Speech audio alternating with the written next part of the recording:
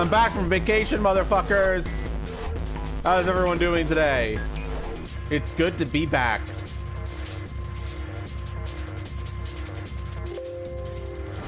Apologies for the Windows noise. Wow, I'm back. How are you all doing today, chat? We can't reveal right away. I have to be cloaked in shadow first.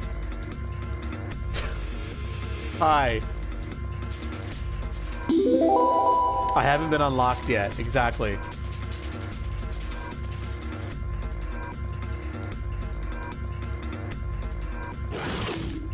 Why would you do this to me, bro? I just started. Show us. Be patient. Be patient. Be patient, young ones.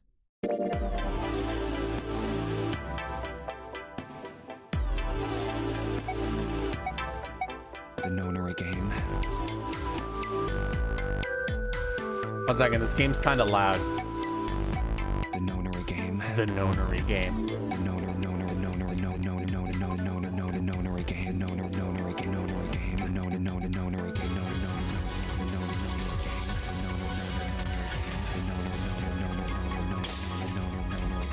Nonary game. The nonary game, chat.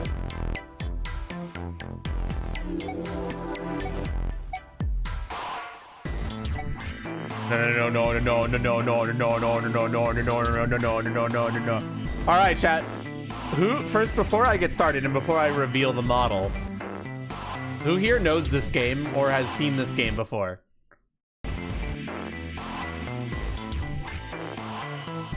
I'm curious. Who has played this game? I have. Just as a heads up, this will not be new to me. Why would you do this before I've even revealed the model yet, Saphira? But I guess this could be a little bit of a tease. You've never even heard of it? This is the Zero Escape series. This is the first game of the Zero Escape series. And if you remember, we streamed the Somnium Files earlier this year. The Somnium Files was the game that came out after this game. So the Zero Escape series was this writer's original series, and then he went on to make write the Somnium Files after. Does that make sense to everybody? And if you want ask my opinion, this game is really good, and it has one of my favorite plots, and it's got some amazing writing and amazing stuff. You're in for a treat. I've been wanting to share this game with you guys for a while, and I think y'all will really enjoy it. Can you explain it in excruciating detail? Don't worry, the game's going to be doing that for you. History of the developer? No, but if you ever heard of Ever 17 or like that series, he wrote those as well.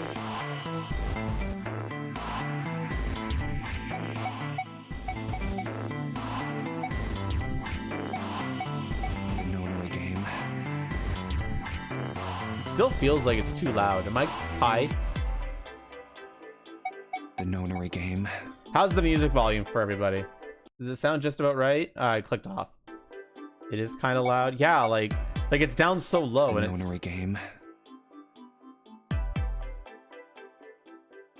The nonary game. The nonary game. The nonary game.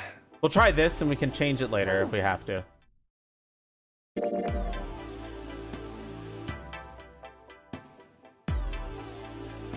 All right.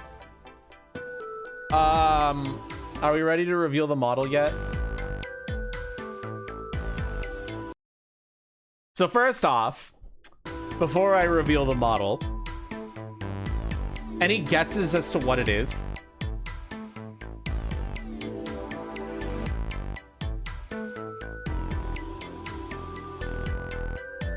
I will say this is not one of the 3 models I originally was going to use. And the reason for that is because this one was given out for free, and I was like, sure, why not? I'll try it. We'll give it a run. I can't say no to free.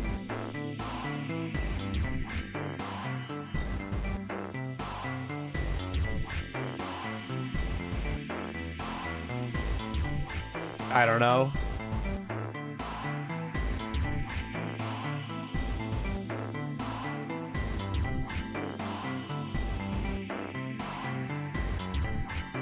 Here's another little angle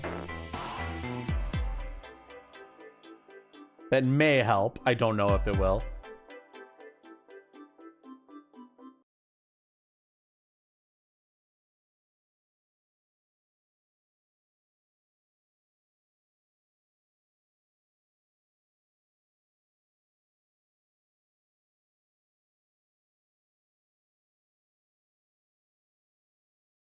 Given the full silhouetted tour.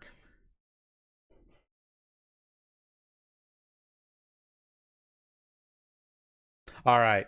I think we're ready. Because I kind of want to get started with the video game as well. Dun. It's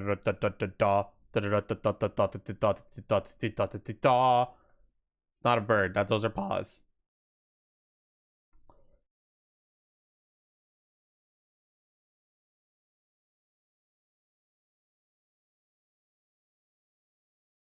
It's Pikachu! Here, we're gonna go now.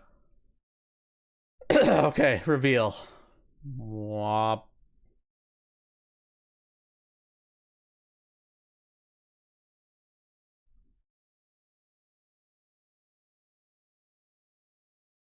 Hi.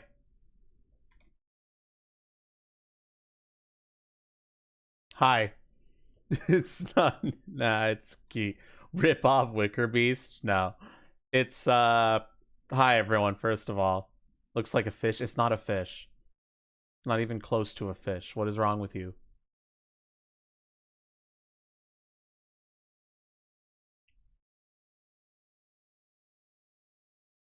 Looks high as fuck.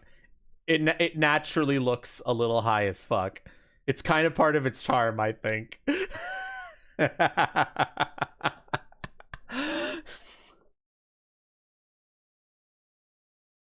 I think it got like it naturally has a little bit of a stoner look to it. This is called show us hand beans. Be careful, my thumb is fucked and I don't want to fix it yet. I will fix it later, don't worry. So just don't look at the don't look at the thumb. Don't look at the thumb.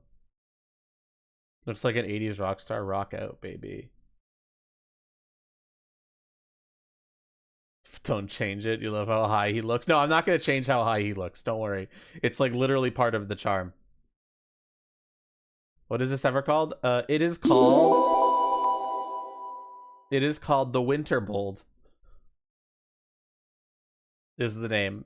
It was given out for free. I've seen some other streamers used it. I always thought it looked kind of cute. And I thought, well, if I got it for free, let's try making a Mika version of it. And I did. I edited the tail of the Winterbolt. I did indeed. As you can see, it is now much thicker, and I have removed the ass. There is no more ass. It's gone. Only tail base. As God intended. Pour one out for the ass. He served a good life. Nah. Flat? More like I'm thick.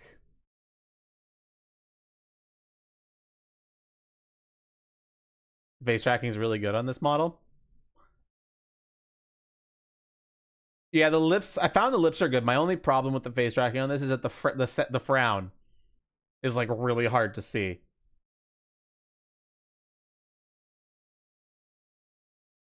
No, I'm not, but I did give it a try. MRL and that software has potential, but it will take. It's not something that I could set up quickly, and I have some problems with it.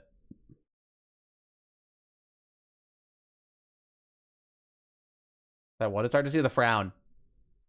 It's like a little too subtle. I like it better when the frown is a little bit more. It's great at hiding depression. Yay.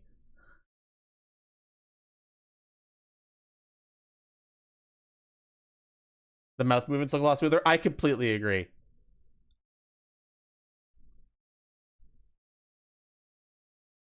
However, it lacks some face tracking stuff that my other models have. Video game character now. That's just how the model looks.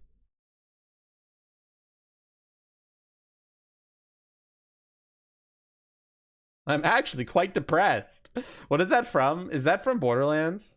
I think that's Borderlands, right? Anyway, yeah, we're gonna use this model for we're gonna use this model for this week. We'll see if y'all like it, if y'all vibe with it, and if you do, well, we might make it permanent. We might not. We'll see. We'll see if you all vibe with it or not. Claptrap specifically. I figured it was Claptrap. It sounded like Claptrap. All right.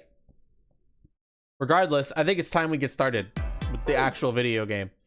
So, to give a little bit of a sit rep, this is a visual novel with escape the room puzzle sequences, which chat will help me solve, right? Right? You guys are going to help me solve it, right? I think my only problem with this model is that it looks like it's looking down a lot, which it's like, I'm not, but maybe I could fix that later. I don't know.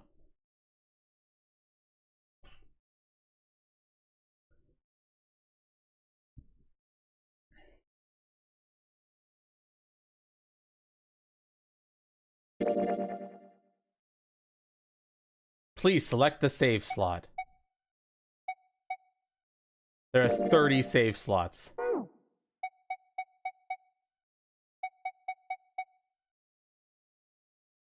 I have a day, woke up at 5 a.m. and now I'm still standing here. Damn, that doesn't sound healthy. I'm gonna be real.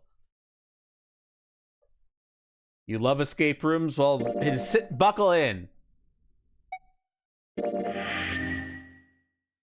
This game is fiction. All names, characters, and incidents portrayed are fictitious. There are 2 modes of play, novel and adventure. I could switch interchangeably. Perfect.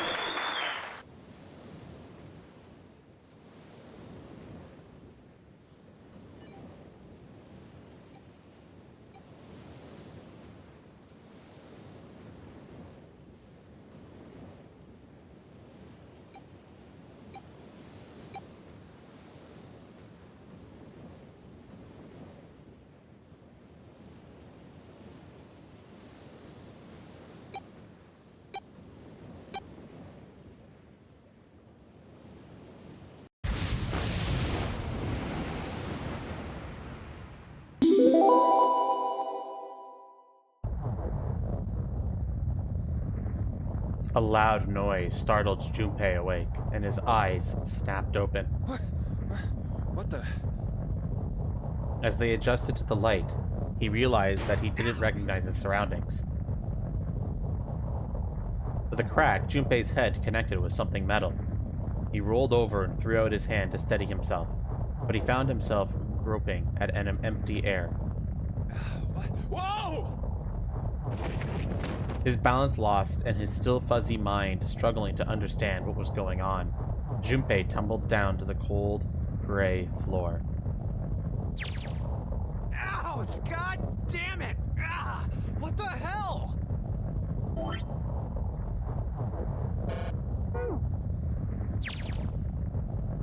We're going to be trying to do novel as much as possible because it provides way more details, and I'll be reading it out to you all, okay? I do have the clothing, but I'm not going to put it on. Junpei glared around the room, still trying to determine where he'd woken up. The fall had shaken the last cobwebs of sleep from his mind, and finally, he understood where he'd fallen from. Oh my gosh, thank you for the gift sub. I appreciate it.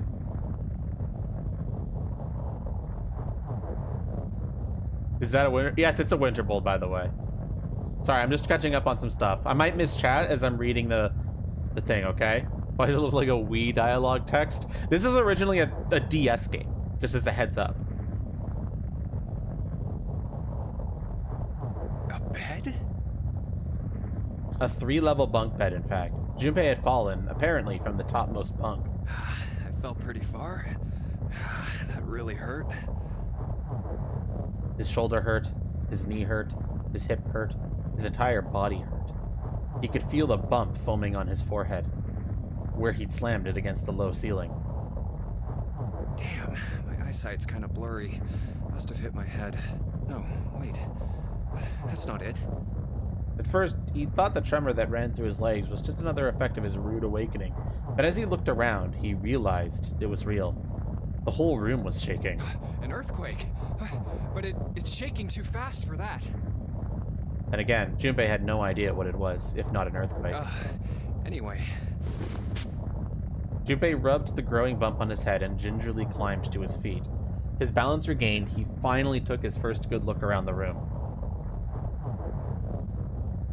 And muttered to himself, Where am I? his pain momentarily... What the fuck? Bro, I did not say to...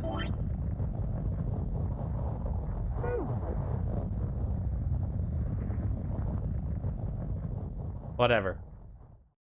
Then, as suddenly as they had begun, the tremors ceased. Wait, it stopped? A cold silence fell over the room. From somewhere far away, Junpei could hear the sound of metal squeaking. What's that sound? In an attempt to distract himself, Junpei looked around the room once more. There was a stove that looked more antique than functional. The 3-level bunk bed had mattresses that were so thin that they were little more than blankets. On the other side of the room was an identical bed, and set in the wall between the beds was a slightly dirty iron door. That's... The first thing Junpei noticed about the door was the number roughly emblazoned across it. On the surface of the door, in red paint, someone had written 5. 5? What's this 5 mean? Suspicious and still utterly confused, Junpei approached the door slowly.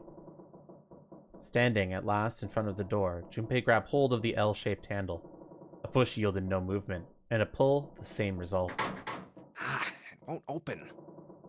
It didn't matter how much he pushed and shoved, the handle wouldn't budge. Next to the door was an odd-looking device that reminded Junpei of a card reader. What's this? Is this keeping the door shut? Junpei knocked hard on the door. Hey! Hello? Is anyone there? Open the door! There was no response. Junpei threw his left fist into the door and stopped. Huh? What the hell is this? He wasn't really sure what else to say. On his left wrist was a bracelet of a sort he'd never seen before. In the center was a large LCD display. A watch? It doesn't look like one. 5. That's the same as the door. True, the numbers were the same, but he had no idea what that might mean.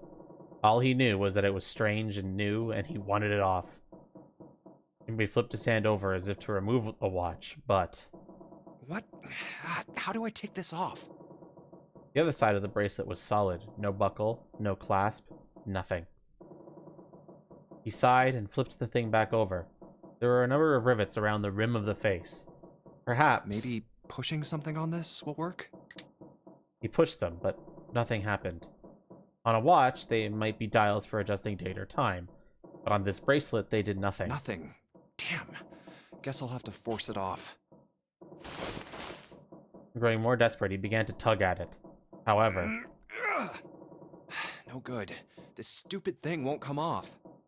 A steel ring ran from the face around Junpei's wrist and back into the face. He wouldn't be pulling the bracelet off any time in the near future. What the hell is the deal with this thing?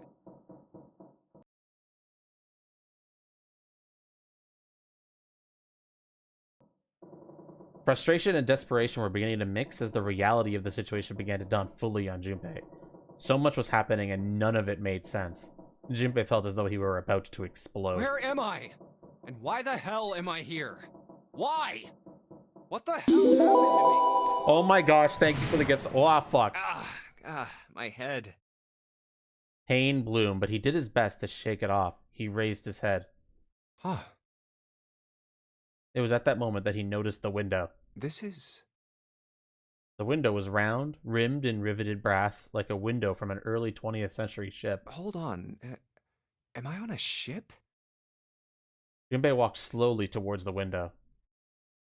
He could see nothing beyond it but thick, impenetrable darkness. I can't see anything. If only it wasn't so dark outside. Junpei squinted, trying to see something, anything. It was at that moment. Huh? What the... Oh, you gotta be kidding me. What the hell is going on here?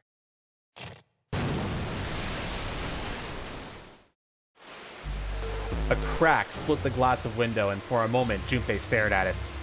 Then, the window burst, and water began to pour into the room. What the hell? God damn it! Junpei yelled and spun around, his feet slipping on the water already coming through the window. He ran for the door. Hey! Anyone!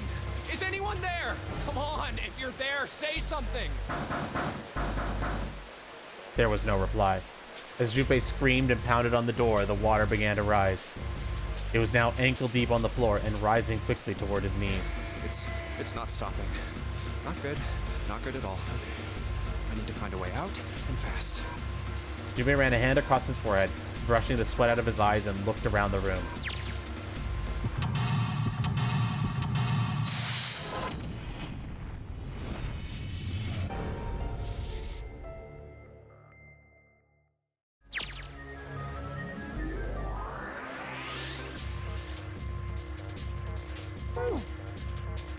Operations during an escape. During an escape, you are restricted to an area. Your goal is search around to uncover how to unlock the door. There are items and hints in the room that will help you escape. Click on a location you find suspicious to search the room. Use Q or E to move around the room. About items. Once you've obtained an item, you'll be able to go to the item screen. Clicking item on the top left will take you to the item screen.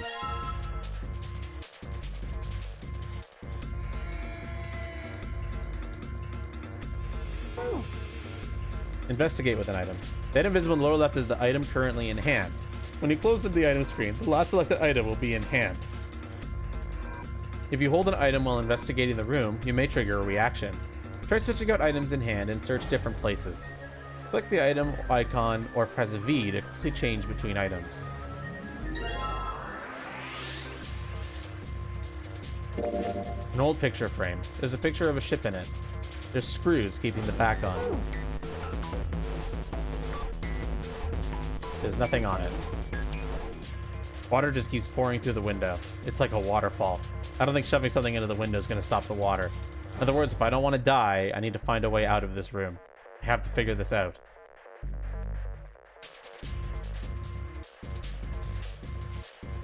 I can't see the bottom of the ladder. The water's already up to the bottom of the bed. I've got to hurry this up. There's a blue briefcase on top of the bed. Look at the cows. The cows come home. All I'm going to find up here is that pillow. Damn it. Is there anything else I can use?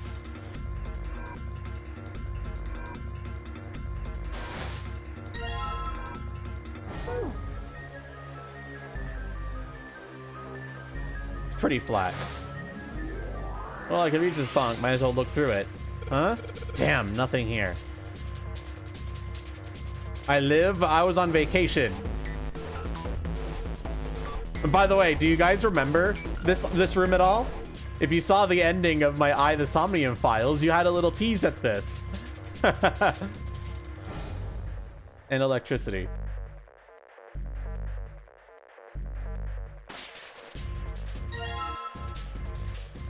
I should probably hold on to this key. Huh. Junpei grabbed the key and shoved it into his pocket. He intended to leave immediately, but something stopped him. His reflection stared back at him from the mirror, but he had scarcely recognized himself. Oh, what's up with my face? His confusion was well justified. I look like a zombie. Have a good vacation? I did have a good vacation, yes. And now we're the actual protagonist of Zero Escape, JP.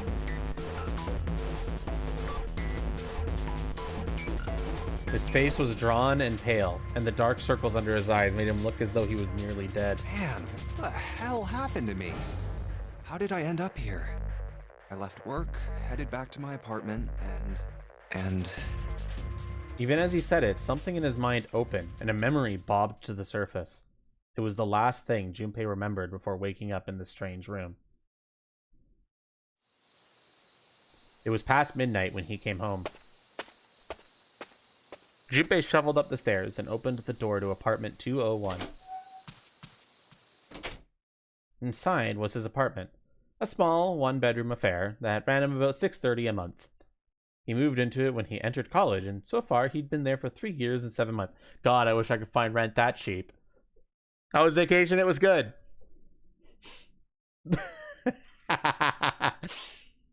I'm back. Not like anyone will respond. He stepped inside and turned on the lights. The fluorescent lights on the ceiling blinked and flickered slowly to life as if waking from a deep slumber. Now, 3 monitors is fine. What a steal, I know, right? Man, work was rough today. Their cold light illuminated the landscape he'd come home to so many times before. Everything was as he'd left it. The magazines piled up at the corner, the textbooks collecting dust, the CD cases covering the floor, the jeans and t-shirt he'd worn the day before, then tossed onto the floor. There was one thing that didn't belong, however. Huh? A breeze. The white curtain framing his window swayed gently in the cold wind. Huh, that's weird. Did I leave that open? Junpei walked towards the window, trying to remember if he'd closed it or not before he left. One of the panes was hanging open. He stuck his head out and looked around. Everything looks okay. I must have forgotten to close it. He closes the window. Then, it happened. What? Junpei turned and found himself face to mask with a man dressed in all black. The man wore a deep hood and a bulky gas mask. His face was entirely hidden. Who are... Suddenly, he couldn't finish. Junpei tried to yell, but all he could manage was a strangled croak. I can't... Junpei collapsed to the floor, a crumpled heap of limbs like a discarded puppet. Too late. He noticed the white smoke that was quickly filling his apartment. A small object shaped distressingly like a grenade sat on the floor in front of his face, hissing. The white smoke poured out of it at an incredible rate. The smoke had grown so thick, the details of Junpei's apartment began to fade into the white haze. He could feel his mind beginning to fade as well, a white haze that was not the smoke creeping into the edges of his vision. That's the... Consider this a privilege. You have been chosen. A rasping voice wormed its way out of the gas mask.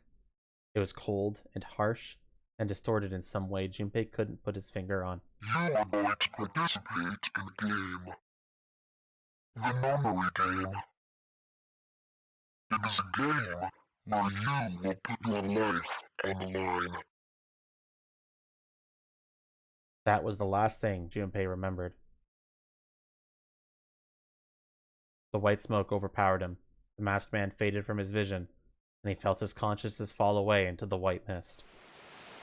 That's right. That guy with the gas mask. That son of a bitch must have taken me here. When I get my hands on him... He grounded his teeth in frustration and strained to remember anything about his attacker's figure. Well, I guess there's no way to know if that was a man or not. The voice had been cold and mechanically, likely passed through a voice changer, and the body had been covered in a thick cloak. Just who was that? They said, you have been chosen. What it might mean, that was beyond him. What the hell is going on? Why me? There was only one thing from his memory that seemed important. You are going to participate in a game. The memory game. It is a game where you will put your life on the line. The nonary game. Huh. What the hell is a nonary game? God damn it! With a yell, Junpei drove his fist into the mirror.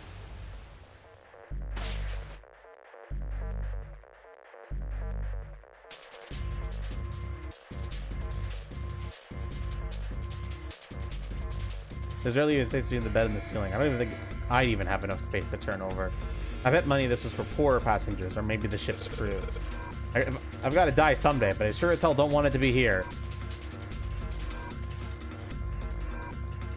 This is the door to the stove. Well, it opens easily enough. Sure wish the door to get out of here was that easy to open. has been used before. What's this? It looks red.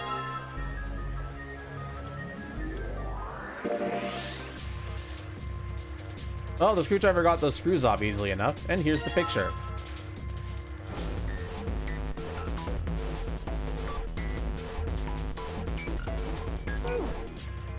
Combining items. Select combine and the items to combine. I literally just did this. If they cannot, then nothing will happen. Try out different combinations of items in your search.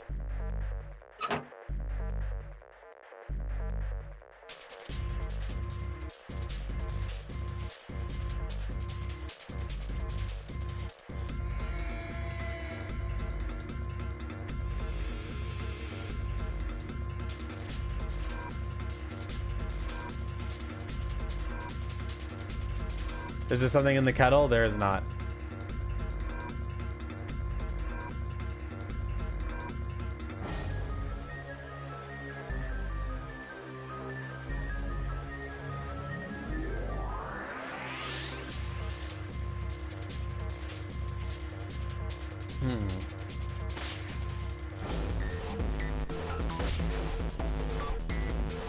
You just had like a mouse cursor so we could see what you tried clicking on.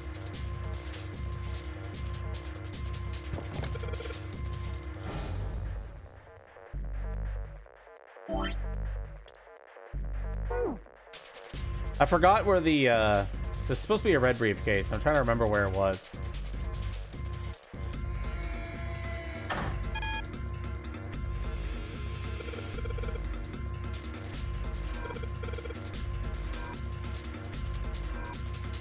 My everything is the devs have a weird sense on how to do things.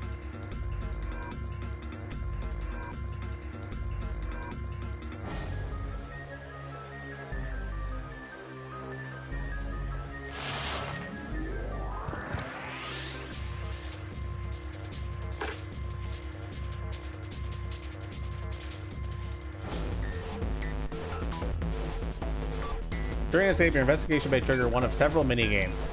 All operations for the minigames are done by clicking the screen. Some minigames will require you to manipulate something, while others will only require you to apply the right object or click the right thing. Clicking the dial will cause it to move to the next number. Enter 4 numbers this way and then click the key. If numbers are correct, it will unlock.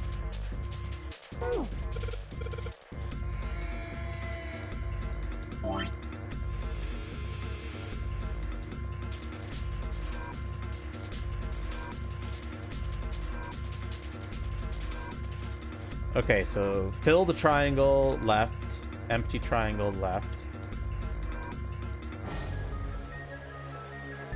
Right, 7, 4.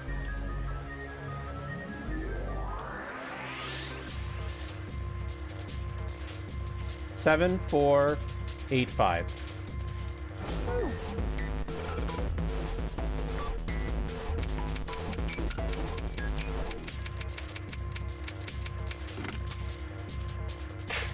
Yes! I unlocked it. It's opening.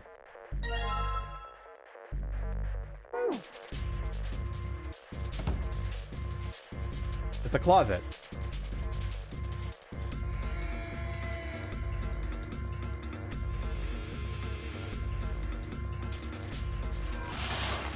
Okay, where was the blue key again?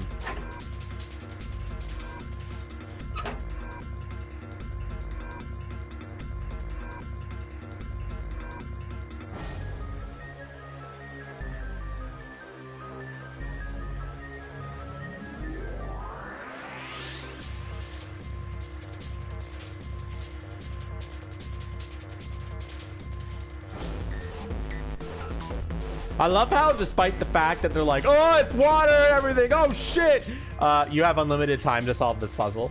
There is absolutely no time pressure at all.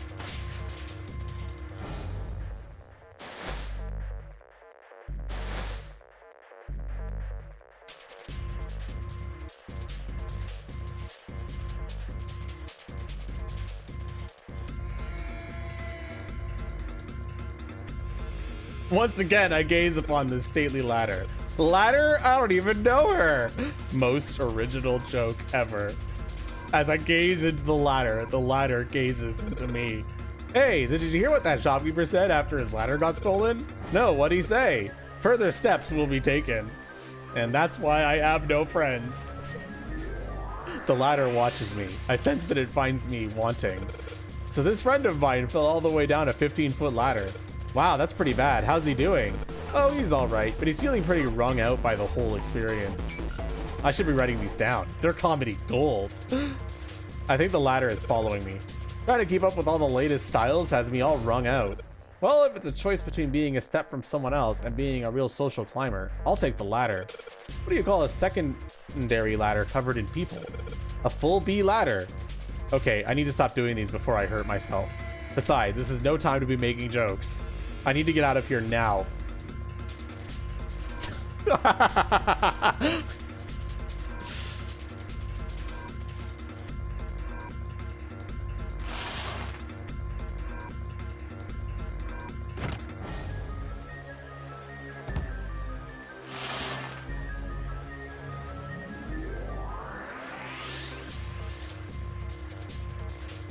These cards with the numbers on them. I'm pretty sure this is where I'm supposed to use them. Let's slide these cards and see if they work. And... huh? It's not working. Why? Damn it. Do I need some other cards to get this to work? Shit, I need to find more cards now. Ladder? I hardly know her.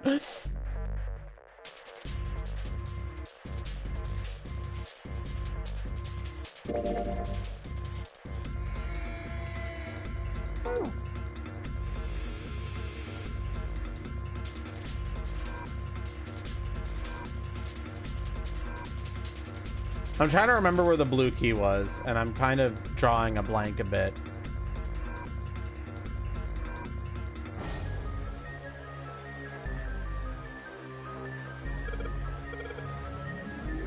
On to the vibe and find a way out. There's nobody here to make fun of my lame jokes. Man, this sucks.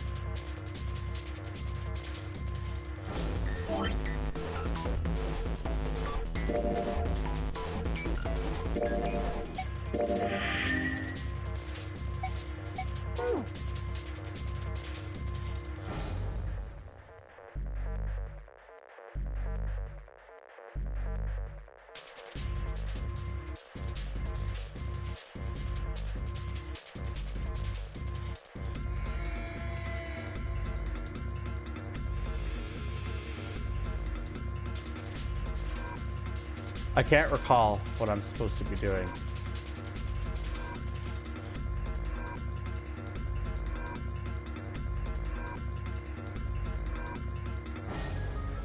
Under a pillow? I already got something under a pillow.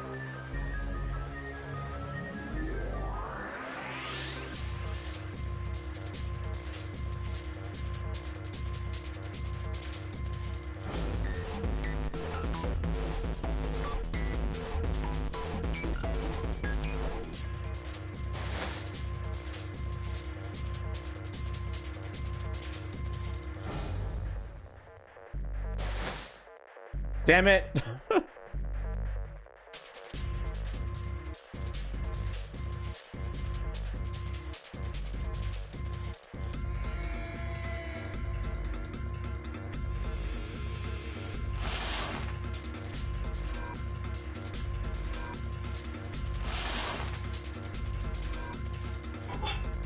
I thought I clicked on the cuddle. Fuck off.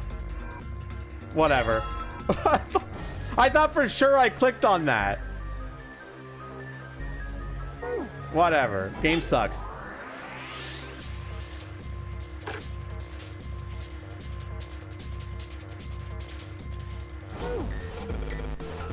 Shut the fuck up.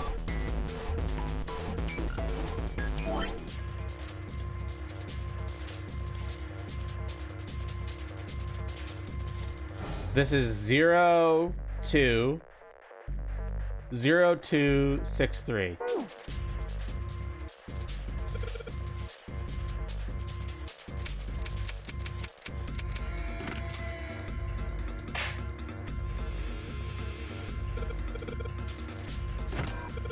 Yes, it opened. Looks like there's something in here.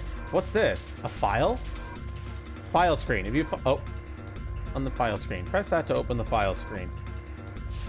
All right, let's see what's in this file. Digital root. Let's see here. Compute a digital root with the following steps. First, add all the numbers in question to one another. If you end up with something greater than a single-digit number, add the digits to one another. For instance, if you have a double-digit number, add the number in the tens place to the number in the ones place. Keep adding digits in this manner until you have a single-digit answer.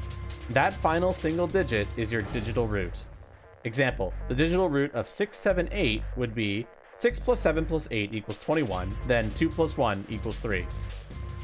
Therefore, the digital root of 678 is 3. Example, the digital root of 1, 2, 3, 4 would be 1 plus 2 plus 3 plus 4 equals 10, then 1 plus 0 equals 1. Therefore, the digital root of 1, 2, 3, 4 is 1. I see. So I just keep adding numbers until I get a single digit number. Oh, looks like there's something on the back of this thing. A notebook, a pen, a calculator, and a stack of key cards. Huh.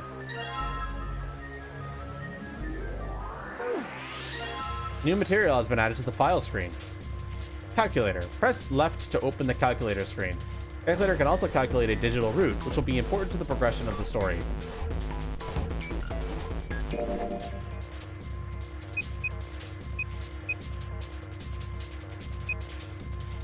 They didn't give you this in the original. I'm going to tell you that right now.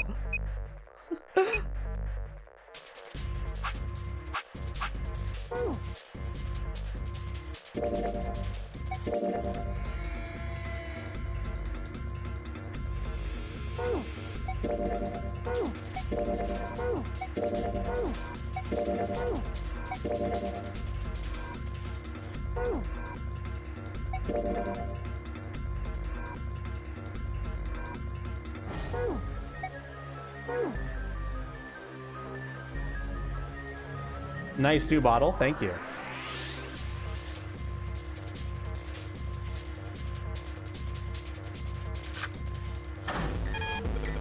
Damn it, not again. There aren't any more cards in here. I've only got one other hint. Of course, the files. That file says something about a digital root. A digital root. The digital root, huh? What am I supposed to do with...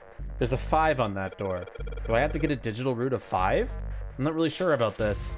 Whatever, it's worth a shot. Let's see if this works. I'll just slide the cards that give me a digital root of 5 through the reader.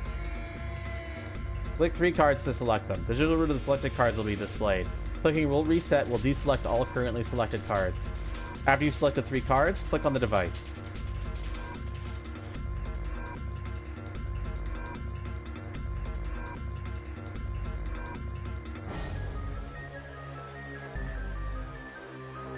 All right.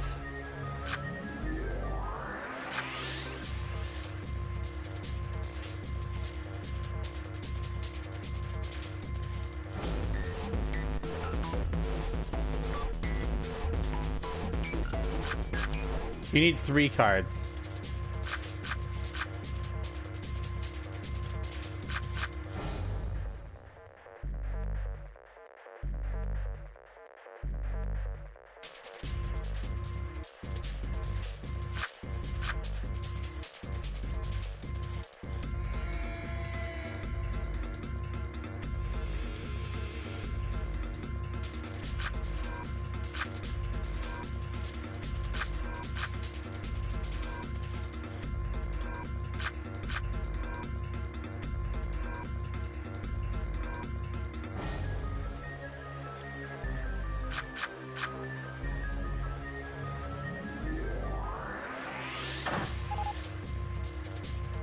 All right, I think this is gonna work. There we go. That's a new noise. Huh?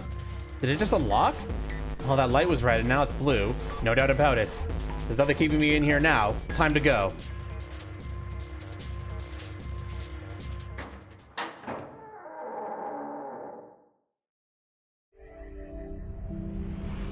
You found it!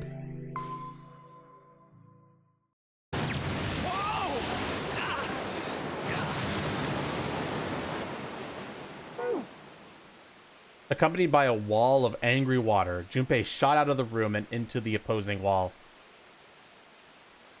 It looks high and sleepy a bit. Yeah, I did get the free one, Sabria, and I decided to give it a try. Ow! The water tossed and turned him like a washing machine, and he only stopped rolling when he hit his head on the wall. My head. Wait, is it over? Okay, I need to remember that that's how I can check the log. Excellent. Whew. That felt too much like being flushed down a toilet. Damn. It's not free anymore, I think. Junpei struggled to his feet in the still rushing water. Well, better than drowning, I guess. Am I in a hallway? The water that had followed him out of the room was rapidly pouring out of the door. It flowed quickly down the hallway and slammed into the foot of the short flight of stairs. Oh. Just 5 steps, in fact. And at the top of the short staircase, they got 10K downloads. Jesus Christ, there's gonna be a lot of fucking winter bolts around. A door. Another door. Damn this water. God, let me go. Junpei leapt up the stairs, straight for the door. Huh, yes, it opened. The door burst open and Junpei exploded out of it, only to freeze in his tracks. What other possible response could there have been to what he saw? What? What the hell? His voice trailed off and all he could do was stare. A polished floor stretched out before him, ornate staircases rising up from the edges, each one of them equidistant from the others. The stairs and pillars were solid wood, and Art Nouveau embellishments and decorations covered the walls and pillars. It looked like nothing so much as the entrance to a luxurious mansion from the early 1900s. This is the inside of a ship? Junpei couldn't help but wonder. Well... The water quickly filling the hallway behind him suggested that, yes, he was. As he looked, a fresh wave rolled out of the room he'd been in, gathering speed as it moved towards the stairs. Yeah, that's what I thought. This is totally, Wait, what the hell? A wave? Oh, shit! Shit! Okay, I gotta get out of here. Junpei spun around, his wet shoes squeaking in protest on the polished floor, and ran towards the tremendous staircase in front of him. C deck.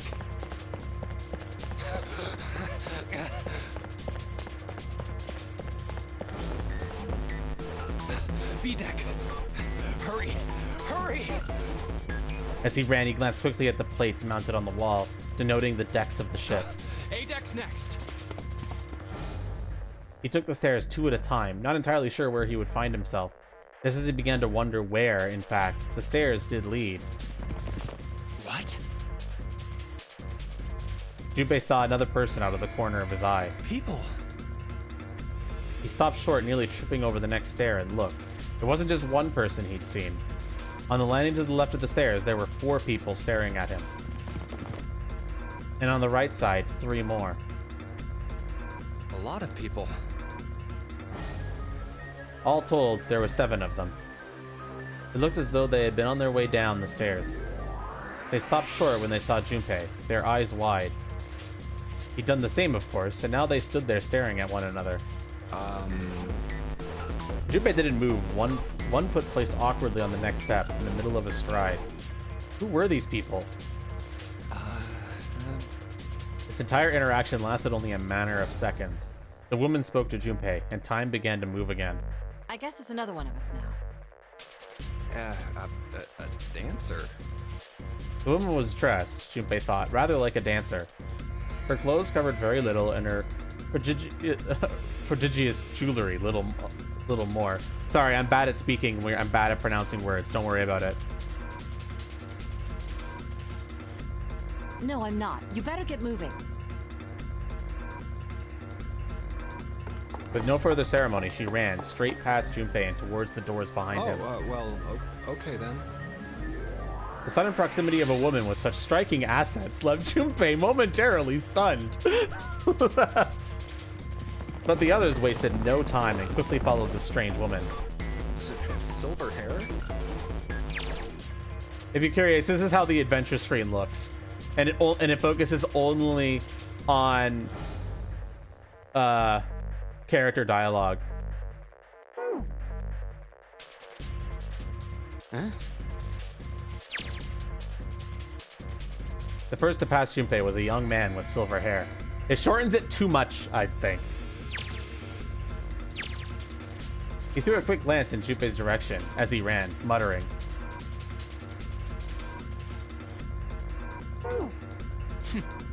One of us, huh? What? Nothing. Following him was an older man, his face calm and without fear.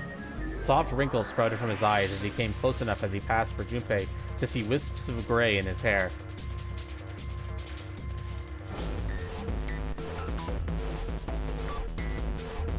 His composure and shock of hair struck Junpei as rather like that of an elderly lion. Going up won't do you any good.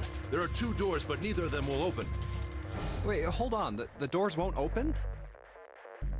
The next to speak to Junpei was a girl with pink hair and a high voice.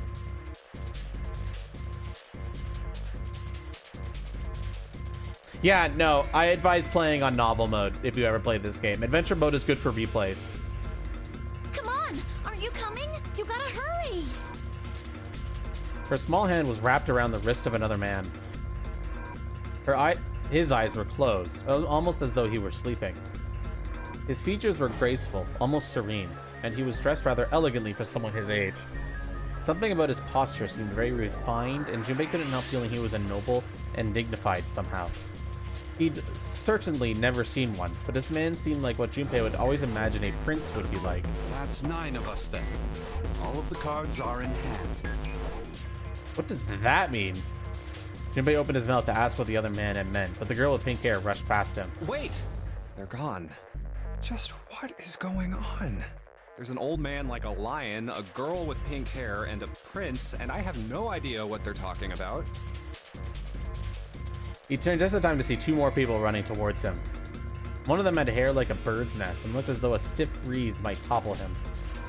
And the other was a veritable mountain of a man.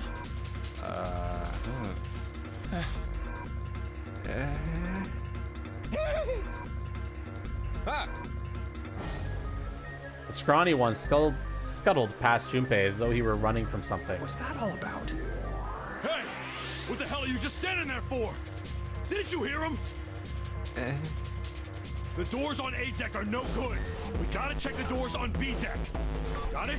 Now go! Before he had a chance to respond, the man laid a massive hand on Junpei's shoulder. With no more effort than Junpei would have used to brush aside a fly, the man shoved him out of the way. Oh. Thrown off balance by the man in recent events, it took Junpei a few steps to get his bearings. He finally regained his balance and looked up at what the other 7 had been running towards. Hey man, that was dangerous. Yeah, you haven't because it's new, Kura. It's new as of today. We're trying it out. Huh? There were 2 pairs of large iron doors set into the wall in front of him. Thank you for the Prime sub. They looked quite sturdy and each had handles jutting from them. Written across the surface in each door in red paint was a number. The door on the right. 4. And this one says 5. They're the same. The guy Junpei had decided to call Silver was mumbling to himself. The room I woke up in had a number on the door just like that. You too. With an arched eyebrow, the lion looked over at Silver. My cell was the same. A number upon the door. I opened it, ran down the hallway outside, and found myself in a rather grand room full of stairs, as I suspected the rest of you. It was as though the floodgates had been opened. They all began to talk at once. Me too. Same for me. There was a door with a number on it. Something species neutral. Fair enough, Gura. I might have to change your save file if you have any tails, though. Do you have any saved tails? Because the save file is tied to your name.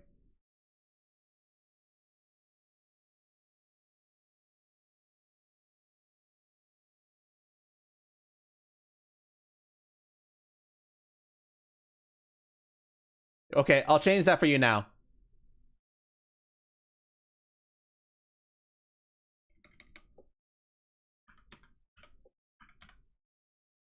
Okay, the save file has been renamed. If you reload the app, you should see all of your tails. It soon became clear that each one of them had awoken in a room with a locked door and solved the puzzle to escape. They all ended up in the same room.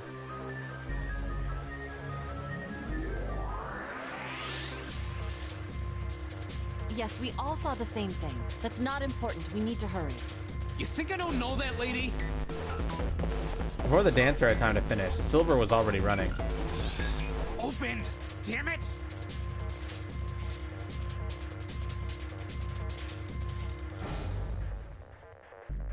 He grabbed hold of the door label 5 and pulled. However, Fuck, it's not opening. This damn thing won't even budge. Out of my way. the mountain grabbed Silver's shoulder and tossed him aside. His path cleared, he took a few steps back, then threw himself at the door. 1, twice, 3 times, 4 times. The door shook as his body slammed into it, but showed no signs of breaking or opening. The mountain threw himself at the door again. A body slam from a guy that big didn't even budge it. There must be some other way. Junpei turned towards door 4. Next to the door, on the wall, was a small box. This looks just like the device next to the door in that room earlier. So that means this door is probably locked too. But still... He had to check. Junpei grabbed a handle and threw all of his weight onto it. You just have to, yeah, you just have the, no space after the exclamation part, baby. Shivaru. Yep, there you go. It was locked as tight as the door next to it, as he suspected. Junpei punched the door. It did not respond. Are there any other doors? He barely finished the thought when the C-deck plate he'd passed on his way up sprang, unbidden to his mind. He said he moved before he had time to think. Junpei turned and ran back towards the stairs. He had scarcely taken a step when, at the top of the stairs, next to an ornate clock embedded in the wall, he saw a person. It was a girl. She looked to be the same age as Junpei. He froze, unable to look away from her face. He wasn't confounded by her beauty or something equally silly. No, there was another reason he couldn't take her eyes off the girl. Junpei had seen her somewhere before. Couldn't quite remember where, but he knew. He knew he'd met her before. The girl, too, stared at Junpei, similarly stunned. Her response suggested that she'd seen him before as well. Huh? Without saying a word, Junpei walked slowly towards her. She didn't move. It was almost as though she was held in place by some sort of magic spell. As Junpei stepped onto her landing, the spell broke. No sooner as he set his foot down than the whole ship shook a second time. This is the Winter Bold. I got it for free because they gave it away for once, and I thought, I have it for free. Might as well make a Mika version of it.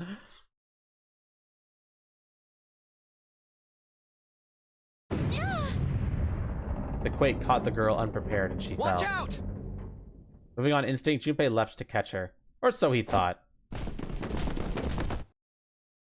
Oh, Her face was far closer than it should have been, mere inches from his own. He was flat on his back, and she had landed squarely on top of him. The girl seemed as confused as he did, and her face suggested that she hadn't fully recovered from seeing him. For a moment, that seemed to stretch for a very long time. They stared at one another. The ship stopped shaking. Everything was quiet. Water could be heard from the bottom of the ship, lapping faintly at the walls and ceilings, but eventually that faded as well. The silence was complete, a thick, muffling blanket. At last, the girl opened her mouth. oh my gosh! Is that you, Jumpy? Jumpy. Jumpy. Her words echoed through Junpei's head, and suddenly, his memory returned. Akane. Why hadn't he realized it before? The girl was Akane Kurashiki. She and Junpei had been friends in childhood. They had gone to elementary school together for 6 years. But what was she doing on the ship? Her soft eyes were only inches away from his own. He could feel the warmth of her face. Feelings he'd thought long forgotten began to work their way to the surface. He could feel his face heating up. At that moment, a speaker cracked to life, and a cold, eerie voice filled the room.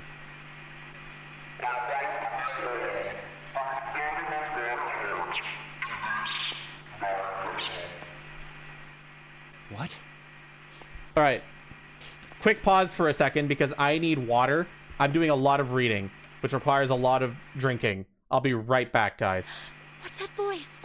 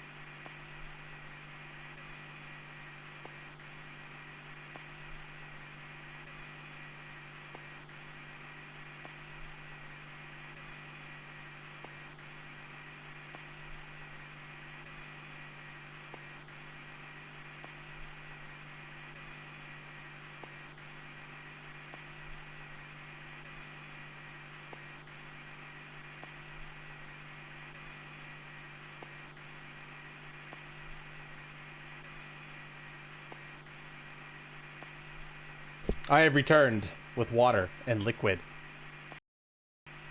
They hurried, untangled themselves from one another, and struggled to their feet. Their 7 companions had heard the voice as well, and many of their faces had gone pale. They looked around frantically, desperate to locate the source of that voice. At last, they found it. A speaker set into the ceiling.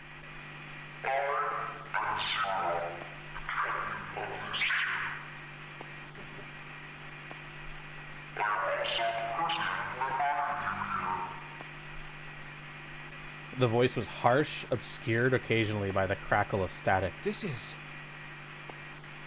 Junpei recognized it. How could he have forgotten it? that guy in the gas mask! Hey, asshole! What the hell is this? Come on out here. I want to get a look at you. What do you mean to do to us?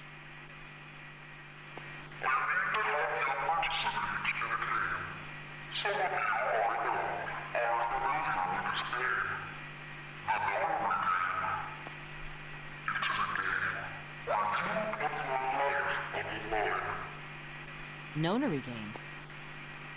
What the hell's that? The voice continued, implacable.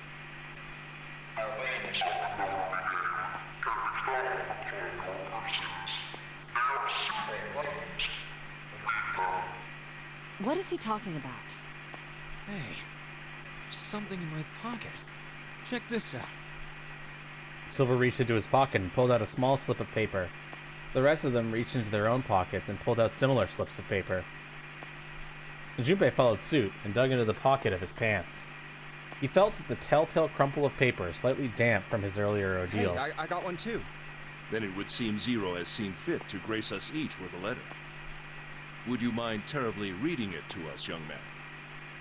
His requests had been delivered to Junpei, who, after a short moment of surprise, did as he'd been asked.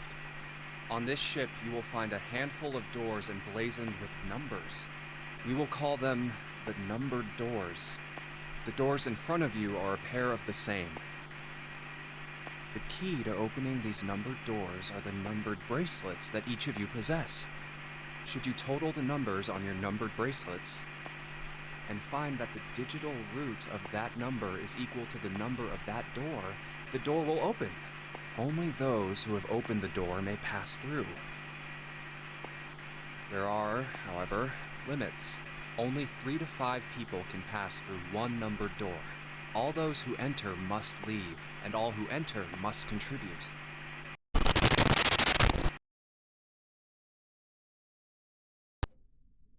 Fuck. Testing.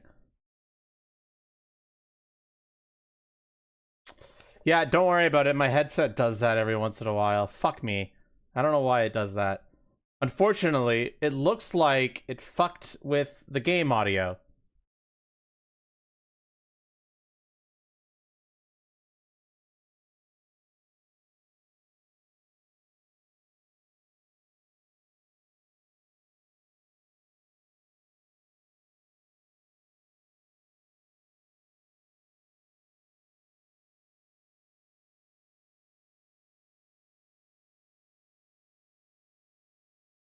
No, the weird looping noise was the game.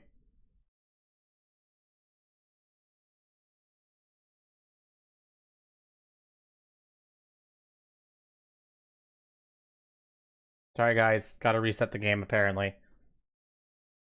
That's gonna be a real problem.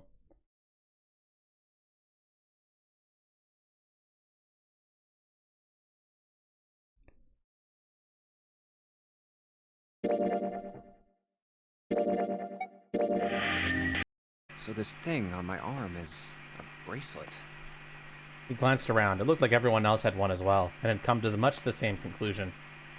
The purpose of the game is simple. Leave this ship alive. It is hidden, but an exit can be found. Seek a way out. Seek a door that carries a 9.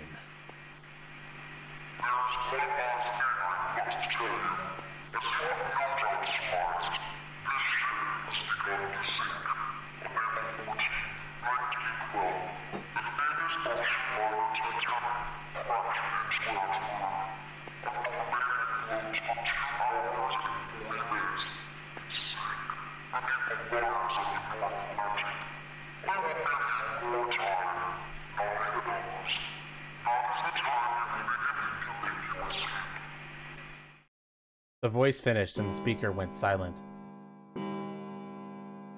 I hear a bell. I think it's coming from over by the stairs. It's the clock telling us the time. Everyone had their eyes on the antique clock embedded in the wall. 7, 8, 9. The sound of the 9th bell faded away. The 10th never came. It rang 9 times, so 9 o'clock then? I think it's 9 p.m. I couldn't see anything when I tried looking out the window earlier. It has to be nighttime. If that is the case, then we would need to escape by 6 a.m. tomorrow.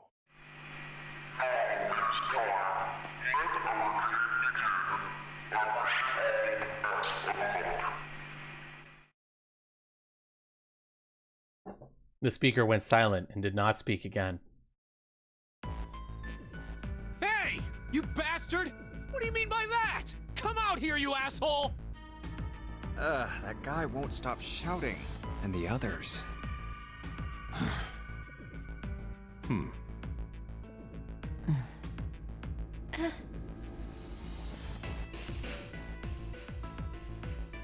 that is a good idea, actually.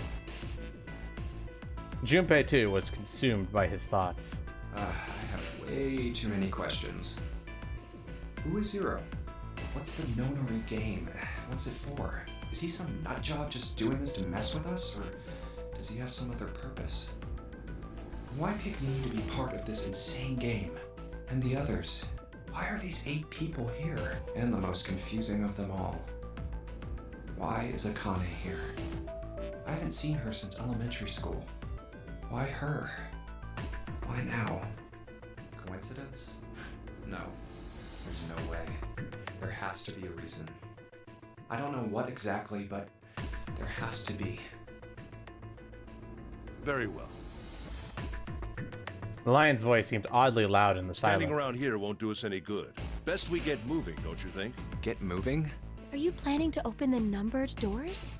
Hey, wait! But don't tell me you're actually gonna do what this Zero says. No, that's not what I mean.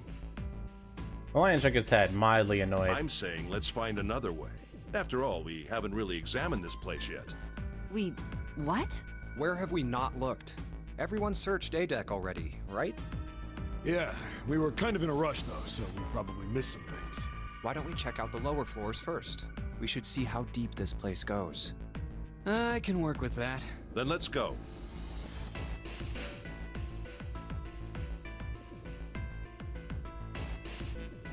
Whoa! What the hell? It's completely submerged. Damn. If the water level keeps rising like this, we're all gonna drown. No, I don't believe that's something we have to worry about. The prince knelt down and gently drew his hand across it. See? The water's not flowing.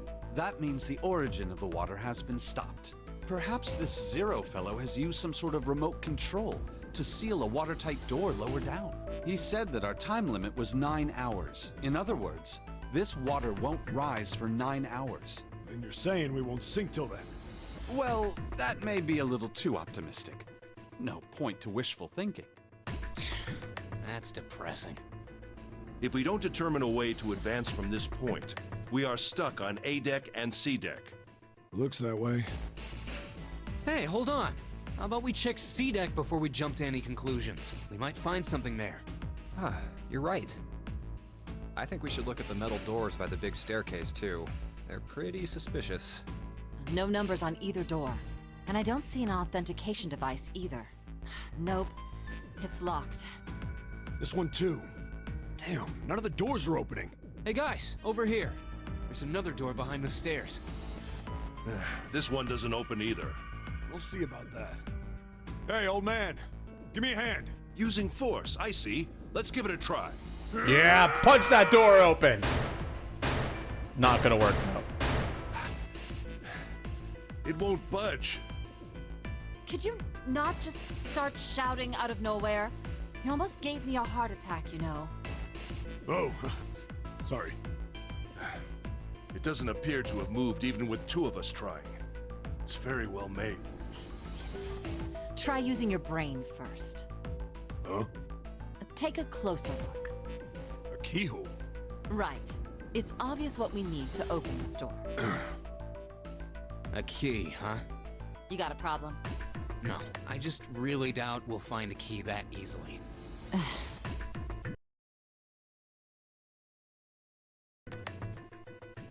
Ignoring the tense air between the two, Junpei moved closer to examine the doorknob. What's this? Just above it was a strange mark in the shape of a circle surrounding a dot. There's a mark on it. Does it mean something? Hey, look! Over here, too! Hmm? Minkara was looking at double doors they hadn't examined yet. More doors. I think they're elevators. There's an inverted triangle button by them. May as well try pressing it. Huh. Nothing. Maybe the power isn't on. Or we need to do something with this card reader. And there's a strange mark here, too. What is this? It looks like a lowercase h with a dash drawn across the upper stem of the H. Junpei stared at it for a while. This is the symbol of Saturn. It's an astrological symbol. Then the mark on the other door. I think that was the sun symbol.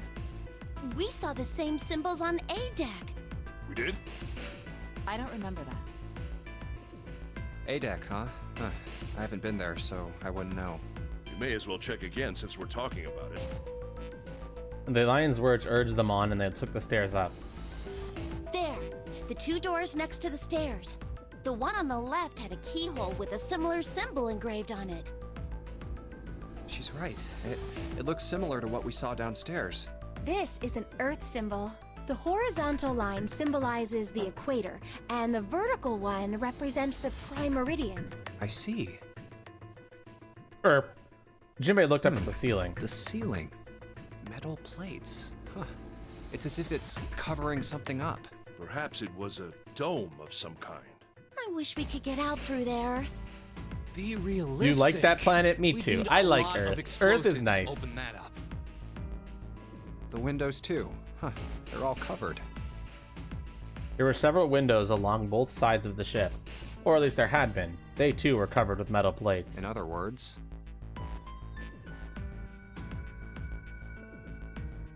we're trapped. All the exits go nowhere. Junpei was not happy. The girl with pink hair spoke up. Well, I'm sure they go somewhere. We just can't open them. Then the mountain spoke. You don't know that.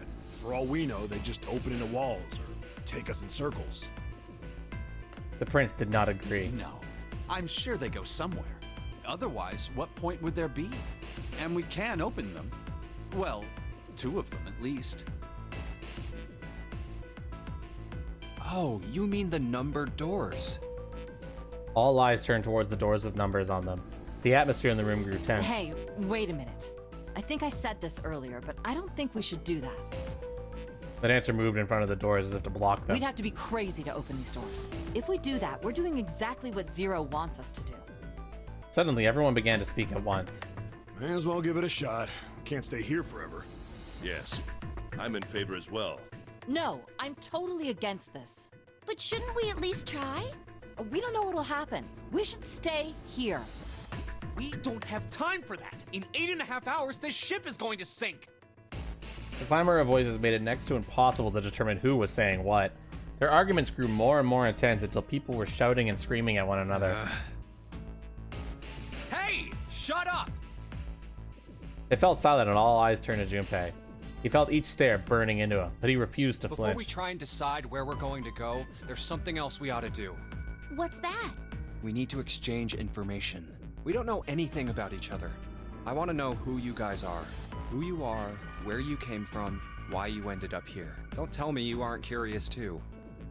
They were silent. Some of them looked the other way, or bit their lip, or crossed their arms and stared at the ceiling.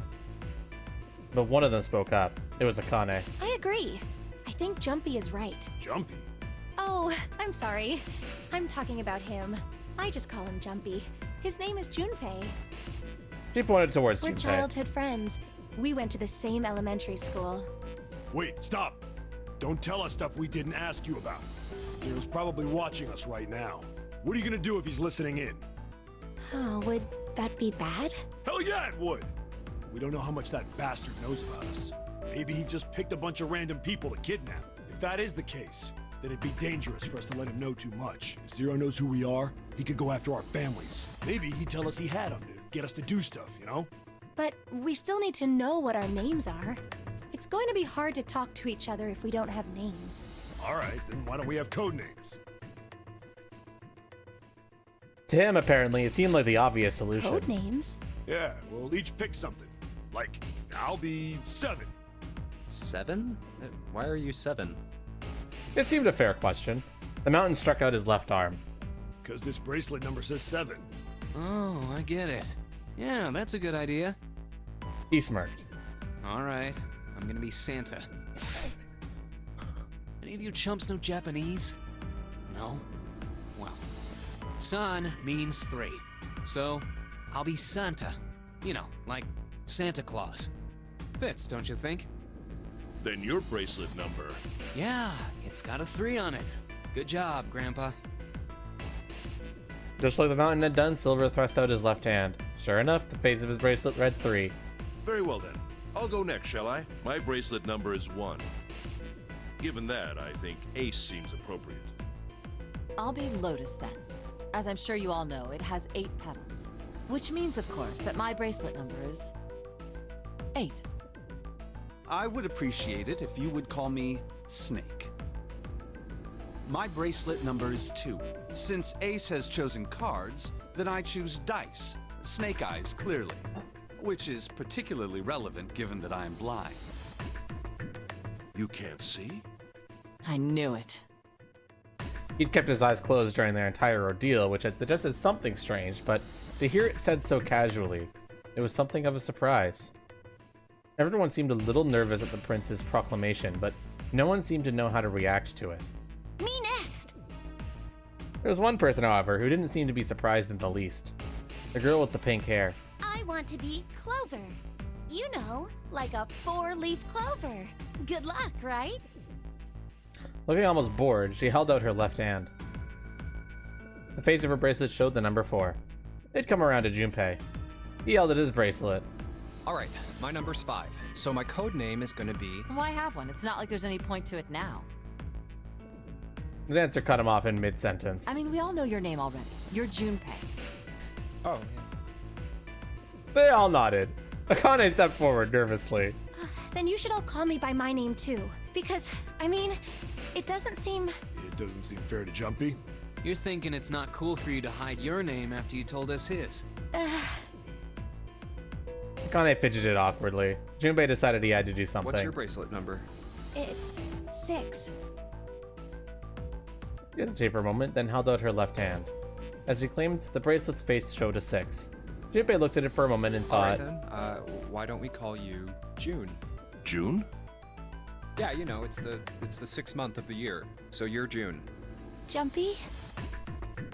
Akane kneaded her hands and looked up at Junpei, uncertain. He smiled back at her, reassuringly. Are you good with that? Yeah. She thought about it for a few more minutes, then seemed to come to a decision and gave Junpei a small nod. Okay then.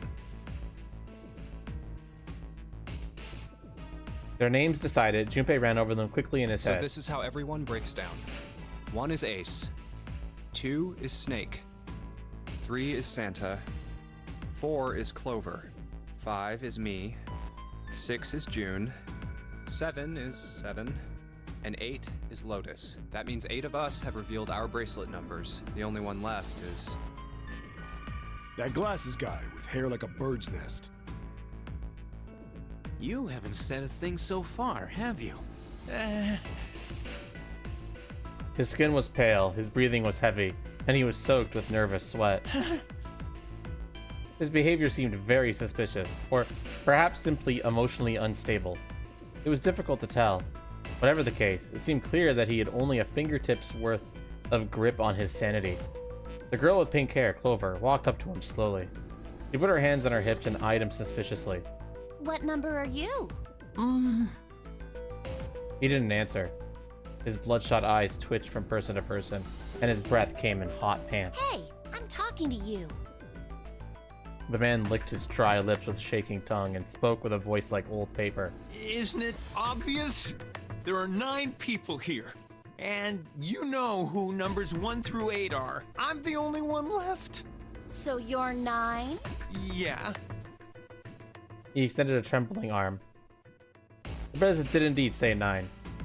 Clover looked at it contemptuously. What's your code name?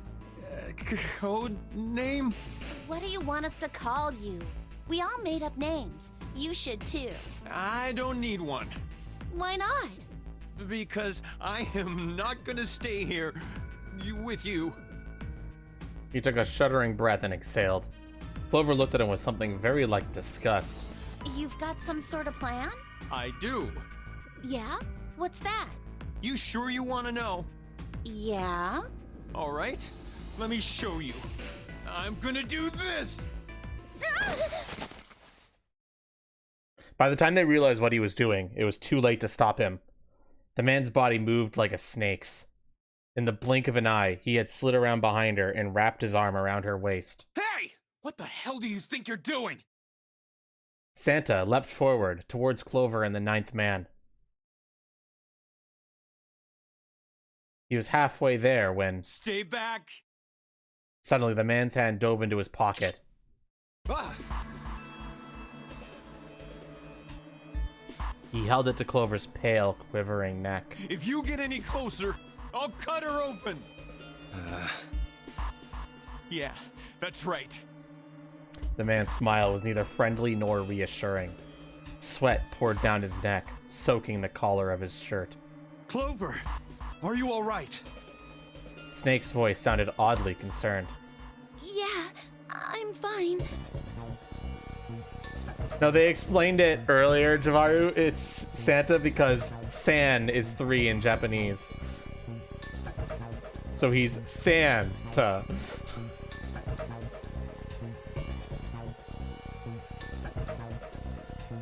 What the hell are you trying to do? I told you, this is my plan. What are you gonna do to her, you sick son of a bitch? Don't worry.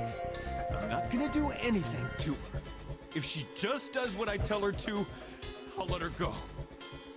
He started to move backward, slowly, keeping his grip on Clover. Slowly. That's right. Just follow me. Keeping their distance, Junpei and the others followed. Eventually, the man reached the wall. He gave a start as his back touched it, then glanced around quickly and spoke. Here. Verify. The left. Look on your left. Do you see the device on the wall? Place your hand on the scanner panel, the round part. What if I don't? The man's nostrils flared and he looked like he was about to choke. Are you an idiot? What do you think? I could slit your throat right now. I'll kill you if I have to. All I need is your bracelet. Just do it. Do it now. He pressed the knife against Clover's neck, hard. Okay, I'll do it. Slowly, she stretched her left hand out toward the device. Like this? Her back was to it, and she had to feel around for a moment before she found the circular panel. It made a cold, electronic noise, and on the display above her hand, an asterisk appeared. So that's how it works. He called that round part of the device the scanner panel. If we put our left hand on it, our bracelet number gets entered into the device. Then... Should you total the numbers on your numbered bracelets and find that the digital root of that number is equal to the number of that door, the door will open. Junpei shifted his eyes to the door itself. The number on it was 5. Door 5. But why does this guy know so much about how this thing works? It's like he knows exactly what to do. Good. Good. You're done. Next. His bloodshot eyes crept from person to person until finally, they stopped on the lion, Ace. You, right? You're the one with the number 1 bracelet, right? Yes, I am. So? Then you're next. Just verify your number like this little brat did. What are you doing? Do it! Don't you care what happens to her? Okay, just calm down. Ace held up his hands, palms out. The ninth man jerked his chin towards the device. I'm coming over. Slowly, cautiously, Ace moves towards the device. After what seemed like an agonizing eternity, he reached it. Now, verify. All right, this is what you wanted, right? Ace nodded and placed his hand on the scanner panel. The device beeped again, and a second asterisk appeared. Now the device has both Clover and Ace's numbers, 4 and 1. 4 plus 1 is 5. It's the same as the number written on the door, but it won't open yet. Only 3 to 5 people can pass through one numbered door. One more person. If what Zero said is true, he needs one more person. Who? Who does he need? Get back. His voice shook, but the knife he held to Clover's throat made his words a command. Ace took 2, then 3 steps back. No! Farther! More than that! Go all the way back! Okay. Slowly, Ace did what he was told. Ninth Man's lips curled into a cruel, twisted smile. Don't tell me. That was when Junpei understood his plan. Clover's 4 and Ace's 1. Added to the ninth man's 9. 4 plus 1 plus 9 is 14, and the digital root of 14, 1 plus 4, is 5. In other words...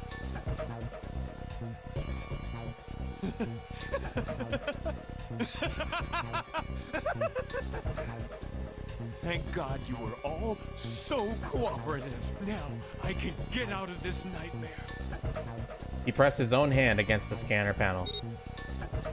A third asterisk appeared on the screen. He dropped his hand to the lever on the side of the device and pulled.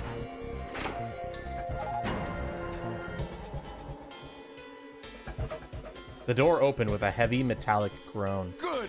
I don't need you anymore. He let go of Clover. Wait! Junpei leapt towards the ninth man, but he wasn't fast enough. Here! She's all yours. The man shoved Clover and hopped through the door. Okay. Have a good one, guys. I'm going off ahead now. Well then, goodbye. He raised his hand and waved, a twisted smirk on his face. Then, he was gone. The door ground shut with a dull clang of metal on metal. Clover, are you all right? Snake ran to Clover's side as she lay on the floor. Yeah, I'm fine. She climbed unsteadily to her feet, and once there, leaned heavily on Snake's shoulder for support. Damn it! Junpei ran to the door. That bastard! The others followed him. Several pairs of hands grabbed hold of the handles and pulled. Open, damn it! They grunted and strained, but... Shit! It won't budge. That was when Lotus, the dancer, spoke. Her voice was quiet. Do you hear something? Like, what? Like some sort of beeping. Junpei pressed his ear against the cold metal of the door. The others did the same. You're right. I can hear it too. What is it? Then they heard something else. It was the ninth man. Why isn't it stopping? God damn it! You lied! Lied? This wasn't supposed to happen! This is wrong! This is wrong! His voice shook with fear. Safe on the outside, they stepped back from the door and looked at one another. What is happening in there? Open the door, please! I'm begging you! Help me! Please get me out of here! Get me out of here! God damn it! Junpei grabbed hold of the device. He slammed his hand on the scanner panel. Nothing happened. Why? Why won't it work? Engaged? Is it because it's occupied?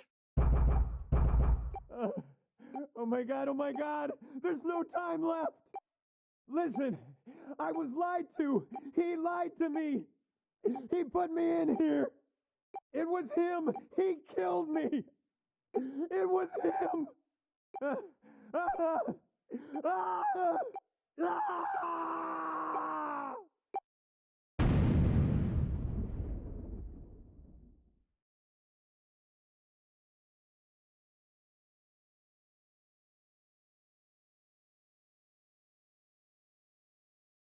The explosion rocked the room. Instinctively, they ducked, then stood up slowly when they realized there was no danger. No one spoke. Silence filled the room. A beep? All eyes turned towards it. Did that thing just make that sound? The display changed from engaged to vacant. Let's see if we can open it.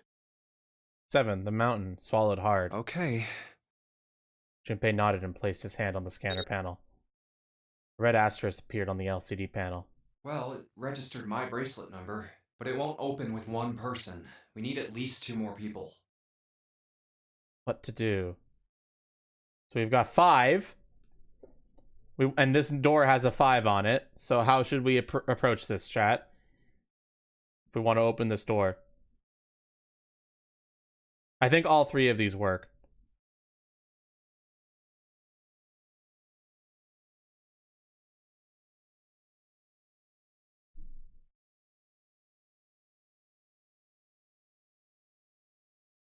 Yeah, all 3 of these work. They're all 9, which added to 5 gives 14, which gives 5.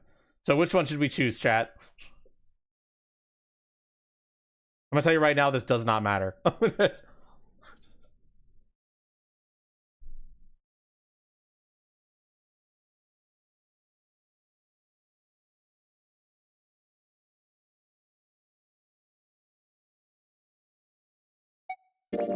Snake, 7. You think you could give me a hand here? The pun was a little too on the nose, but the mood was still grim. Well, Santa and June lifted their left hands silently. He verified and she followed suit. 5 plus 2 plus 7 equals 14. The digital root of 14, 1 plus 4 equals 5. This should do it. Yeah, that sounded like a typo. I don't know why it said June. Now we just need to pull the lever on the side. You guys ready? I'm gonna open it. And Junpei grabbed the lever and looked back over his shoulder. They stiffened and nodded. Junpei nodded back and set his mouth in a grim line. Then he slowly lowered the lever.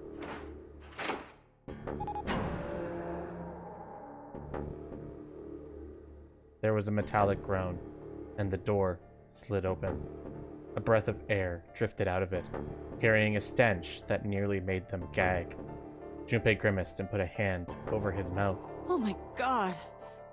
Good God. Lotus and Ace shuddered. 7 grunted. Whoa, that's pretty bad. Even Santa's voice shook. He blew up. It appeared that Santa was right. The hallway on the other side of the door was splattered with chunks of torn flesh and dark red blood.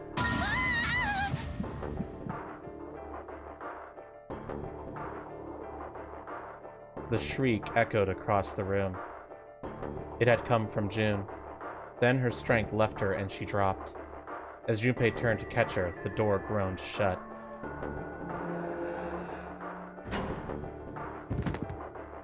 She crumpled to the floor. June, are you okay? Junpei dropped to his knees and put his arm around her shoulders. That was when he noticed. Her whole body was feverish. She was radiating intense heat. What the hell? Where'd this fever come from? June didn't answer. Her face looked like wax and her whole body began to shake. All right, okay, let's just rest for a minute, okay? You think you can walk? She nodded weakly. Junpei lifted June to her feet and guided her to a nearby chair. Here we go. As gently as he could, he set her down in it. How are you feeling? Are you all right? She nodded, and as she did, a single huge tear rolled down the side of her face. Why? Why did this happen? Her voice cracked, broken by misery and grief and choked by sobs. Why did this happen? Junpei spun Do around. any of you know what the fuck is going on here? Who's Zero? What's this nonary game? Come on! Anybody? Anything? What the hell is going on? What are we doing here? No one spoke. Ace, Snake, Santa, Clover, 7, and Lotus. They simply stood there, 7 pairs of downcast eyes and 7 grim lines for mouths. June's body shook with silent sobs. They slowed as the minutes ticked by and eventually they stopped.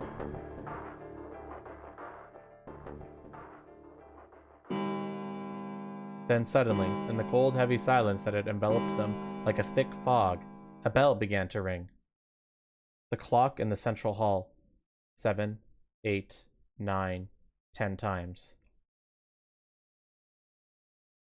And then, on the 10th ring, it stopped. The sound of the bell faded away into silence. Yeah, new haircut. Do you like it? It's 10 o'clock then. Ace said what each one of them had been thinking. That means it's been an hour since Zero's little announcement. Seven's deep voice echoed across the room. Fuck! I've had enough of this crap! Santa leapt to his feet, his fists clenched. How long are we gonna pussyfoot around like this? We've only got 8 hours until this time limit Zero is going on about is up. Let's get going already! Go! Go! Santa's outburst fell on deaf ears. No one seemed to agree on him. They stared back at him, their eyes blank and their faces tired. Finally, Lotus spoke. No, I refuse. I'm not gonna end up like him. Him? You mean the 9th man? Of course, who else? In his mind's eye, Junpei saw the corpse again. Blood. Oh, blood and pieces of flesh. The dark, reddish-black pool of blood. The scattered pieces of flesh. Orchids strewn across the floor like the blossoming of a grotesque flower. The explosion that torn through his body had been powerful. That's no way for a person to die. The 9th man's neck had been twisted at an odd angle. Junpei suspected the detonation had thrown him against the wall. Half of his face was crushed, and the other half was covered in blood. Most of his abdomen had been emptied, either by the explosion or by gravity. He had landed on his back, and stark white ribs jutted out of his chest, like the legs of some sort of macrobic crab. Junpei felt something flip in his stomach. I think he just screwed up. Eyebrows went up and Santa continued. He probably set off some sort of trap and that killed him. I'm not gonna screw up like that. I'm getting out of here alive.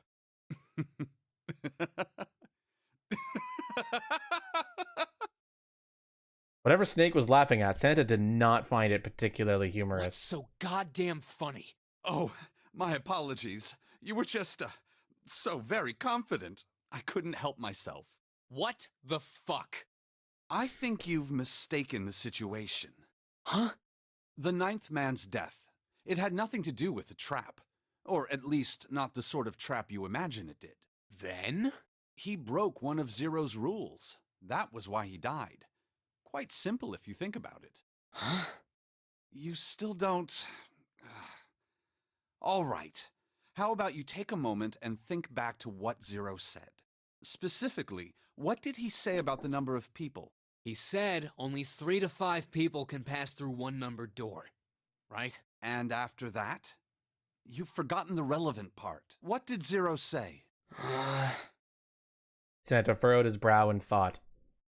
Junpei thought back. Zero said... What did Zero say, chat?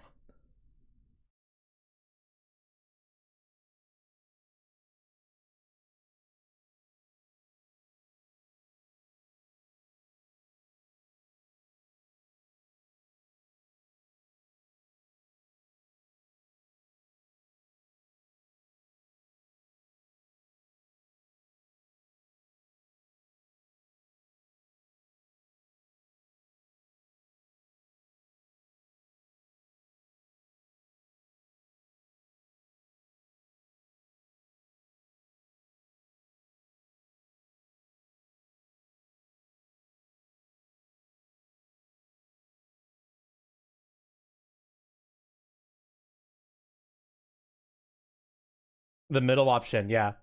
Correct.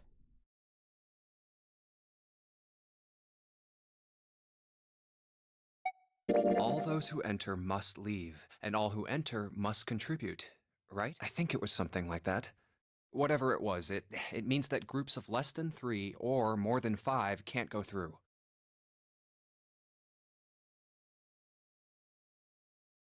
really fucking with you right now. Yeah, the description is really grotesque. How you doing today, Kite? That is correct. A gold star for you, Junpei. Snake inclined his head towards Junpei. The ninth man, however, broke that rule. He tried to pass through a numbered door by himself. That was why he was executed. And Zero's watching us from somewhere, making sure we don't break any rules. Oh, I'm not so sure of that. Why not? Because this execution system is entirely automatic. You didn't notice? There's no need for him to monitor us. What do you mean? Snake looked at Seven with what would only be described as pity and sighed. Very well. I see it must be me who tells you. I've waited long enough, I suppose. I had hoped Zero might spare me the trouble, but that seems increasingly unlikely. He couldn't see them, of course, but perhaps Snake sensed the confused eyes upon him. When Ace spoke, he gave words to everyone else's thoughts. Do you know something? Well, I know a great many things, but yes. What is it you know? Here. Snake removed a card from the pocket of his jacket. Card? What does it say? See for yourself. With a flourish, he presented it to Ace, who took a close look at it and spoke. Come on now, what's the point of giving me this? Give me that. Dennis snatched the card from Ace, but his expression of disgust quickly turned to one of confusion. Huh? The hell is this? Seven tugged it out of Santa's hands. I see. The card went from Seven to Lotus, from Lotus to June, and finally to Junpei. He looked at it and understood. This is Braille. Braille, the written language of the blind. The card was covered with small, embossed bumps. Junpei could recognize it, but he certainly couldn't read it. Sorry, guys. I can't read this. Here, have it back. Junpei handed the card back to Snake, who nodded at him with a small smirk. Okay, that was fun. What's so important about that card? I found it in my pocket. I can only assume it is a message from Zero. From Zero? A message? What does it say? Suddenly, everyone was crowding around Snake, desperate to hear what the message said. Santa especially looked as if he were about to grab hold of Snake and shake the answers from him. Snake raised his hand. Calm down now. No need to panic. You don't need to force me. I'll read it. Junpei swallowed hard and waited for him to start. He was not the only one. Presently, Snake began to read, his voice calm. His fingers glided over the tiny bumps as he spoke. Bracelet number 2. Since you are not blessed with sight, I shall bless you, and only you, with information. I shall tell you of the function of the red, of the dead, and of the bracelet. The red is the recognition device. It will verify your number. Beside every numbered door, you will find a red. The dead is the deactivation device. It does exactly what it says. Once you have passed through the numbered door, you must use dead to stop the detonator in your bracelet. But perhaps you are wondering, what does this detonator detonate? I'm afraid this might be something of a surprise. I have placed a small bomb inside of you and people who you are about to meet. You swallowed it while you were unconscious. I have no doubt that by the time you read this note, the bomb will have passed your stomach and found its way to your small intestine. In other words, you will be unable to regurgitate it. I suggest you do not try. As I mentioned before, the bracelet on your left hand contains a detonator. Think of it as a remote fuse, or timer, for the bomb in your body. There is only one condition which will cause it to detonate. That condition is that you enter a numbered door. Once you have done so, the timer will activate, no matter who you may be. You will have 81 seconds. If, after that time, the detonator has not been deactivated, it will send a signal to the bomb in your body, instructing it to explode. In order to deactivate the detonator, every person who verified their number at the red must also verify their numbers at the dead. Once all numbers have been verified by the dead, you need only pull the lever at its side, and the countdown will cease. Anyone who does not verify their number at the red will find themselves unable to verify their number at the 10. That is to say, if you should pass through a numbered door without first verifying your number at the red, in 81 seconds, you will be dead. You must also keep in mind that the numbered doors will close automatically after 9 seconds have passed. So long as the doors open, the dead will not function. You would do well to remember this.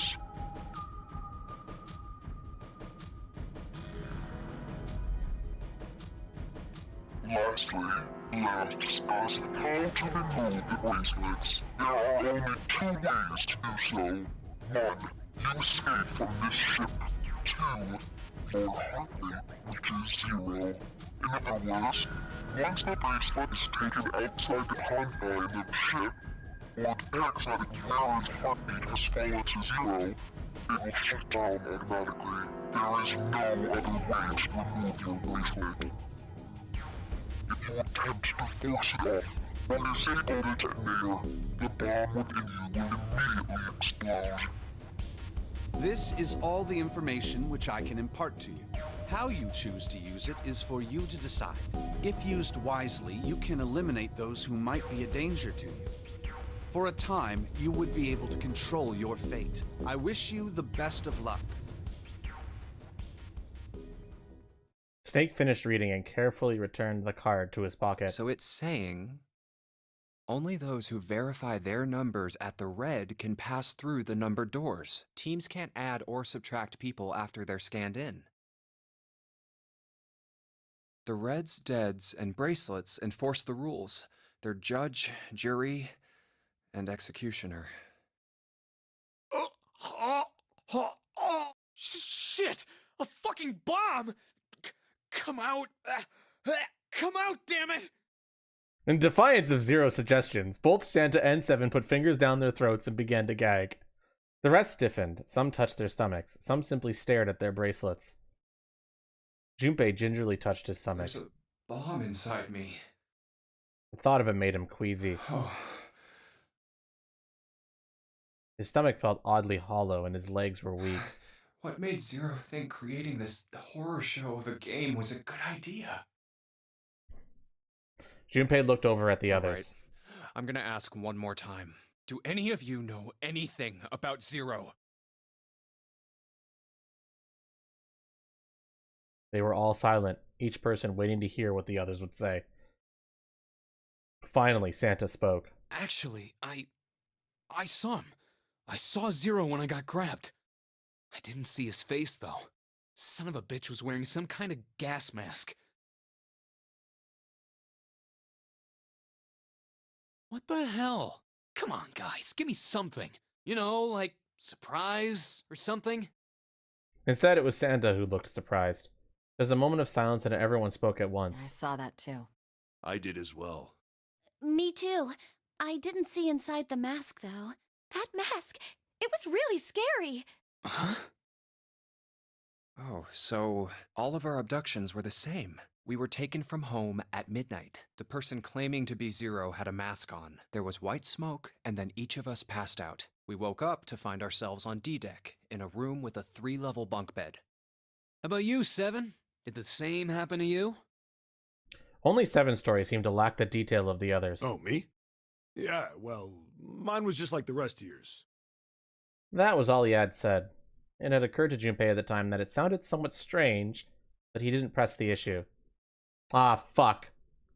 I forgot to reset Sammy to get audio back. I'll do that in a second.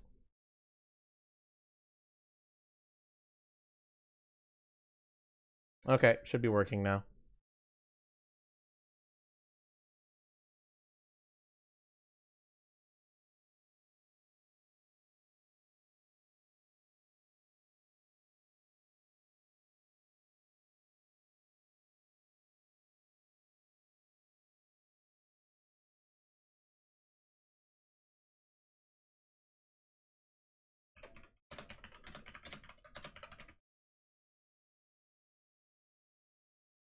Have fun, Killzone. Okay, that's good enough for now. He hadn't done so because there was something that struck him as even stranger. So, I have a question. That was the mystery of the relationship between Snake and Clover. Snake and Clover. You were both kidnapped from the same room, and you woke up together. Junpei looked at them thoughtfully. So, what's the deal with the two of you anyway? It was Clover that answered. Clearly, she felt she had nothing to hide. We're siblings. Siblings? Yes. Snake is my older brother, obviously. That means I'm his little sister. That really so hard to understand? Junpei was taken aback. The other seemed just as surprised. She is correct, of course. He laid his hand on Clover's shoulder. Are you, surprised? Well, yeah, but... Why? There are other people here with connections to one another. Those two, for instance. Snake pointed at Junpei and June. Oh, you mean between Jumpy and me? Ah, yes. You did say you were childhood friends, didn't you? Wait, you went to school together? Yeah. June glanced at Junpei, uncomfortable with the sudden attention. Yeah. Junpei felt somewhat nervous as well, and tried to scratch his head as casually as possible. Hey, you think maybe we could figure out who Zero is this way? Yeah, you're right. You connect the dots between the victims, and that leads you to the perp. Textbook stuff. Junpei, June, does any of this ring a bell? Huh, ring a bell. Ring a bell?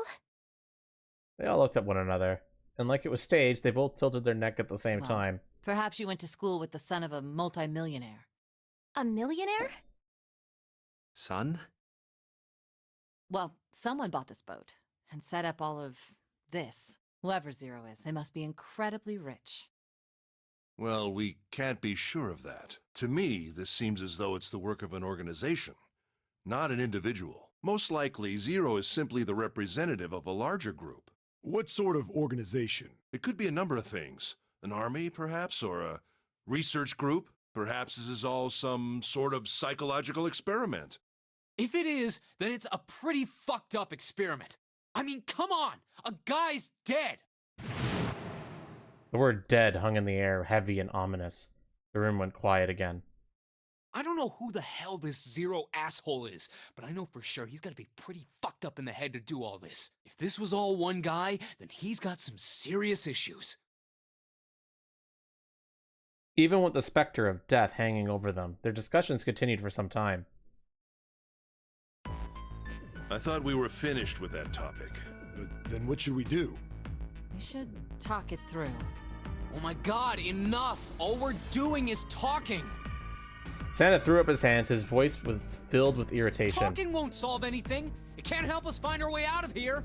You really sure you want to just sit around? We've only got 7.5 hours left. We already wasted an hour and a half of our 9 hours. Everyone there was already on the edge of panic. What Santa told them only made that feeling more intense. No one was willing to argue this time. You're right. Very well then. There's only one way for us to proceed.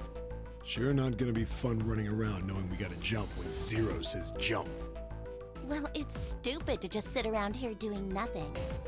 Thanks to Snake's card, at least we have some idea of how this all works. Correct. And so long as we all follow the rules, we will most likely be all right.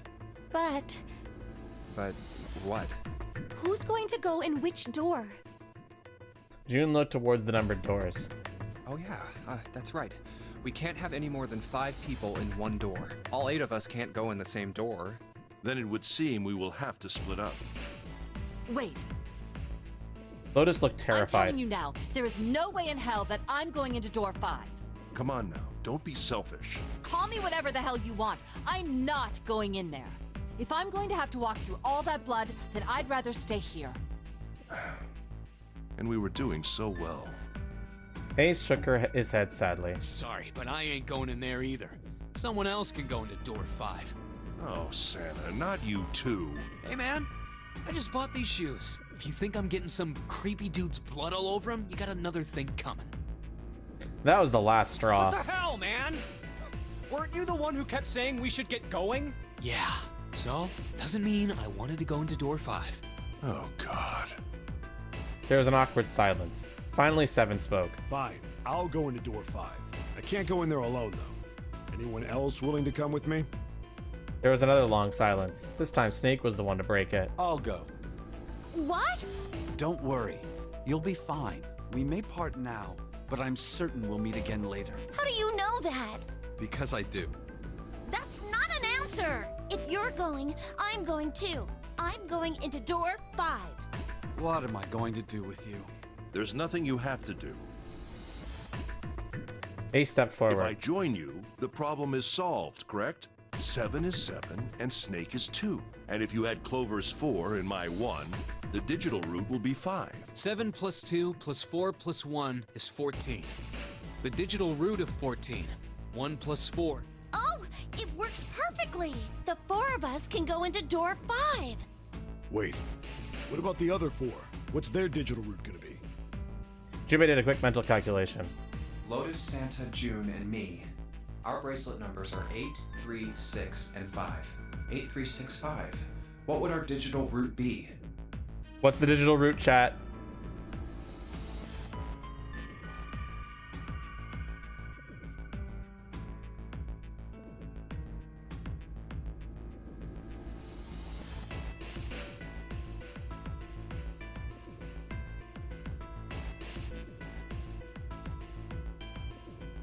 You forgot what digital routes are? Great.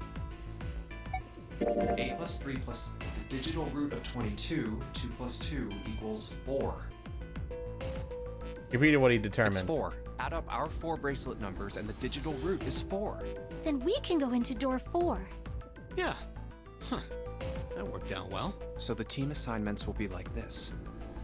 7, Snake, Clover, and Ace. They would go through door 5.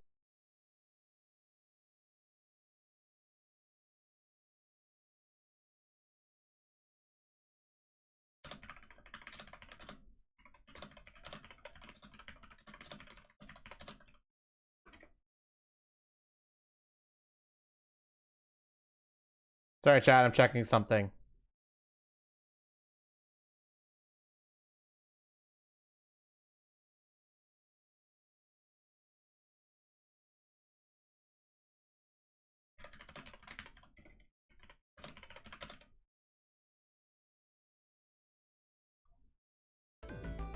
Lotus, Santa, June, and me will go through door 4.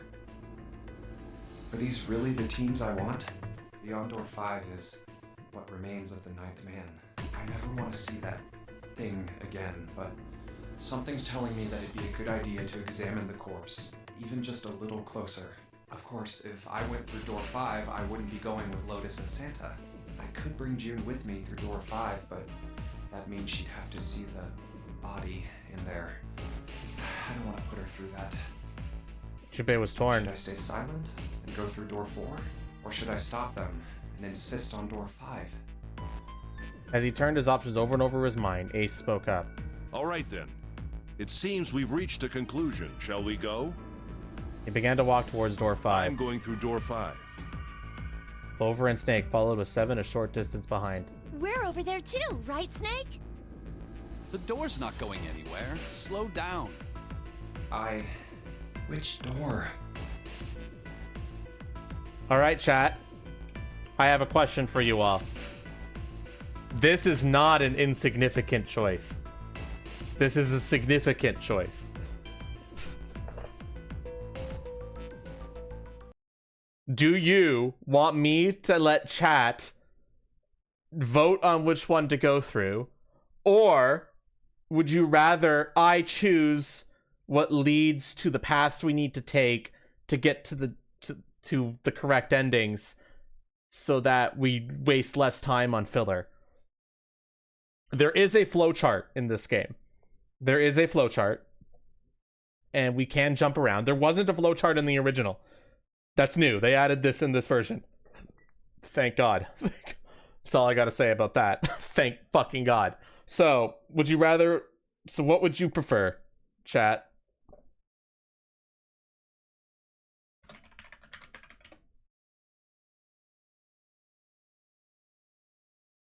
You wonder what the optimal path is?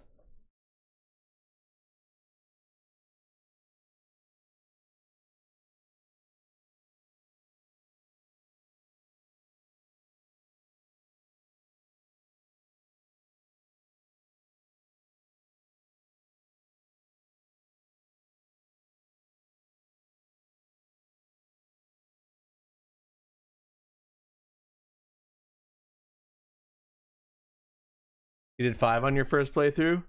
Okay, I gotta go to the bathroom. So it sounds like vote is what people want to do. Just realize that if we vote, we could get like, we'll have to replay stuff potentially, but I think it'll be fine. This game makes it so that you have to replay stuff less than if you did the first time. So that's good.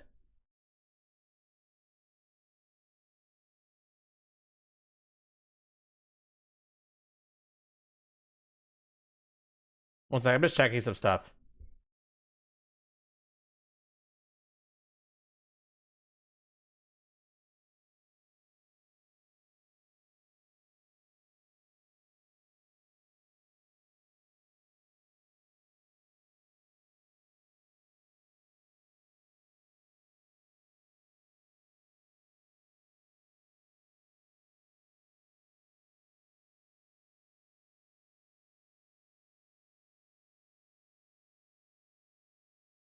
I gotta go to the bathroom, but I'm also looking up because like the way this flowchart works is a little unusual. So I'm just trying to make sure I understand it. Okay.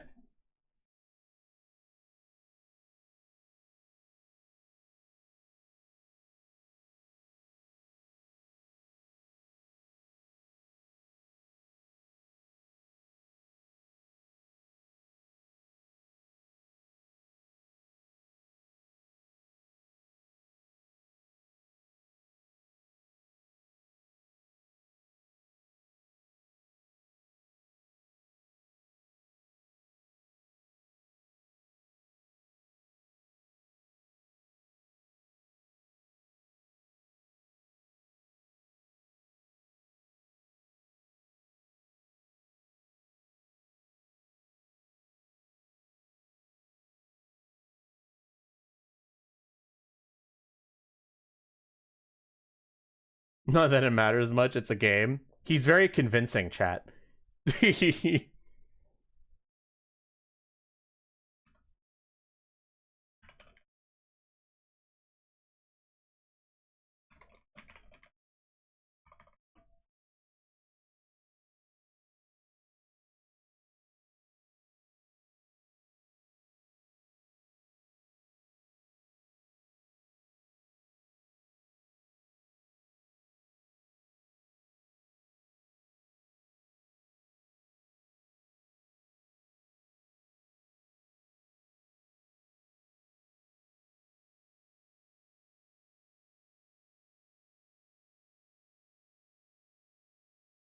No, no poll yet. I haven't set it up yet. I'm gonna add the poll now.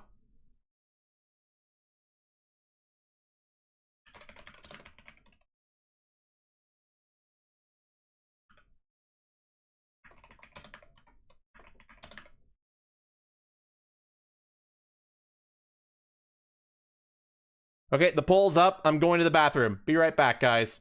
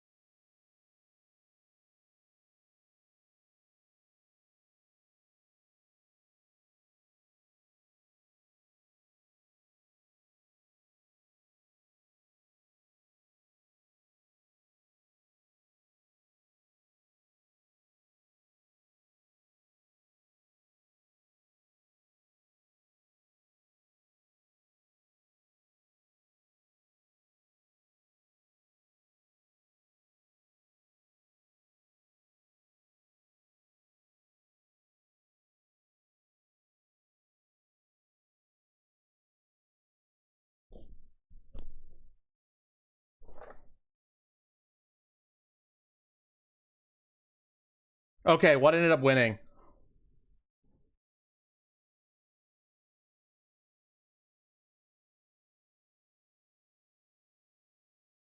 Door 4 won.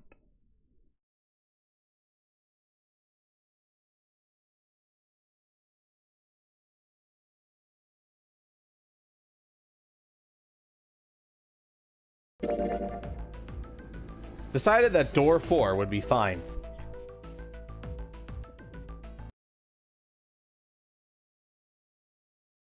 I'll go through door 4 with Lotus, Santa, and June. There's nothing to worry about. I just need to stay by her side. June. Akane This Kurashiki. should be fine. It's no problem this way. I should see the other 4 off.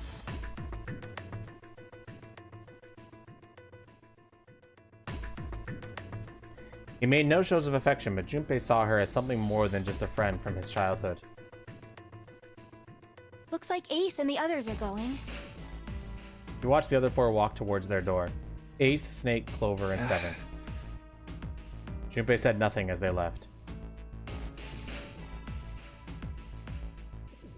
Before long, they had reached door 5. They talked to one another for a few seconds, saying things Junpei couldn't hear, and then laid their hands one by one on the scanner panel of the red. Now then. Ace grabbed the lever, his face tight with determination. He turned over his shoulder to look at Junpei and his companions. Be careful.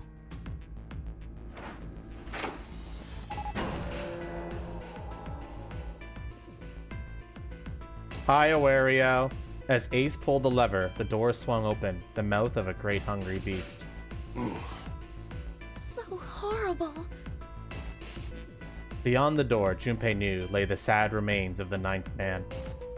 It did not surprise him that Ace, Clover, and Seven hesitated. The body was not a pleasant thing. What are you doing? We need to hurry. Snake had no such problems, as his blindness made him immune to the horror. He stepped through the door, his feet making a wet splack in the pool of blood. Snake, your shoes. It's fine. Hurry! Or are you planning on dying with everyone else? I assume you haven't forgotten the door only remains open for 9 seconds, have you? Sorry, Snake. Let's go. The 3 remaining steeled themselves and stepped through the door.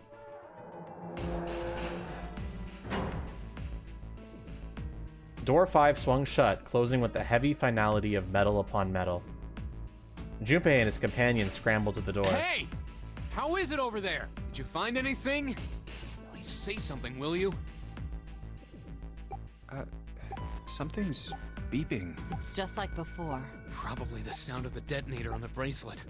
What have you missed in 2 hours? Zero has a man in a gas mask has kidnapped us and seemed to have put us on a ship. We managed to escape from the ship from a flooding area and got into the room. And then Zero was like, this is a game, the nonary game. You have to find the door marked with a 9 to get out. And the numbered doors, you mark your bracelet with like digital roots. And when the digital root matches the number on the door, you go in. Everyone was introducing themselves, but then a 9th man was like, fuck you, I'm gonna go in alone. I've got a knife. I'm threatening this young girl. I'm going to go into this door alone. And so he threatened 3 people to scan the bracelets. Then he went into a door alone. After that, he was like, fuck! Someone lied to me! And then he blew up and died. And then that was revealed after that everyone has a bomb inside them. And if they go inside a door by themselves and don't go in with everybody, they will explode. But if they do go in with everybody, there's a deactivator in there that they can activate to stop it from blowing up. And because he went in alone, he blew up.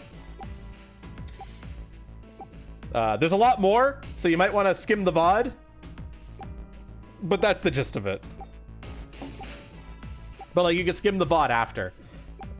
There's also one person here is named Akane, who we're codenaming June, who we've known since childhood. Protagonist is named Junpei. Do you think they're okay? We just had the choice of either going through door 5 or door 4, and chat has collectively decided to go through door 4. June's face showed her concern more plainly than her words ever could. Almost as though in response to her question, a voice rang out from the other side of the door. It was Seven. Hey, there it is! That's gotta be that dead thing! Come on, get over here! We gotta authenticate!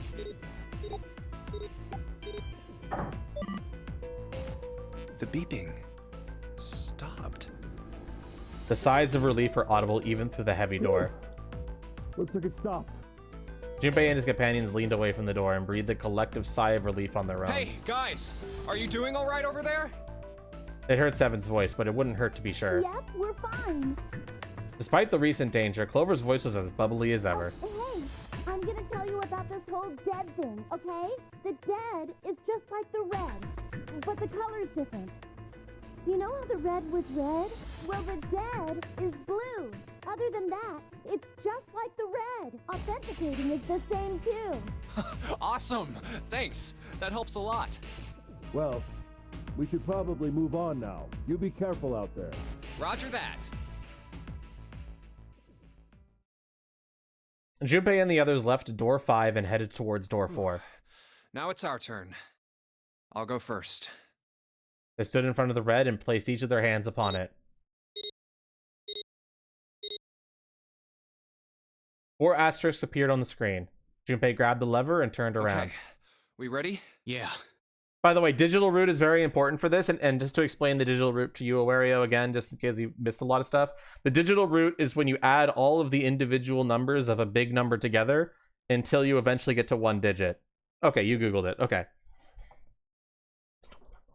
So, for example, in order for them to open up door 4, they need to scan between 3 to 5 bracelets, because each character has a bracelet with a number on it. They have to scan enough numbers where the digital root of the final number they get adds to the number that's on the door. Sure. Let's go. None of them looked particularly optimistic, but their faces were set. Junpei nodded to them and turned back towards the red. All right. Let's go. With strength and determination, he pulled the lever.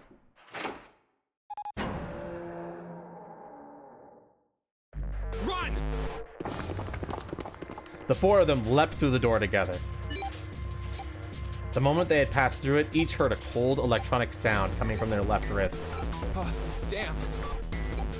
In the center of each bracelet, a red skull appeared and began to It's flash. counting down. The detonator's countdown had begun. In the long moment that each of them spent staring at their wrists, the numbered door behind them closed, the sound of metal on metal reverberating down the hallway. We can't go back! We need to hurry and find the device. Hey! Where the hell is the dead? How would I know? Don't give me that crap! Start looking! I already am! They began to run, eyes looking frantically for the device that was the key to their salvation. The hallway they found themselves running down was a long one, easily 300 feet in length. On the right side of it stood a series of wooden doors, all nearly identical. If they had taken time to think, they would likely have discerned that the doors lead to cabins. Don't tell me the dead is in one of those rooms. Oh no! How many rooms do you think there are? Junpei was too frightened to count properly, but his best guess is there were 7 or 8 of them. Ah, fuck! We don't have time to count. Junpei ran to the nearest Just door. need to open them all. He grabbed the knob and shook it hard. It won't open. It didn't feel locked, more like someone had hammered an iron plate over the other side of the door. Junpei turned around to find another door and saw that his companions had already run to doors of their own. They did not seem to be having any more success than he had. Their own words confirmed his fears. Shit, this one's so good. Same here. It's not moving! June was the last to speak up.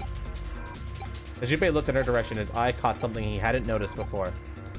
A small red blinking There it light. is, at the end of the hallway. Run! Even as he yelled, he ran. He grabbed Santa, Lotus, and June and pulled them towards the light. Santa called out to them as he ran. Hey, how many more seconds do we have? How would I know? Our time limit is 81 seconds! I know that, goddammit!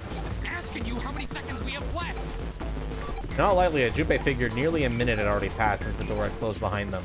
If that was true, urgency foremost in all their minds, they arrived at the end of the hallway. The dead sat on the left wall, blinking almost tauntingly at them. Hurry! It's the dead! Get over here! Junpei grabbed hold of the machine, his hands slick with sweat and shaking. He slammed his hand against the scanner Come panel. on, everyone! The other 3 quickly followed suit. With a grunt, Santa yanked the lever downward. Crisis averted.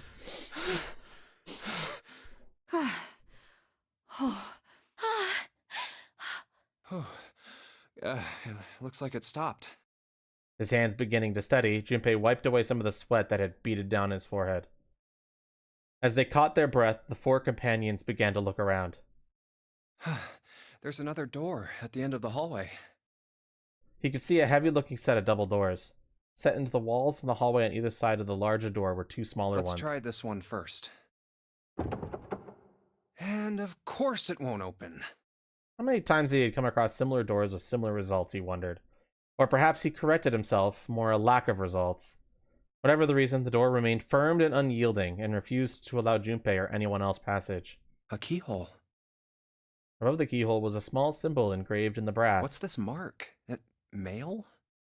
He wasn't quite sure what to make of it, and stared at it for a moment in confusion. It was June that corrected him. No, not exactly. That's probably the symbol of Mars. Well, technically, they are the same symbol, but I saw a number of similar symbols near the main stairway. The symbols of the solar system. Oh, that's right. The Sun, Saturn, and Earth. At least that's what I'm assuming. So this isn't the man symbol. It's a symbol for Mars? I think so, yes. I see. Wait, where's Santa? While Junpei and June talked, Santa had disappeared. They turned to find him some distance down the hallway. He had gone to check the other doors. Eventually, he reached the last of them and jogged back. It took him only a moment to catch his breath again. Yeah, so, I looked the place over. Here's the deal. None of the other doors open. Then that must mean... We only have 2 more doors. Lotus examined the doors, one on either side of the larger double door. Each one had a metal plate attached to it. Maybe it's the room number. The door on the left has a B92, and the one on the right says B93. All right, let's open them. I'll open B92. Okay, I'll get B93 then. Junpei put his hand on the doorknob, and Santa moved to the other door. They made it through the numbered door alive. There was nothing more to be afraid of. Junpei and Santa looked at each other and nodded. 1, 2, 3! In unison, they pushed against their respective doors. And promptly found themselves in a new room. June followed Junpei as he threw open his door. They turned around and saw the door on the other side was open as well. Through the door was another person, his mouth agape. It was Santa. Hey, it opened. Yeah, it did. Junpei and Santa looked at each other. I didn't expect that. It was so easy. Lotus's calm voice broke into their thoughts. Maybe this is all part of Zero's plan. I can't say I enjoy being treated like someone's puppet. As she headed for room 93, Lotus continued. Well, now we have these 2 rooms. I'm sure there's something in there that will help us get out of here. Let's find it. Santa and I will search this room. You 2 take the other one. All right. Okay.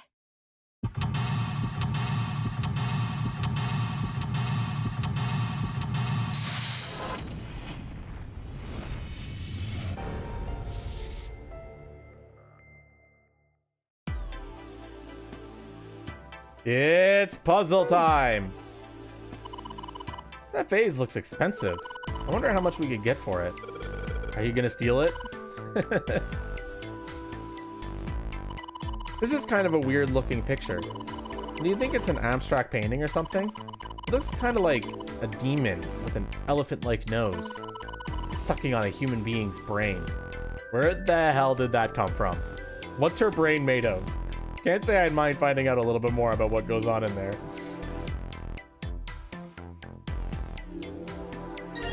Matches.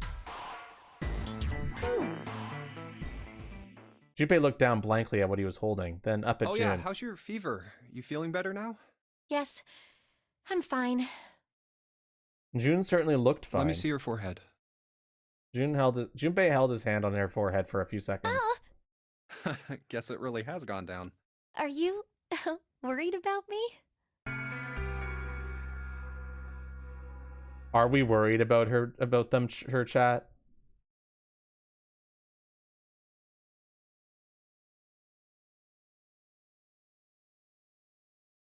Yeah, I guess so. 1 second, chat. I'm just gonna check something real quick.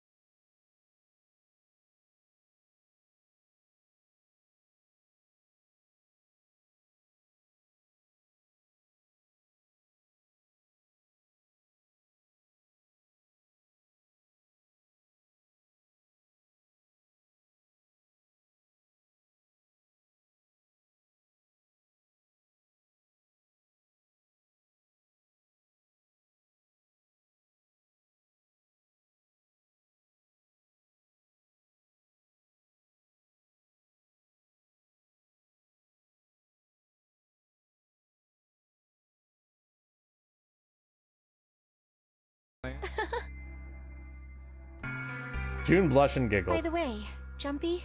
Hmm? How did you end up here? What do you mean? I told you earlier, didn't I? There was a man with a gas mask when you got home at night. You inhaled some white smoke and passed out. Wow, how nice of them to give a story recap for a Wario.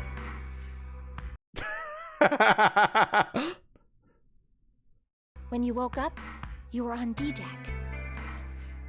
Damn straight. But is that really the truth? What?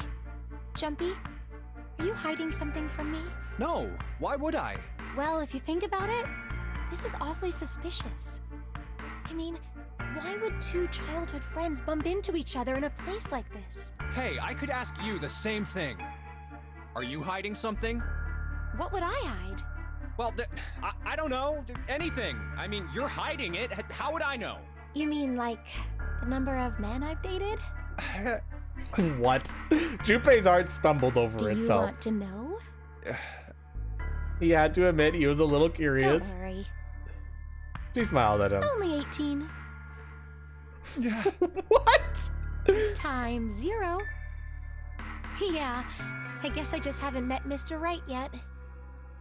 June looked a little embarrassed and scratched the back of her head in a desperate attempt to seem nonchalant. I see. Junpei coughed quietly in much the same way. Anyway, I'm not hiding anything, just like you, Jumpy. Etoble.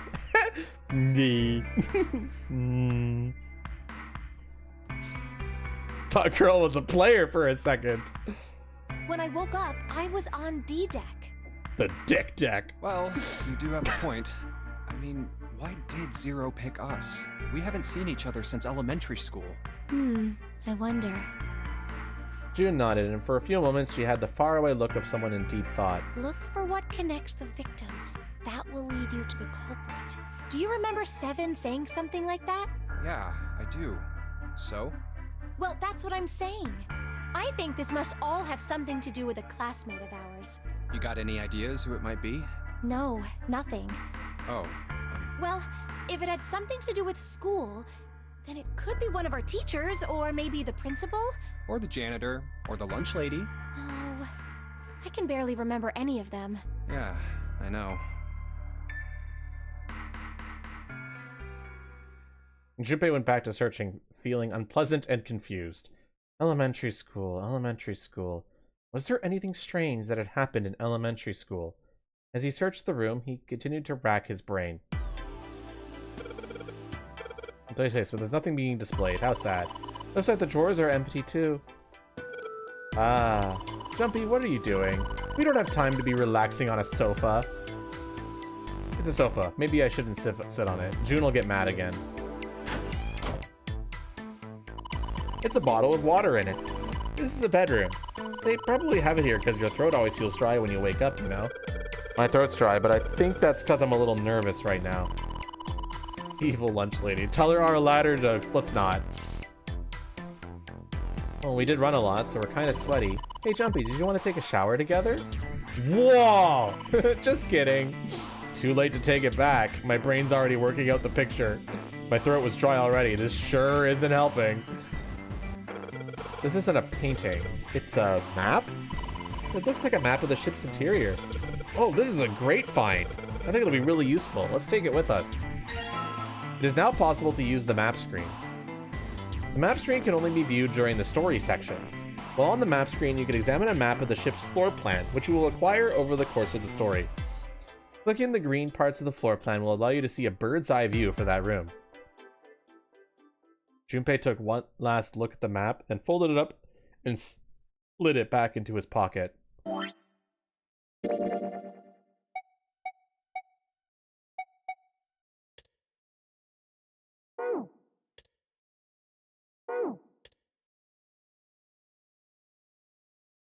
think this is where we are right now.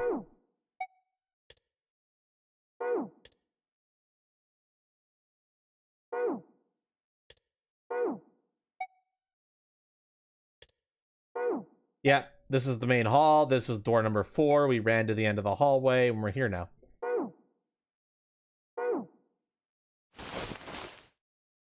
June looked up as he closed it. This ship is bigger than I thought. Yeah, it's probably about 900 feet long. Must be one of those fancy cruise ships. Of course, it doesn't really look like a cruise ship. Everything in here is really retro. Even if it's just some sort of style choice, there's just too much. Do you remember what Zero said?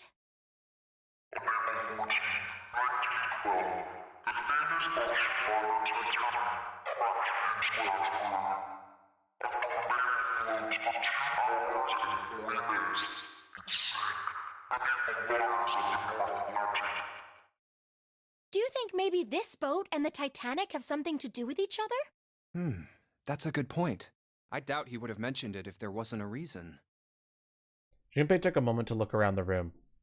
Do you think this boat is... What do you think, chat?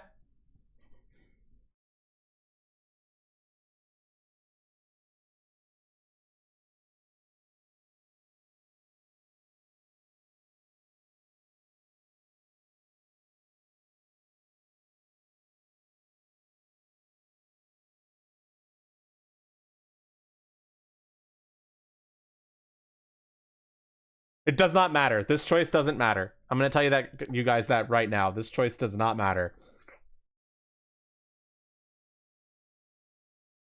The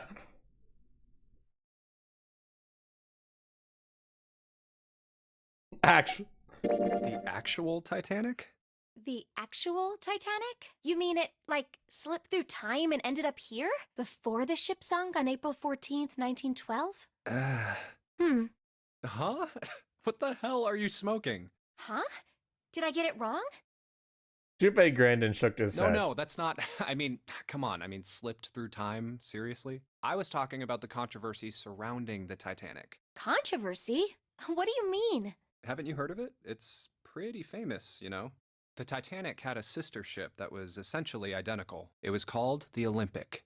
Oh, yes, I have heard of that. I think I heard it was troubled by a lot of problems. And the company that owned it didn't know what to do with it, right? So they made the Olympic up to look just like the brand new Titanic. That's right. They also took out a huge insurance policy on it before it set sail.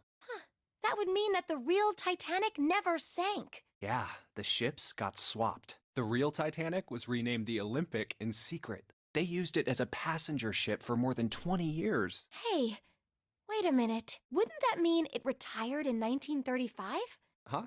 Well, yeah, I guess sometime around then, yeah. Well, what happened to it after that? I heard it was dismantled. Dismantled?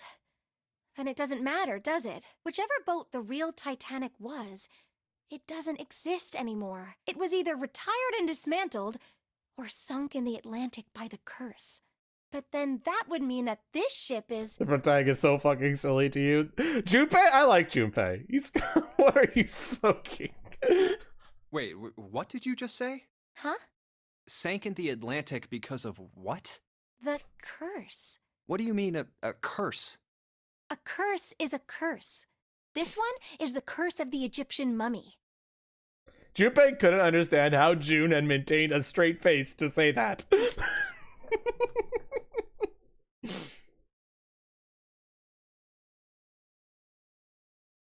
Supposedly, the Titanic carried the mummy of the priestess Amun-Ra, which was stolen from a pyramid.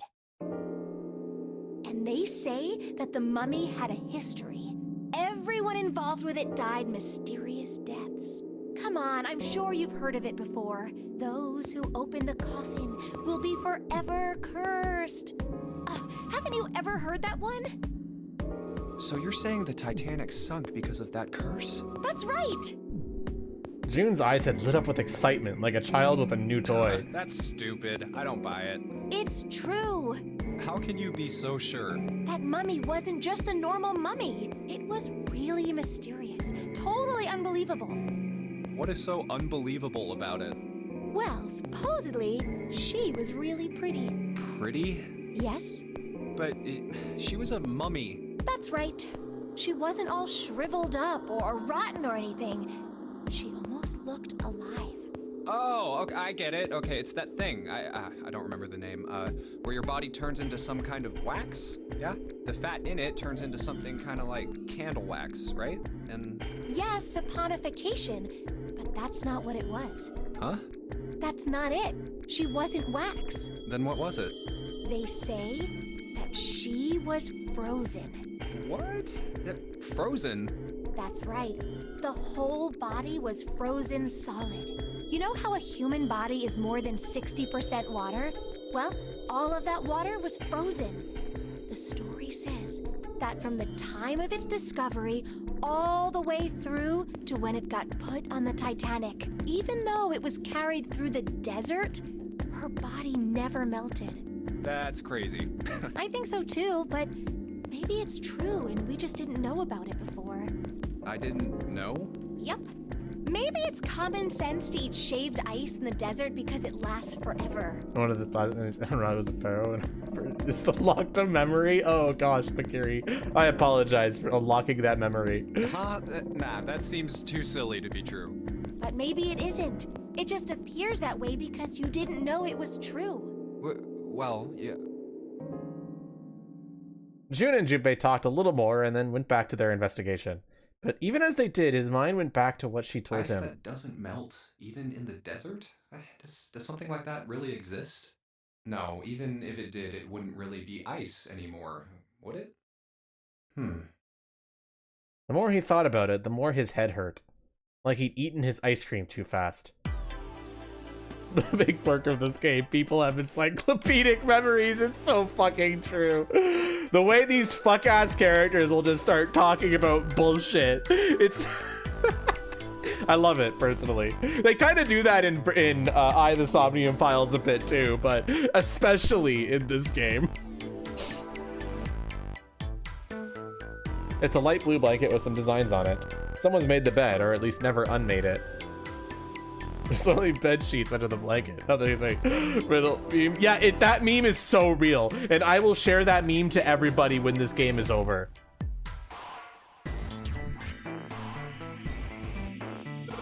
Look, there's two pillows right next to each other. Guess it's a double. Huh? What's up? You're turning red. Oh man, is your fever back? Hey, are you alright? Do you need to lay down for a minute? I'm fine. I think it's still a little early for that. Huh? Hey, seriously, are you really okay? A bed frame. No, we don't have to worry about falling off. I toss and turn when I sleep. She's blushing again. What the hell is she thinking about?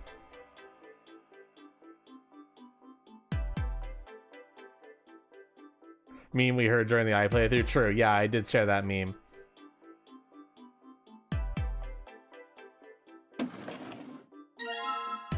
Dresser key.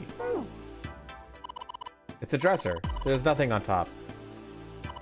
This is the mirror for the dresser. And now she's playing with her hair. Does she even realize she's doing that? Hey, we don't have time for that.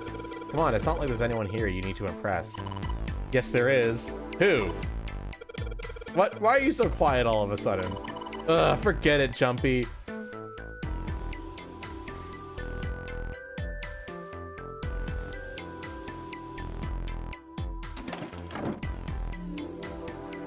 It's a light. Thanks to it, we can see. Thanks, Junpei. That was excellent. A wooden cupboard. There are cups inside, surprising no one. Yeah, but like I'm talking about more like how you talk to Oda and he just starts spewing like psychological like bullshit. Like remember that one scene where it's like, yeah, do you remember? Have you heard of the thing? Like that kind of shit. Zero Escape's like all about that, like to an insane degree. You will see that as we play. In fact, I think a moment like that happens in this escape room.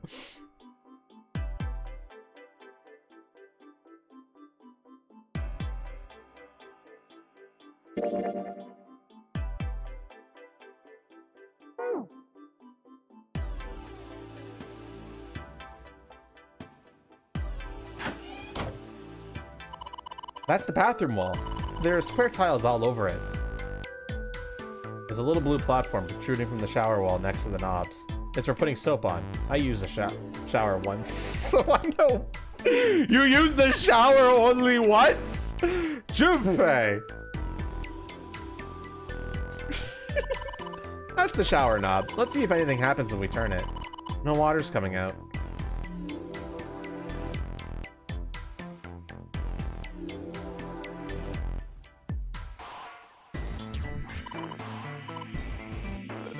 Now let's check the toilet. There's nothing there. The tank's empty too. There isn't even any water in it. A collection of full and partly depleted rolls of toilet paper. Someone was well prepared. There's nothing too suspicious about it. Shower curtains, huh? Let's try closing it.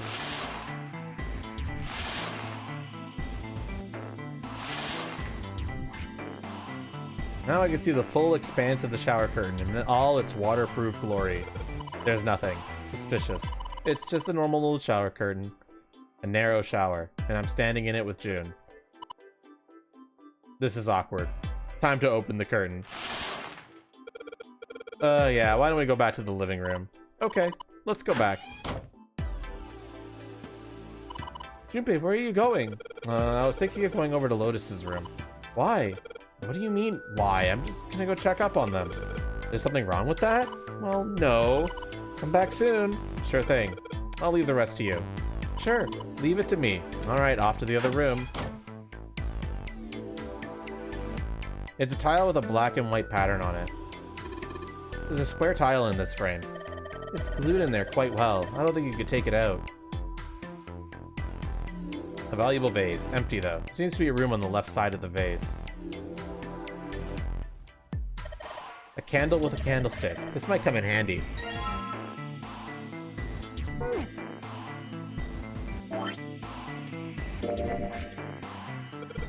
I know. If I use these matches to light the candle. Lit candle. Wait, so I'm just like walking around with a lit candle now? That seems like a bad idea, but whatever. Hey, check this out. This is a pretty nice sofa. I know. It's a shame I can't take it back with me.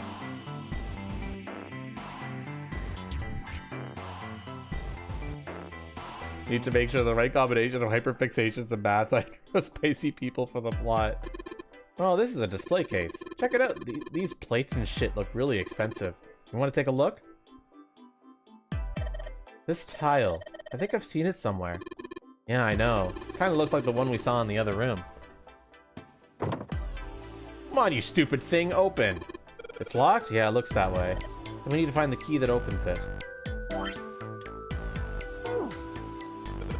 Damn, guess this is the wrong key. Oh, that means there's got to be another one somewhere around here. Otherwise, we aren't going to be able to open this thing. Junpei, I don't mean to pry, but you lit that candle so we could check that room over there, right? I mean, it's dark, you know? Yeah, so? Well, you need to take it with you then. Otherwise, there's not really much point to lighting it. Awesome. With the light from the candle, maybe we could take a look around over there. But it gets so hot when I hold it. I want to put it down. Well, why don't you set it on top of the dresser? It's flat there. At least it won't fall over. Oh yeah, good idea. Hey, it got pretty bright. Now we could look around a little. Let's see if this... Yes! It worked! Plate. Nothing else besides the tile, though. It's a chair for the dresser.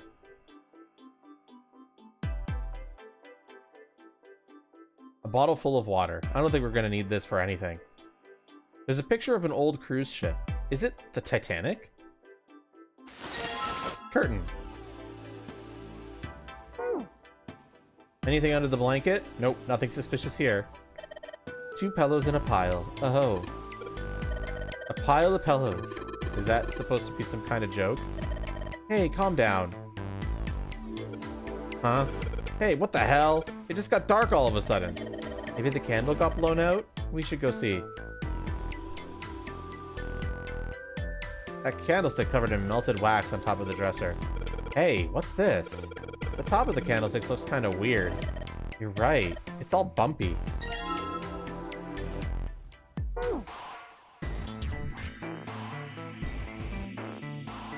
Let's see if this candlestick key will do anything. Yes! It opened! Alright, pull that shit open!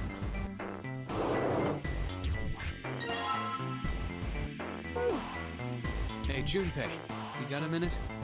Santa had shown up out of nowhere and gave Junpei no small start. Here, take this. Santa pulled something out of his pocket. A bookmark. It looked like a bookmark. It had a 4-leaf clover in it. What is this for? Do you want me to read a book? I found it in between some of the cushions on the sofa. Pretty sure it ain't gonna be any help to us, but I figured we might as well hang on to it anyway. Then why don't you hold on to it? Santa gave him a wry smile. You know what I hate most in the world? I got 4 things. Hope, faith, love, and luck. Hope, faith, love, and luck? Damn straight. And you hate these things? Yeah, you got a problem with that? Not really, but... Junpei tried to figure out how to best to phrase what he wanted to say. What does a bookmark have to do with any of that? Santa scratched the back of his ear and looked awkward. Well, see, each leaf on the 4-leaf clover has a meaning to it, okay? And that meaning is pretty much those 4 words. It's like flower language. Well, I guess it's not a flower, is it? So, leaf language, I guess? Yeah, you could call them leaf words. Leaf words. Junpei looked at the bookmark. Hope, faith, love, and luck.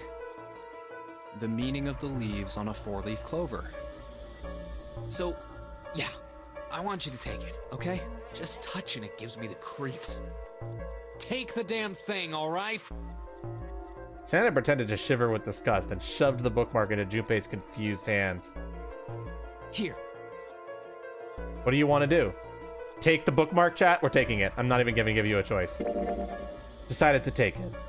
After all, why shouldn't he? Alright, sure. I'll take it. He shoved the thing into his pocket and gave Santa a last confused look. Oh, man, I feel a lot better now. That thing was a real pain, you know?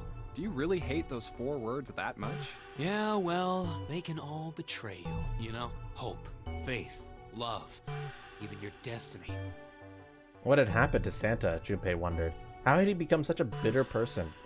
For a moment, they looked at each other. Well, that's not my only reason. What? That's not the only reason I hate the 4-leaf clover. I just can't bring myself to like the number 4. What, worried about the 4 horsemen? Nah, come on, man. That's just silly. Maybe back in the Dark Ages, that kind of crap scared people. But this is the 21st century, and I'm a 21st century guy. I'm a little insulted. Then why do you hate 4 so much? 'Cause it's a half-assed number. Not the best or the worst. That's why. What? 9 is a way better number. So what if it's last place, right? At least it's not some lame-ass middle number. What are you... Santa's explanation made no sense. Junpei was even more confused than before. You play? Play? You mean like gambling, or you mean like the stock market? Bro, why did he go through door 4 then? Because he didn't want to see a corpse or something. What should we say, chat?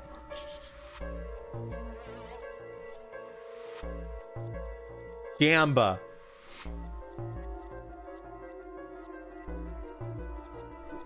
You love gambling? Gamba. You mean like gambling?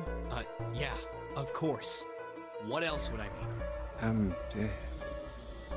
In Baccarat, the best possible hand totals 9. They call it Le Grand. But the lowest, most worthless cards, the zeros, they call monkey. Just like the guy in charge of this game, huh? Zero's a monkey. Santa blinked, utterly stunned.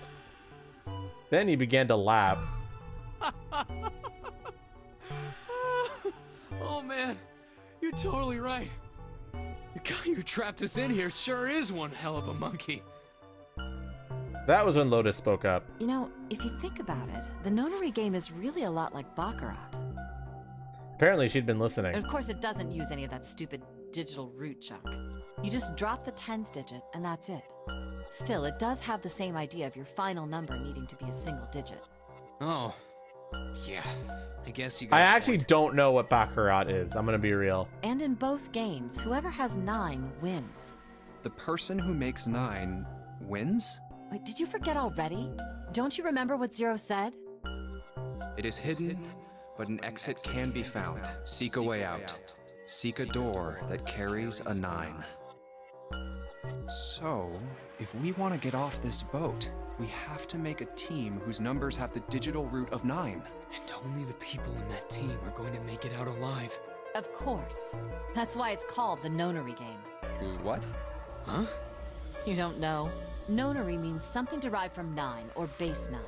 It's derived from the Latin prefix nona, which means 9. Your caption plus the game's text will be fine. Good luck, Bakiri. While we're at it, the prefix for 1 is uni. You know, like the unicorn, the horse with 1 horn. 2 is bi, like binary. Binary means composed of 2 parts. 3 is tri. I'm sure you've heard that one plenty. Like trio, triple, and triangle. You get the idea. After that, you have quart, quinty, sext, septum, and so on. And of course the prefix for 8 is octo, like octopus. It's called that because it has 8 legs. Get it? I see. So then Nona means 9. Lotus nodded. So, how many of us are trapped on this ship? That'd be 9. And what are the bracelet numbers we have? They go from 1 to 9. And our time limit? How many hours did we have? Zero said 9 hours. And finally, to get out of this ship. We need to find the door with a 9 that's hidden somewhere in the ship. By making a team with the digital root of 9. Lotus nodded again. There you have it. The number 9 is everywhere in this game. He's got a real theme of 9s for this whole thing. No wonder it's called the nonary game.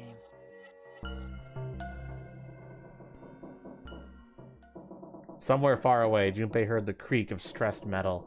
It sounded almost like Zero laughing at them. Or the sad, desperate scream of a pig headed to the slaughterhouse.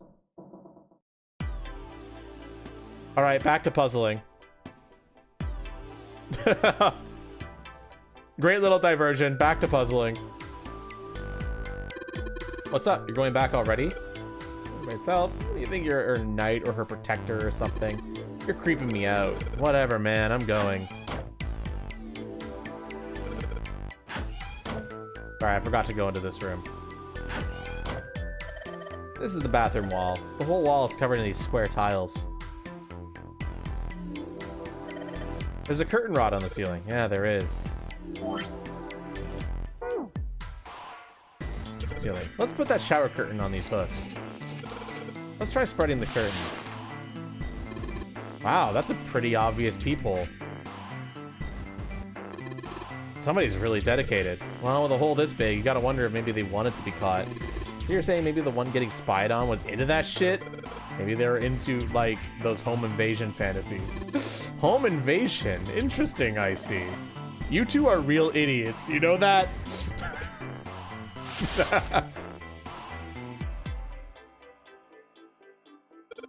Let's try spreading the curtain. There's a hole in the curtain. If I look at it from a ways back, I can see a single tile. Alright, from here I can see what tile it is. Looks like it's 5th from the top and 3rd from the right.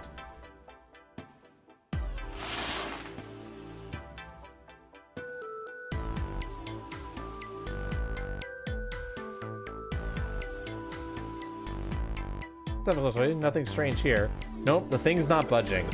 Well then that means... What does that mean, chat?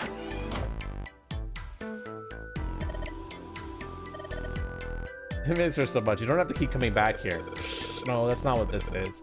I'm just being like a bridge between the two rooms. Uh-huh. You just keep telling yourself that. Now get out of here and go help June.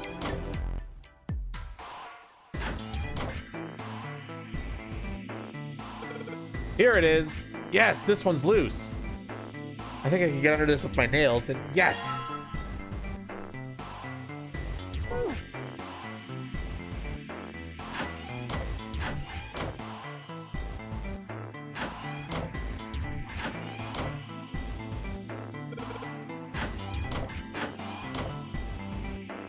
There's a tile in the frame, so I guess it's supposed to put the tiles in the empty spaces. All right, I'm gonna give it a shot.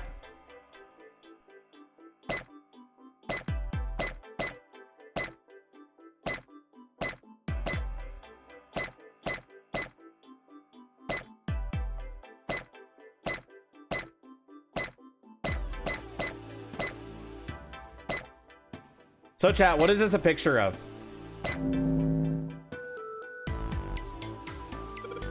Yes! What is this a picture of, chat? I'm blushing. No, I'm not blushing. I just have red freckles. See? Little red freckles.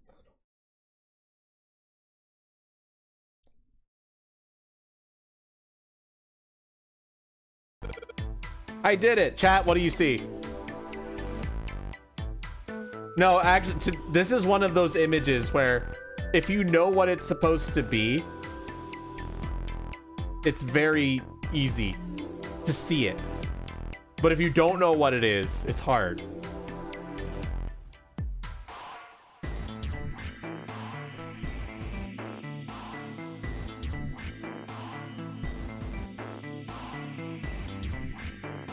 The game will tell you, so I want to hear what chat thinks it is first.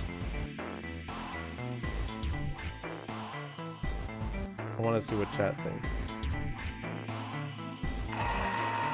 There, picture complete. And there goes the frame.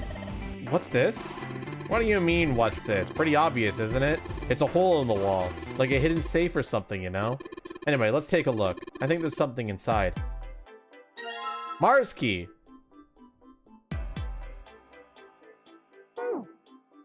Junpei messed around a bit with the key he had and looked blankly at the picture that slid down. What's the deal with this picture anyway? Santa had only been mumbling to himself, but it drew Lotus's attention. She looked at the picture and paused. I think I've seen this picture before. Where? In a book. There's a British biochemist named Sheldrake. He has a rather interesting theory. I saw this picture in his book. What's this interesting theory?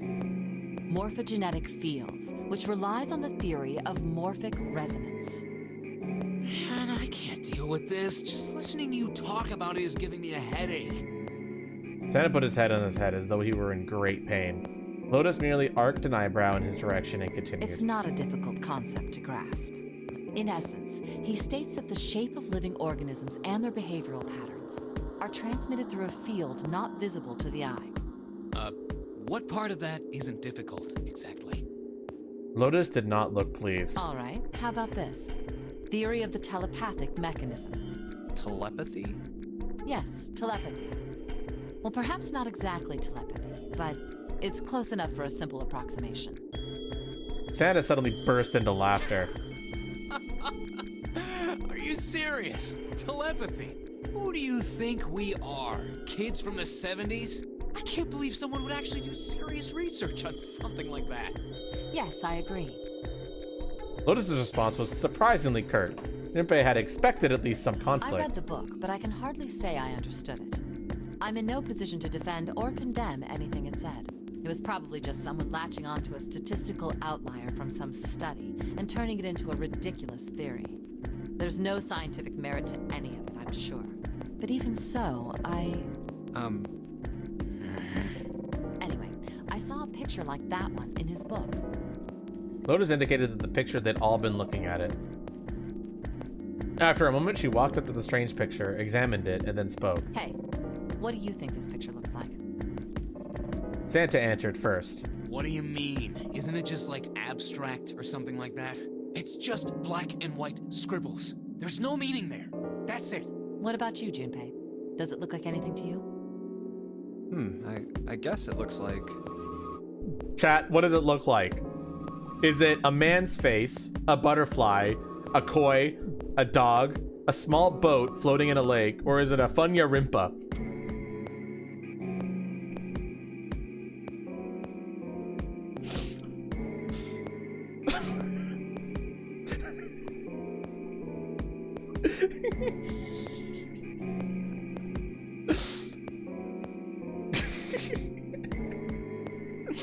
A funya what? A funya rimpa.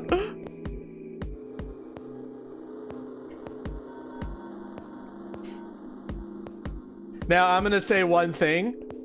You guys are correct that it's a dog. However, this is the funny option. And we have to go with the funny option, chat. We have to go with the funny option. We are legally required to. A funya rimpa. Funya rimpa. See, I mean, this totally looks like one. Right here and here. Junpei indicated parts of the picture that looked exactly like the other parts. After 3 seconds of silence, Lotus looked at Junpei. What the hell is a funya rimpa? What do you mean? What the hell is a funya rimpa? You mean you don't know? How the hell would I know? How could you not know? That's practically blasphemous. Oh, say you're sorry. Apologize to the funya rimpa. Goodness, you are such a rude woman. Another 3 seconds of awkward silence went by. Lotus opened her mouth as she shook. Junpei, are you just screwing around? Forget it. I'm just gonna tell you. This is a dog. By the way, for anyone who says, I don't see a dog, you're going to. It's just the image. It is, Junpei actually is just straight up fucking with that option, and it's brilliant. See? Like this. Lotus pointed out the parts of the picture, and eventually a dog took shape in them. It looked as though she had a point. Do you see it now, Bakiri?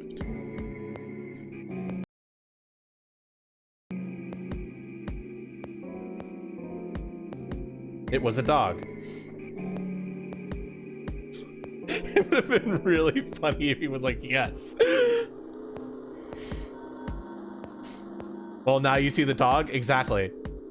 Santa also nodded in agreement. So, now we know what it's a picture of, but I don't see how that helps us. Lotus nodded and began to speak. A TV show from Great Britain did an experiment once. They took 2 similar pictures.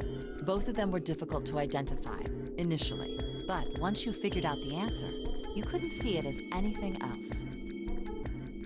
These 2 pictures. The first was a woman wearing a hat. The other one, well, to make it easier, let's just say it was this picture of a dog. It looks like a funny rompa. So, their experiment. First, they sent the picture to other parts of the world, outside the reach of British airwaves. To Ireland, the US, Africa, Europe, etc. Then, in each country, they gathered a number of test subjects, roughly 1,000 people. They were shown the 2 pictures and asked, what does this picture look like to you? The results weren't really interesting on their own. 9.2% of the people saw the lady in the lady picture. 3.9% saw the dog in the dog picture. Then, 2 days later, they aired a new program on their show. During the 30-minute show, they broadcast the dog picture and its solution. The audience was estimated to be 200,000 people. After the broadcast, it was a safe bet that the number of people who knew the solution to the dog picture was at least that many. After another 2 days passed, they gathered more research subjects from areas outside the reach of British TV and radio. This time, they only found a sample of roughly 850 people. Naturally, none of them had participated in the first test. They were, however, given the same tests and the same 2 pictures. The results were startling. 10% of the people saw the lady in the lady picture. The previous test sat at a 9.2% success rate. Not much of a change statistically. The dog picture, however, produced a very different result. The percentage of people able to successfully find the dog, it went from 3.9% to 6.8%, a very significant increase. So do you understand? Do you realize the significance of this experiment? There was no way the second group could have seen the picture. They lived far away from Britain and couldn't have seen it. But even so, it was only the success rate for the dog picture that went up. Why? How did that happen? What does it mean? We'll just look back and forth from Junpei to Santa and back again. Normally calm and collected, she looked now as though she were very nearly possessed, and there was something maniac about her manner. Santa took an involuntary step backwards. Junpei didn't budge and stared straight back into Lotus's eyes. Oh, wait, does this have something to do with that field, or whatever it was that you were talking about earlier? A field not visible to the eye. So, if more people know the answer, then that information will pass through the field. Huh. Psych! Her manner suddenly shifted and Lotus smiled broadly at Junpei and Santa. She waved her hand dismissively, doing her best to laugh the whole confrontation off. I was just kidding. You really shouldn't take me seriously. Well, I mean, the things I just told you about are true. They really did happen, but the results of that experiment really aren't anything to go by. They could have easily falsified them. In the end, I'm sure they were just in it for the ratings. They are a TV station after all. At last, it seemed that Santa had gained control of his composure.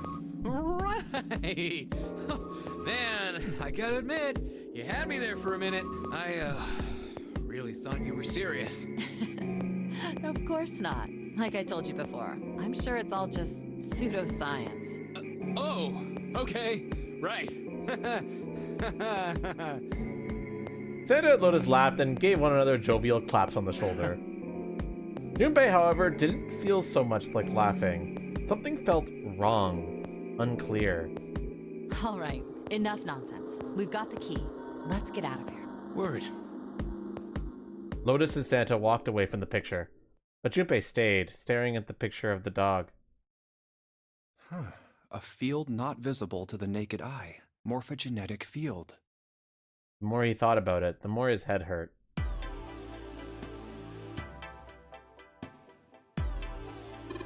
All right, let's go to the hallway. I'll go get June. You guys head to the door.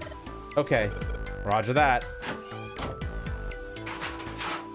Yes, it unlocked.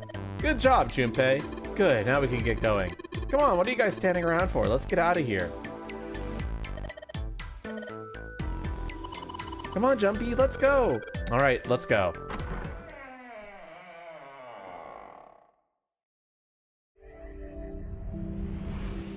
You found it. You're so right. I did find it. They stepped through the door to find themselves in a wide hallway. Oh, another hallway. Junpei, June, Lotus, and Santa stopped for a moment and looked at their surroundings. A short distance away, a metal grate extended across the width of the hallway. Come on, open! It's not going to open because you rattled it, you know. Damn it! It took hold and shook, but it refused to move. Look over here! Nearby was a pair of elevators. Elevators. And the buttons? Of course they don't work. The power must be out here too, just like by the staircase. That leaves this door. Well, looks like we don't have any choice. Yeah. Sure does. Well then, let's open it. All right, here I go. Junpei grabbed hold of the arm and quietly pushed the door open. He entered, slowly, trying to take in as much of his surroundings as he could. The others followed shortly. Oh, so it's a kitchen.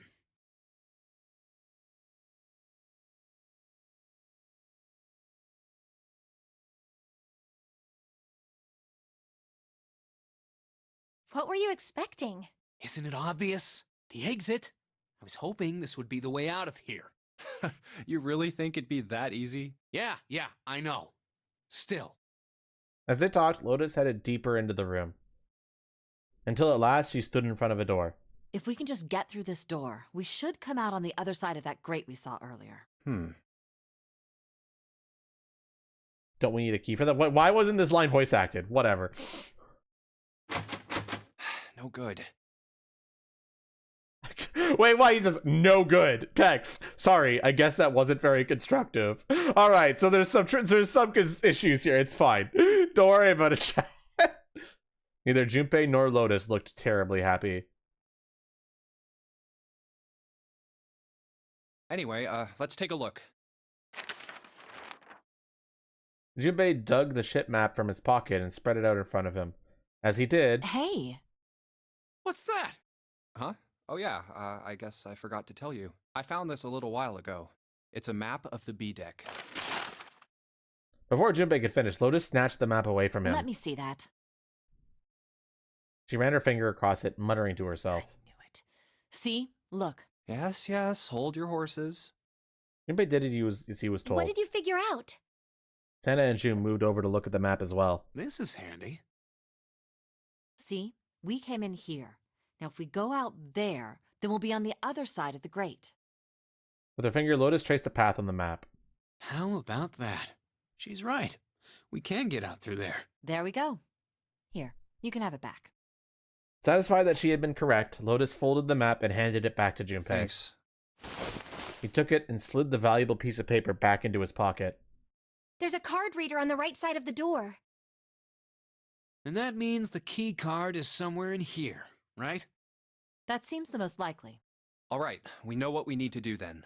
Let's get moving. First off, I say we split up and look for clues. Okay.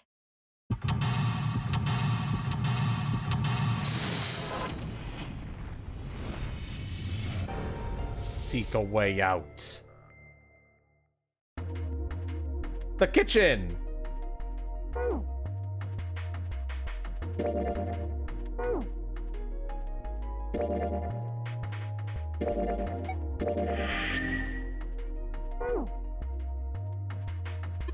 A countertop. We've got a rolling pin and a coriander. Nothing useful, in other words. Those 9 plates look pretty expensive. They're plates for appetizers. Remember, appetizers usually come on square plates. Okay, well, excuse me, princess. I think there are 15 of those plates. I'm assuming they're for seafood. How the hell can you tell that? They look just like any other plate from the 99-cent store. If you ever take a lady out for dinner, you're going to embarrass yourself. I feel sorry for June. What? Why the hell are you bringing up June? That lady doth protest too much, methinks. You are not terribly subtle. This looks like a serving table. I would imagine that food is put here after it's prepared, so that the waiters and waitresses can take it out to the customers. Well, excuse me, princess. Good. But something doesn't seem right here. Why are there so many plates? A voucher. It says, appetizer 9, meat dish 10, soup A, seafood dish F.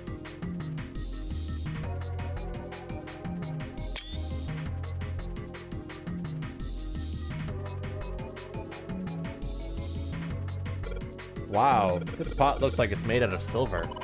I bet drinking tea from this pot would be really yummy. Spending a day off with June, drinking tea. Could such a day ever happen for me? Jumpy? Oh, nothing.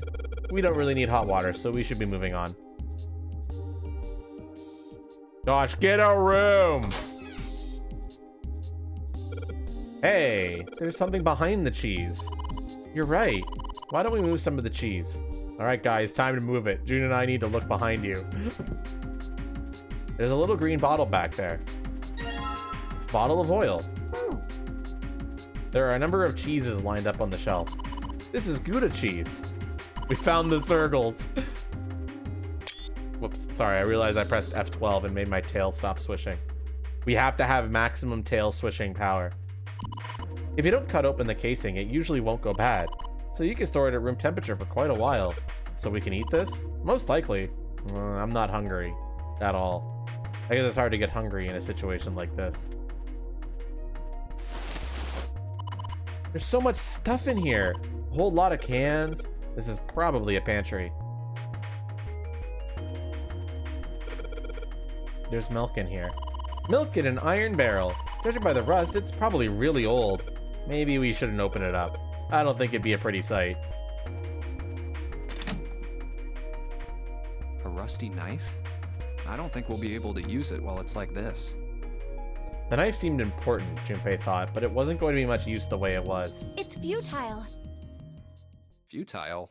You know, a waste, useless, pointless. Oh. Any particular reason you wanted to bring that up? Oh, no reason really. I was just thinking about futility. Huh? She wasn't making much sense. Junpei tried rephrasing his question. Why were you thinking about futility? At last she answered. Well, it has something to do with the Titanic. The Titanic? Yep. Have you ever heard the story that the sinking of the Titanic was predicted? Chat, have you?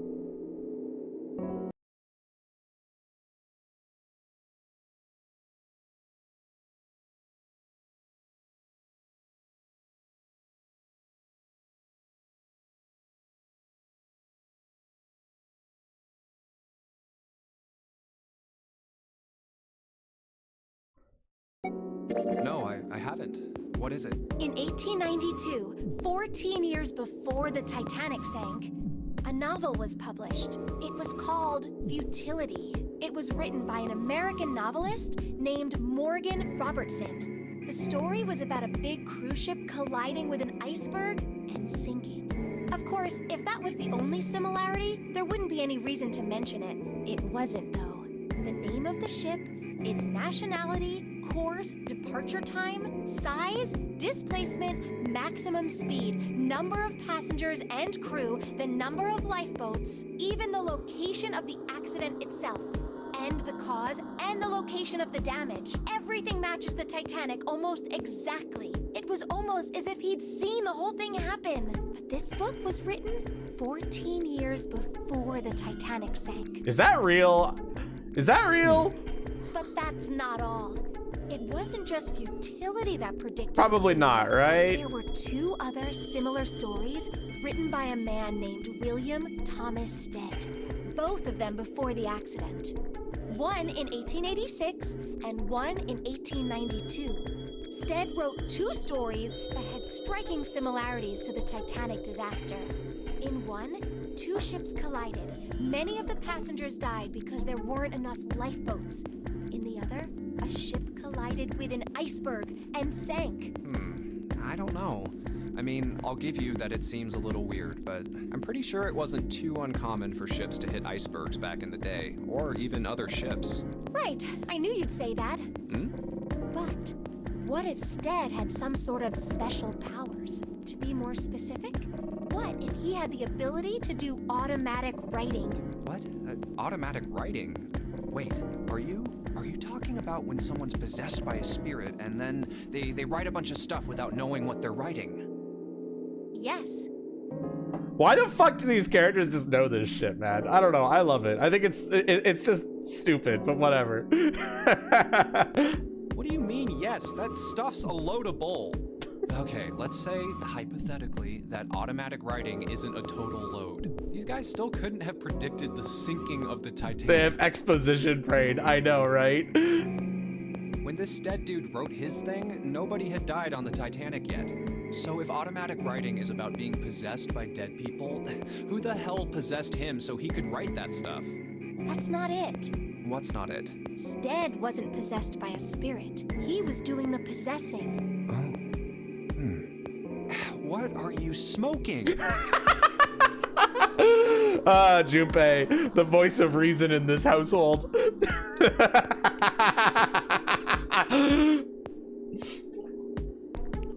William Thomas Stead was a passenger on the Titanic. He just wrote down what he saw with his own eyes 20 years before it happened. He decided it was probably best to say nothing. What June was saying was insane and utterly absurd. If he tried to take what she was saying seriously, he'd go mad. Junpei smiled uncomfortably. Well, why don't we talk about this some other time, okay? Huh? But... Her voice trailed off and she glanced at the floor troubled. Come on, let's get back to it. Junpei tapped June gently on the shoulder and awkwardly reached around her to pick up the knife from the box.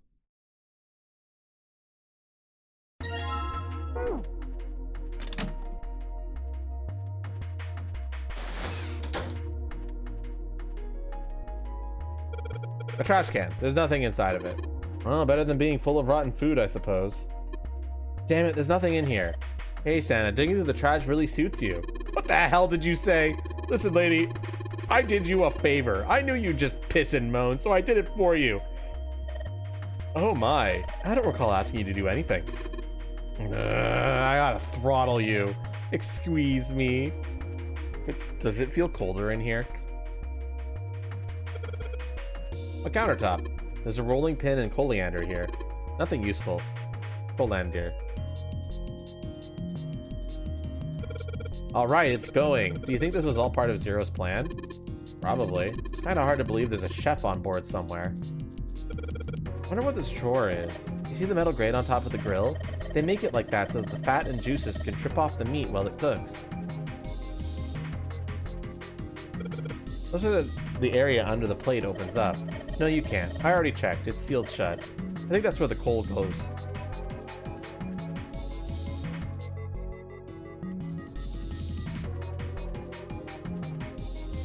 Is that bad? Shut up! How do you pronounce it? Colander?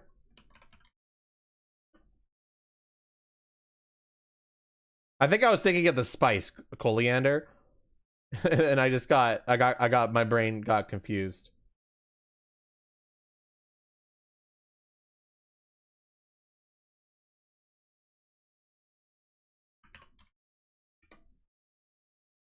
Colander. Colander. Colander. Okay.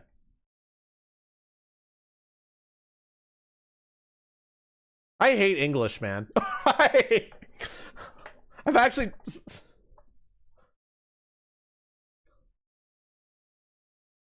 I fucking hate English. Why did you take it back with you? Are you offering to carry it for me? Why don't you ask Seven? You're kidding. You don't honestly think I'd let a beast like that into my home, do you? Rude. 70 languages in a trench coat.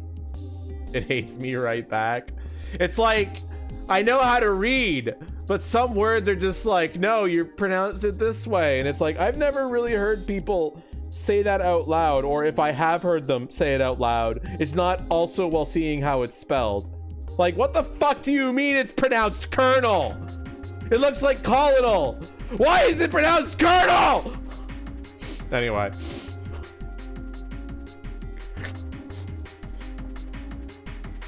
Nothing really that special about it. Hey Santa, could you open that door, please? What the hell? There's no way I could open that thing. Guess you're getting to that age where your eyes start to go, huh? Colonel crash out. Fuck you.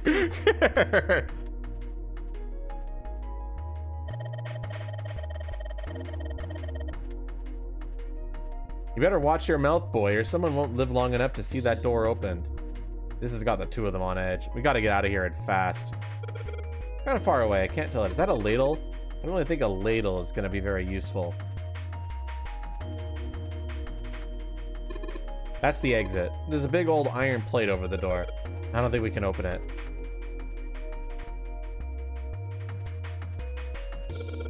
All we got here is a pot and a frying pan. Oh, and a pressure cooker. Well, I guess we could use some of those as weapons. My tail is blocking the text. Well, I'm reading stuff out loud, so it should be fine.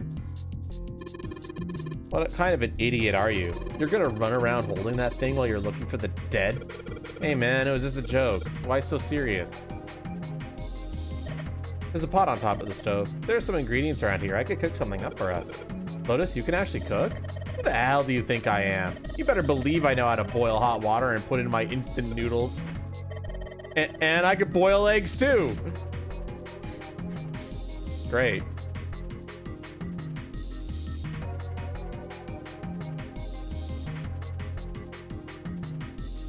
Going back to eating your hors d'oeuvres.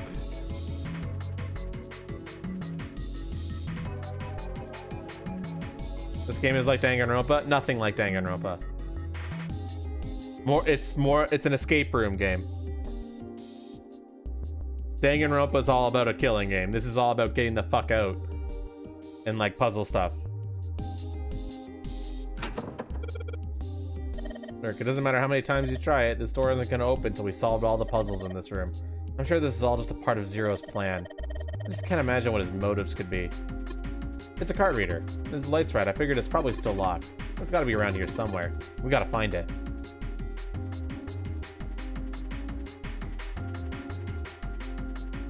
Yeah, I also guess I wouldn't say nothing, but, you know. What have I not examined yet? It's a lot of notes. They've got a bunch of stuff written on them, but it doesn't look like a code or anything like that.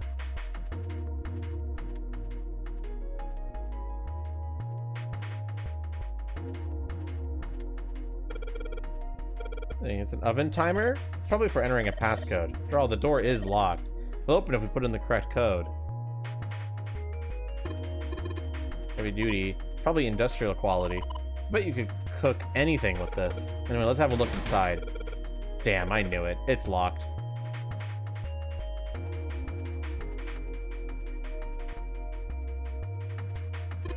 A sink. It's still got water in it. There are a couple of plates in there, but I don't think they're going to help us much. A whetstone. That's where the similarity ends. Yeah, pretty much. Speaking of, we are going to be streaming Danganronpa at some point when the new one comes out. I don't think I'll be playing any of the old ones, though.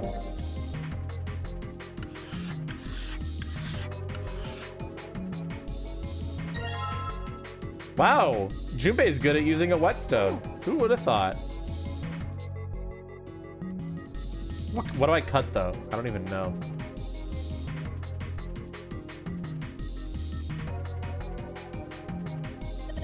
It's a bolt, and it's really rusty. Will this even open? We won't know till we try. Let's give it a shot. Let's see if you're gonna come out. Damn, no dice. Bolt is rusted in place. It won't budge. Of course, maybe if I put some oil on it. Hey, just a little bit of oil in. Come on, you little son of a bitch. Whoa, haha, yes, got you, you little bastard. Look at all that rust off that knife. Yeah, he's crazy. He's cracked like that. You did it, Jumpy. You're so smart. As Junpei walked into the room, a blast of cold air washed over him. Almost instinctively, he folded his arms tight across his chest, doing what he could to conserve body heat. Oh, it's cold in here. What is this place? Are you blind? It's a freezer. Then his teeth had already begun to chatter. Hardly surprising. The freezer was far too cold for someone dressed as he was.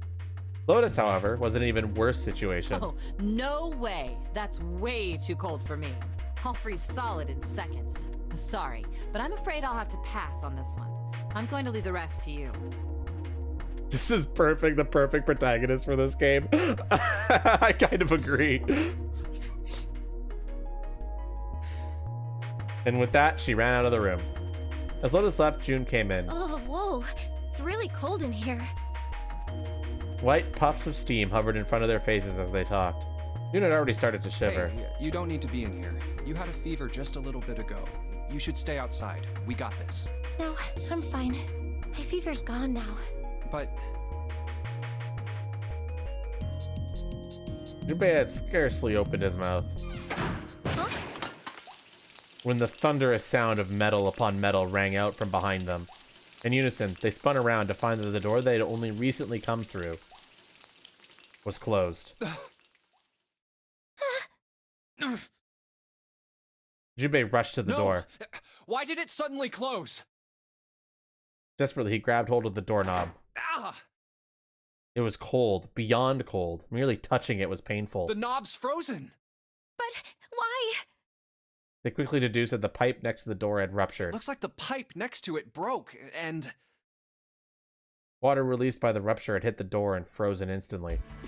Santa shoved Junpei aside and pounded against the door. Hey, Lotus! You're out there, right? Open the door! She wasted no time in responding. What do you want? What's going on? The door won't open! Try opening it from that side, please! Oh, fine. Can you have a little bit more enthusiasm? So. We're Hold stuck. Soon they could hear Lotus on the other side of the door. Then the grunting ceased, and they could hear light panting, as if from exertion. It's no use.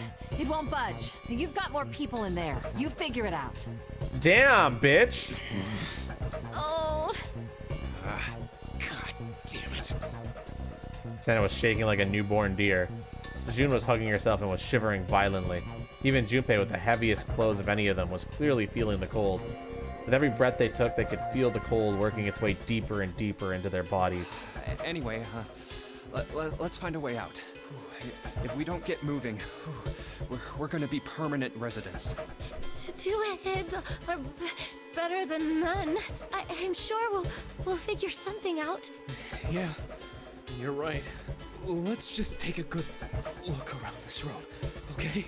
Right. They pushed in close to one another and began to search.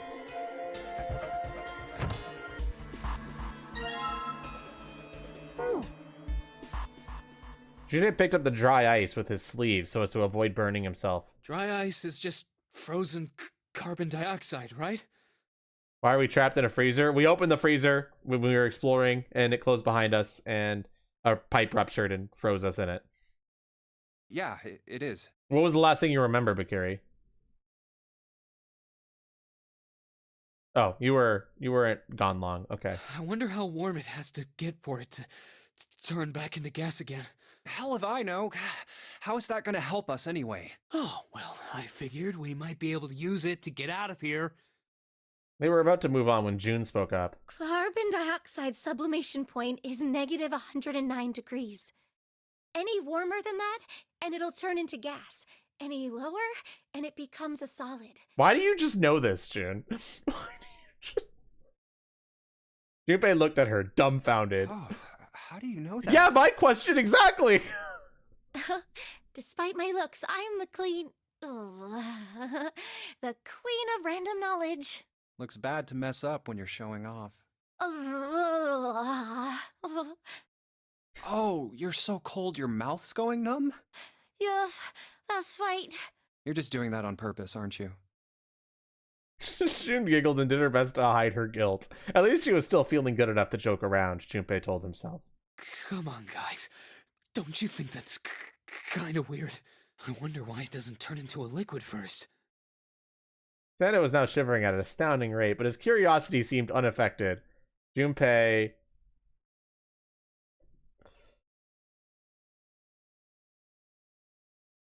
Well, chat, what do you think?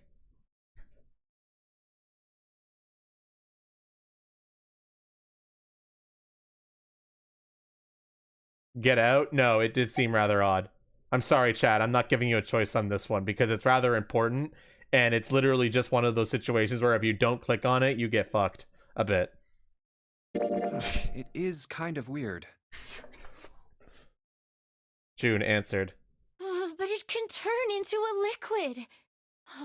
Carbon dioxide turns to liquid if you put it under high enough pressure. But at 1 atmosphere, normal air pressure... It won't turn into a liquid, right? That's right. Instead of melting, it'll do what's called sublimating and change immediately from a solid state to a gaseous one. See, that is weird. Water's a liquid between 32 degrees and 212 degrees. So why isn't that the case for carbon dioxide? June replied with an answer that stunned both of them. There's a kind of ice that doesn't turn into liquid when it goes above 32 degrees. Huh? I heard about it. Its melting point is 96 degrees.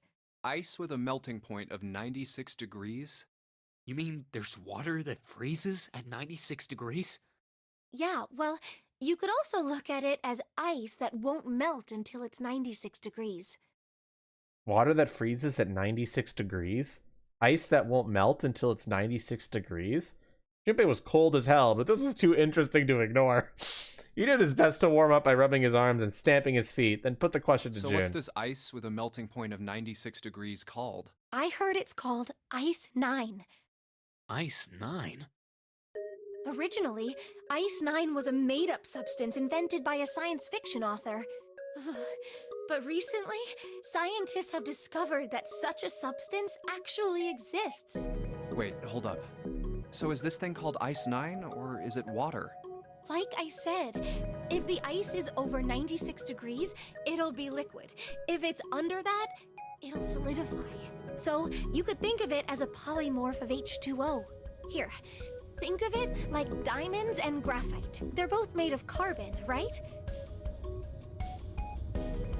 But depending on the structure of the crystallization, the hardness and structure are completely different. So you're saying normal water and this Ice 9 are like that? Yup. She wasn't finished. Have you heard the story about the crystallization of glycerin? For 150 years after the discovery of glycerin, people cooled it, warmed it. They did all sorts of things to it, but whatever they did, it never crystallized. However, Freezing to death, by the way. Yeah, pretty much. I don't know. I love this shit. It's so stupid. Some glycerin on its way to England by ship was discovered to have crystallized during the trip.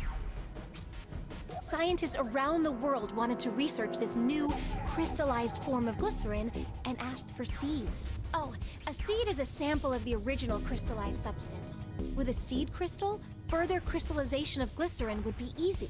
However, something very strange happened. Not only did the glycerin encouraged by seed crystals begin to crystallize, even the samples nearby did, even though they were tightly sealed. And it didn't end there. After that day, it doesn't matter where in the world it is, all glycerin crystallizes naturally when cooled to less than 64 degrees. Before that day, no matter how glycerin was cooled, it refused to crystallize. But once the crystallization had begun, it was almost like... how do I put it? It was almost like all the glycerin in the world was communicating. It's like a D&D party. Oh my god, you're so right. Oh my... You are actually so fucking right. That's hilarious. Communicating in some way that we can't sense. And now it's happening everywhere. Junpei. What do I say? You feel bad for anyone who mistook this stuff for accurate. Look, we're here to tell a story, not to be accurate.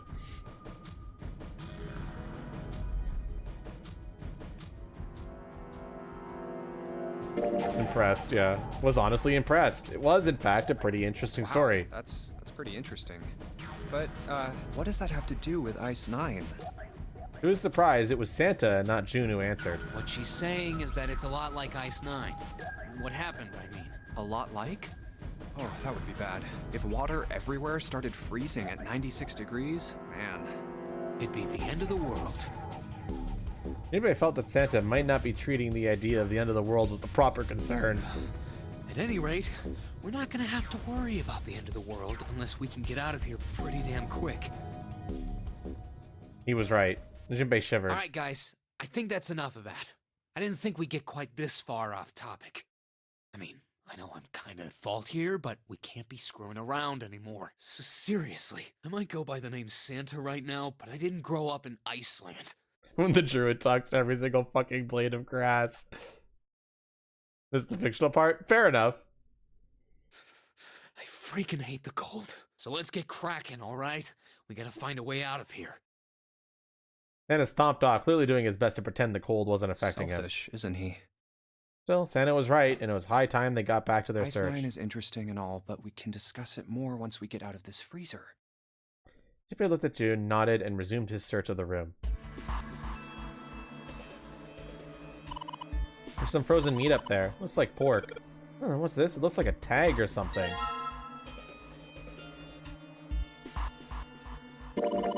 There's a little paper in that meat. I think there's something written on here, but I can't read it like this. If we try and pull it out, it'll probably rip. Need to defrost that. Don't think we're going to be doing that in this room.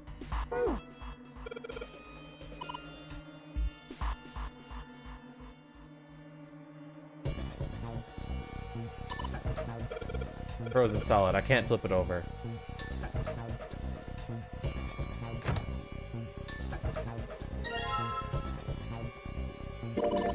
It's really hard. It's frozen stiff. Hey, June, can you say that again? Say it again. It's really hard. Again. It's really hard. Thanks. Something wrong, Junpei? Your face is bright red. Nothing, I'm fine. If it's that hard, you could probably use it as a hammer. Yeah, good point. Maybe we could use it to break something. What the fuck is wrong with you, Junpei? Wait, didn't you find some dry ice earlier? Yeah, there's some warm water coming out of that pipe.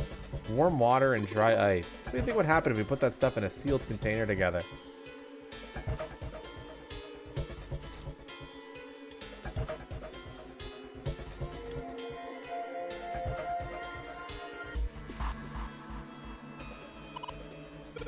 It looks like when the pipe burst, the water hit the doorknob and froze in place. This water actually seems almost warm.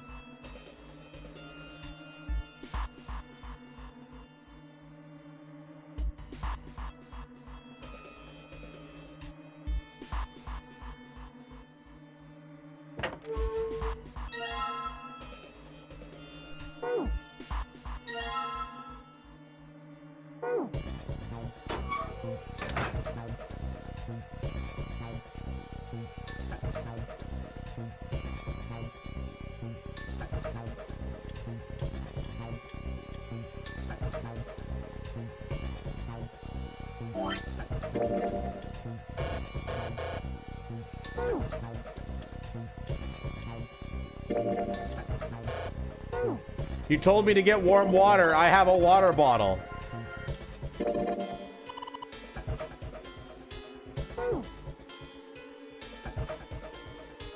Okay, put the warm water in the water bottle. Oh, put the dry ice in the water bottle. Better way to make it smaller then, don't you, Genus? Oh, okay.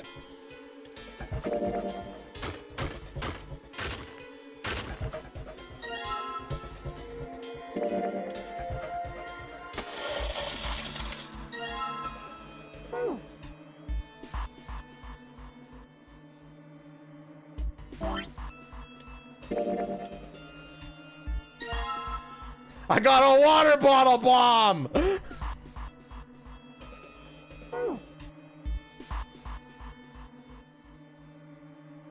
Warm water drip from the ruptured pipe near the door. Put water into the bottle with dry ice and make sure the lid's closed. Now I just have to put this makeshift bomb on the doorknob. All right, that's set. So, what do we do now? We just need to give it a little, tap. The bottle's already about to pop. If we just throw a rock or something at it, it'll go off all on its own.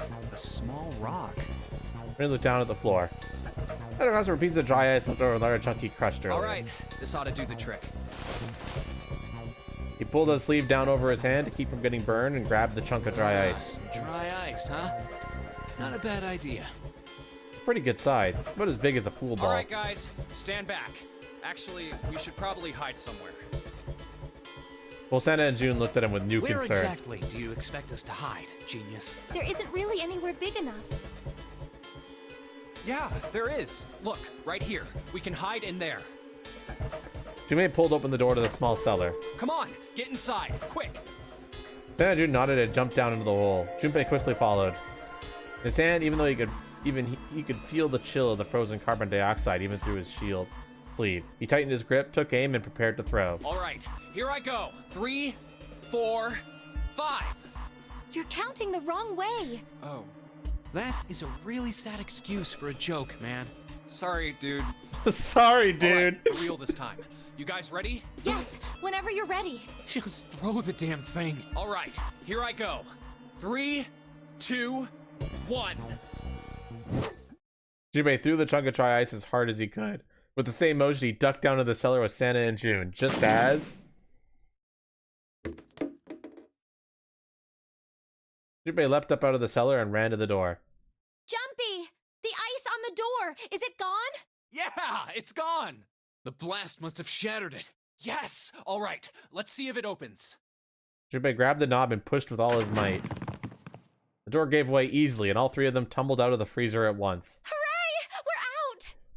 June, relieved, collapsed onto the floor. Move! Anna shoved past Junpei and ran straight to the grill, which he immediately grabbed. Oh, god damn it! Hot, hot, hot, hot, hot, hot! Fuck! You're a fucking idiot, bro. He proceeded to kick the grill in a futile but amusing fit of Well, you rage. did just grab the grill. What did you think would happen? Hey, where's Lotus? It took Junpei only a moment to find her. She was sitting on the counter, idly scratching her chest. Welcome back. I was starting to get tired of waiting for you guys. Bitch, we almost died. Right on, Lotus lowered herself off the counter. Junpei clenched his teeth and walked towards her. What were you doing? What do you mean, what was I doing? I was waiting. We were gonna die! Oh, yeah? But you didn't. So everything worked out all right, didn't it? But what the hell? Just kidding. It might not look like it, but I was really worried. Oh, don't give me that crap. I'm telling the truth. I mean, if you died, then I'd be in trouble too. If you died, then I'd be stuck here, and I'd die too. See? I did all I could. I even looked around to see if there was anything I could use to pry open the door, but I couldn't find anything. So, all I could do was wait. I mean, what else did you want me to do? Call the cops? It was true that there wasn't much she could have done, but something about her tone. Junpei gritted his teeth. Fine. But there's one thing I have to ask you. What's that? You didn't close the door, did you? What? You think I closed the door on you? Why would I do something like that? It closed on its own. I told you before, if you die, then I die too. Yeah, I guess so. It seemed that an accident was the only explanation for the door's closure. If she had really wanted to kill us, all she had to do was bar the door from the outside. But she didn't. Well, she didn't do anything. She's only lazy, or negligent at least. Not an attempted murderer. Junpei swallowed his anger and did his best to apologize. Well, I'm sorry. I'm sorry I doubted you. Oh, yes, well that's all right. As long as you understand. Lotus looked away and twirled her hair between her fingertips. His vengeance against the grill complete, Sanda swaggered back towards Junpei and Lotus. Hey, no more screwing around, you two. Break time's over. Especially for you, lady. You've just been sitting on that fat ass of yours while we were freezing to death. How rude! I was plenty busy. Yeah. How about you put all that energy into something besides bitching? Let's go. Damn, Santa, let's go. Fuck you, whatever. Guess I'll put this meat on the grill. Hey, what are you doing? What are you gonna do if that paper burns? Come on, it'll be fine. I mean, it's not like he's gonna burn right away, right? You just gotta keep an eye on it and the paper will be fine. Well, they can argue all they want. I'm gonna keep an eye on this pork. Cool, looks like it's about time. I'm gonna try taking the paper out. Junpei, be careful. You never to care, but I know what I'm... Ah! See? I told you. Hey, what the hell are you doing? Hurry up and take the paper out. It's not coming out. The thing's frozen stiff. I can't get it out. Are we gonna have to cut the meat? Yeah, it looks that way.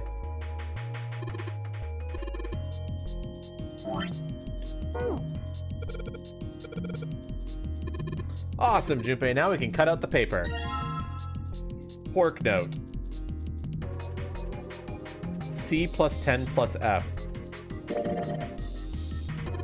Damn it, they're just screwing around. You know what C and F stands for? I think maybe it means corporate finance. I thought it was clever and funny. Junpei, shut the fuck up.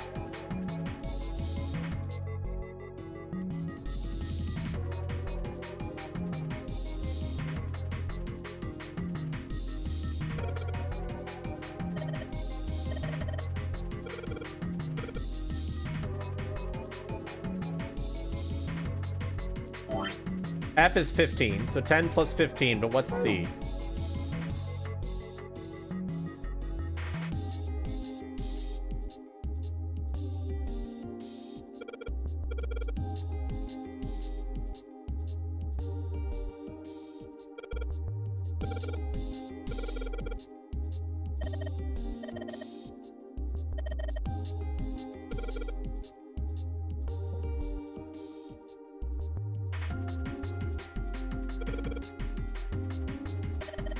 Appetizer 9, meat dish 10, soup A, seafood dish F on the voucher.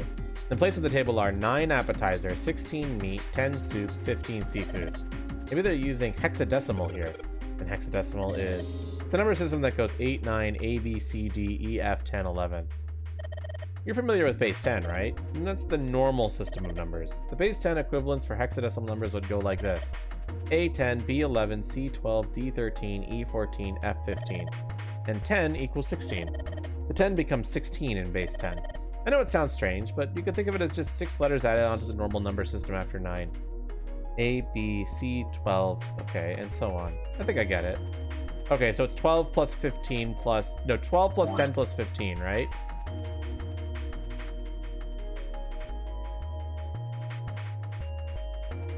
$37.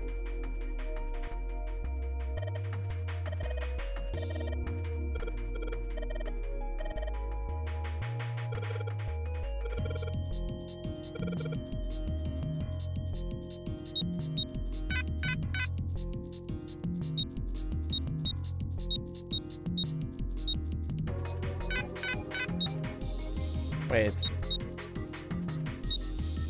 12 plus 16 plus 15. Oh, right. You're right, because of base 10. Fuck. Yeah, it's 16. So 12 plus 16 is 28. Plus 15. 43. Sounds like metal is falling. Well, I guess that went well. Yeah, the door opened. Good job, Jumpy. Saturn keycard. There's a lowercase h with a line through it is throwing me off. That's the symbol for Saturn. Remember? There's an elevator next to the main staircase. Wasn't there a mark like this on the card reader next to it? Oh yeah, I remember that. I guess that means that card ain't gonna help us get out of this room then. I'm not sure. Why don't we try it out?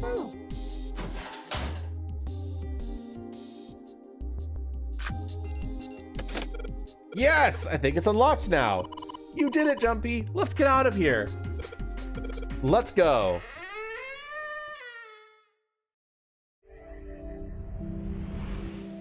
You found it.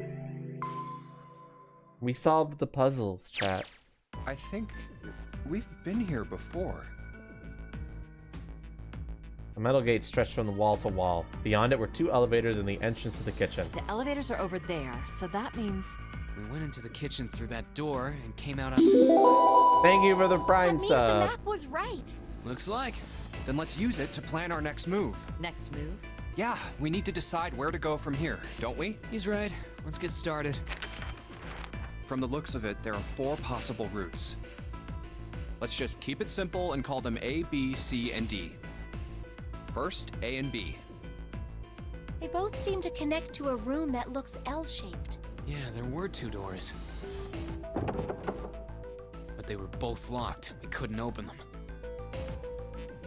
Now, Route C. This goes all the way to the main staircase.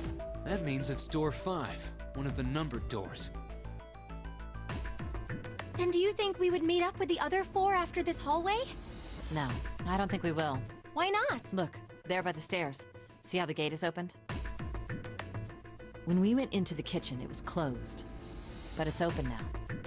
What do you think that means? They opened it. Most likely. And if we take Route C, we're going backwards. That would be pointless. Then that means... All 4 looked at the map. They all looked at the staircase, its lazy curve leading down deeper into the ship. Route D, then. D it is. The dick! Yep, Route D. Then we're set. They jogged down the stairs until they reached the C deck. Everything looks okay here. Let's check the next deck just to be sure. Yeah, just like I thought. D-deck is totally underwater. Just like the bottom of the central staircase. The water gazed back at them, its smooth surface like a great At mirror. least the water level hasn't really changed. Small comfort. May as well head back to C-deck. What else is here? There are 2 elevators over there at the top of the stairs, just like the floor above. Hold on. These are kind of different. See? There's a card reader on the side. Another strange mark. Hey, look! It's Lotus's symbol. Huh? See? It's the woman symbol with horns on it. Wow, That Junpei! seems like... Oh, ouch, ouch, ouch, ouch, ouch! Very ouch. deserved. Junpei, you deserved that one. Lotus had taken hold of Junpei's hair. She began to shake him violently, and he thought he heard a low growl coming from her What throat. was that about the mark again? Nothing. Such violence. Junpei began to wonder if she was not the devil itself. With an uncomfortable smile, June spoke up. This is a Mercury symbol. The horns symbolize the wings on Hermes' staff. Hermes, herpes, whatever. If we can't get this thing to work, these elevators aren't going anywhere. In other words, we need a key card with the Mercury symbol on it. Probably. Then I guess we can't get on then. Let's just disregard the elevators for now. How about this hallway on the left? Whoa, there's so many doors. They weren't sure how many, but certainly enough to be discouraging. Damn it. If we try and search all these, the sun's gonna go down before we've done half of them. I think the sun already set. I have a feeling this ship is the only thing that's going to be going down anytime soon. That's even worse. Well, we can come back to this hallway later. Let's check the hallway on the other side, shall we? Time to head back to the stairs. The right was a small hallway. Now the right hallway. Quickly, they headed into it. It was approximately the same size as the alcove in front of the stairs. The hallway led towards the stern, and at its end was a set of double doors. There are doors here too. Well, I guess it's just 4 this time. Let's open them. All right, let's start with this one. Jimmy nodded and grabbed the one closest to him. He gave it a small tug and felt it move. It isn't locked. I'm going to open it. Thrilled to have found an unlocked door, he threw it open.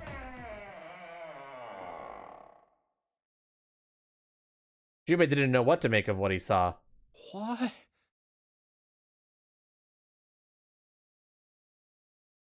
Three, 7, 8. He simply stood, unable to speak. The others simply stared, open-mouthed. After a few long moments, Santa managed to speak. What the hell is this? This place is huge. A massive room stretched out in front of them, more of a cavern than a room. Its vastness was oppressive and bore down on the 4 companions. It was not empty, however. The entire room was filled with lines upon lines of beds. Oh, there are beds everywhere.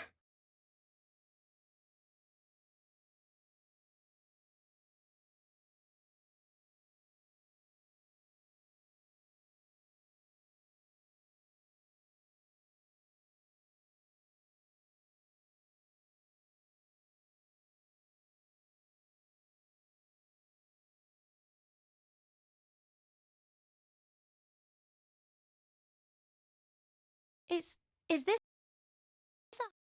No, whoops. Sorry, I clicked off the game, and that's why I caused audio. You had at least been able to put a name to the harsh scent that prevailed the room. It definitely has the smell. Could be. I see medicine cabinets and surgical tools. Hey, look there. The 4 doors at the end.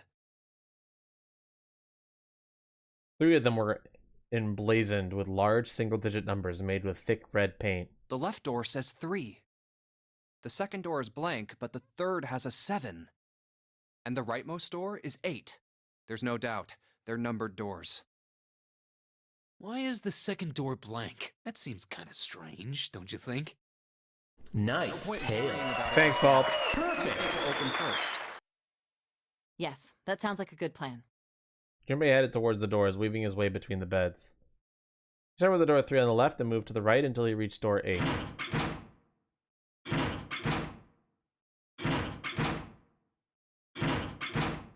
Oh, it's no use. Well, of course. If it was that easy to open these doors, what would be the point of the notary game? We have to activate the red, or the numbered doors won't... Wait a minute. What's wrong?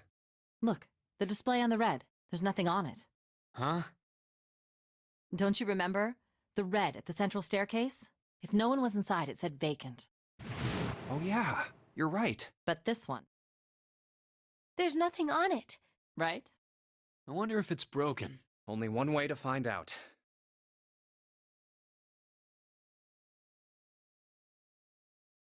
It's not responding. All 4 took turns placing their hands over the red, but it refused to respond. They pulled at the lever, and still it did nothing. As they soon discovered, it wasn't only the red for door 8 that was behaving strangely. How about the red on door 7? 1 second, I'm just going to quickly open the menu and save.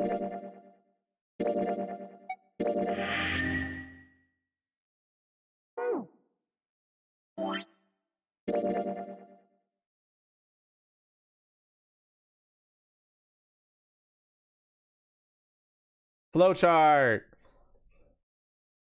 Yay!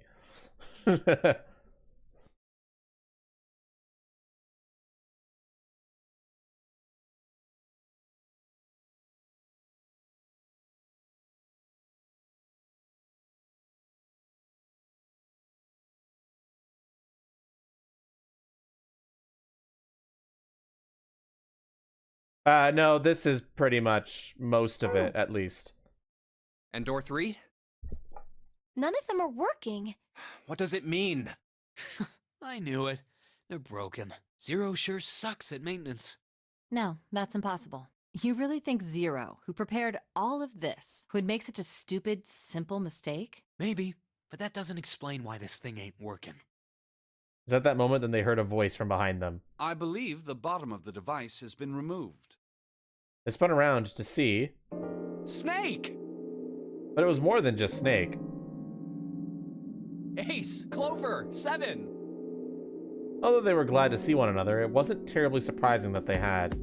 If it had been the other party who'd opened the gate in front of the kitchen, it wasn't unreasonable that they'd bump into one another eventually. The rest of Snake's team, however, did look rather surprised. How did you guys... How did you end up here? That's my line? Perhaps we should exchange information.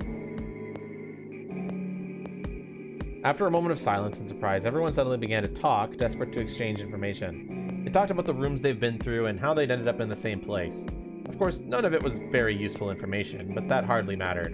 They were happy to simply see one another again. Although the level of cheer varied greatly from person to person, each one of them was wearing some manner of smile, almost as though they had already forgotten about the death of the 9th man. No, thought Junpei, perhaps that wasn't it. Perhaps thoughts of his death were what drove them to smile at one another. Not in a morbid or hateful way, no. The 9th man had died, but they were still alive, and that was something to be happy about. A sort of simple, uncomplicated joy, Junpei thought. The joy of being alive. Still alive. He felt sorry for the 9th man, but more than anything, Junpei was just happy to be alive. There you have it. Our half of the story. This part finished, Ace fell silent. For a moment, Junpei was silent in thought, then he spoke. Okay, let me see if I got all this straight.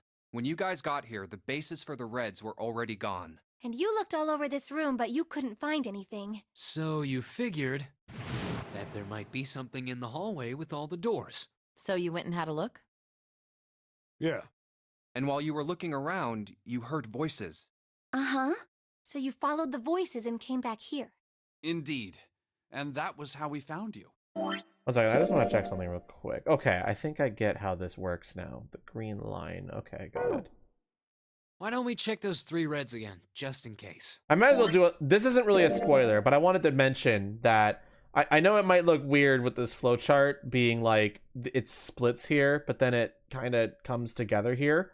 I do want to mention that this choice does still matter. Just because they kind of end up in the same place, future things are affected by the events that happen depending on which of these you go through. And I think that green line tells you which one is active right now. Yeah, the splits in this game are based on which doors you go through. So, for example, in this route, we hung out a lot with like that team. In this one, we're going to be hanging out with some other people. And yeah, and that can change things later down here. Not really a spoiler, just kind of letting you know how this kind of thing works. You're right. Huh. There's a long, thin gap on the bottom. I think it's a slot for something. Probably electronic. Well, this isn't good. If the red is inactive, we can't keep going. Well, what about that hallway over there? Isn't there anywhere else we can go? No, there isn't. There are plenty more hospital rooms, but nothing else. Hospital rooms. That's what's behind all those doors? Yes. There are a number of individual rooms in addition to this large one. There was a door at the end of the hallway, but it was locked. There was an astrological symbol engraved near the keyhole, however. I was able to get a good feel of it. I believe it was the symbol of Jupiter. Not again. Those goddamn things are everywhere. I wonder what they all mean. For a moment, everyone was silent, deep in While we're thought. asking what things mean, what's the deal with this room? I mean, I thought this was a cruise ship, but I can't imagine a cruise ship would have a hospital like this. Of all the people, it was Seven who answered, and with calm confidence. Well, I figure it's probably a hospital ship. Chances are it's the Gigantic. The Gigantic? Junpei looked confused. So did everyone else. What is this gigantic? Seven knit his brows for a moment, then began to The explain. Gigantic. She was a sister ship to the Titanic, built in the early 20th century. Actually, the Titanic had two sister ships, and they looked exactly the same. The Gigantic was said to be one of them. They intended to make her a passenger liner like the Titanic, but World War I began soon after the ship launched. The British Navy took her over and made her a hospital ship. At some point during the war, the Gigantic was damaged by a German mine in the Aegean Sea. She ran aground afterwards, so she didn't end up sunk. What happened to her after that? One theory going around is that a man named Lord Gourdane bought her. Seemed like he'd been one of the few to survive the Titanic sinking. That trauma turned him into some kind of obsessive collector of all things related to the Titanic. Soon enough, the guy wanted the Titanic itself, which was impossible, of course. It's stuck at the bottom of the Atlantic Ocean, but the Gigantic wasn't. And seeing as she was identical... So you're saying this Lord Gourdane bought this ship? Yeah, at least I think I am. That's impossible. No way we're in some boat that's almost 100 years old. Pipe down, just pay attention. What, that's it? Well, have you got any proof? Proof? Proof that this ship is really the Gigantic. Do we chat? Well, this ship's got stuff that's like the Titanic and a hospital ship. So, I just figured... Oh, for goodness. Don't tell me that's your only reason. No, I've got more. Like? Well, I mean... Him nerding out about the Gigantic. Seven looked around and desperately doing anything to avoid meeting Lotus's piercing stare. He scratched his head for a moment, then gave up. Finally, he opened his mouth. I don't know. Lotus sighed and shook her head. I guess your memory isn't back yet, is it? Yeah, sorry about that. Hey, whoa, wait a minute. Memory isn't back? Junpei was, he felt, legitimately shocked by what seemed to be new and very important information. Everyone else, however, seemed unimpressed. In fact, they all looked at Junpei as though he had said something very strange. Yeah, I'm out of the fucking loop. Your point being? He decided to revise his attitude for the next question. Wait, was I the only one that didn't know? Everyone nodded. Oh, yeah, I guess I didn't tell you, huh? I told the rest of them before we ran into you on the stairs. I told them I couldn't remember a damn thing from before I woke up. What? Then, almost as if to save Junpei from further embarrassment,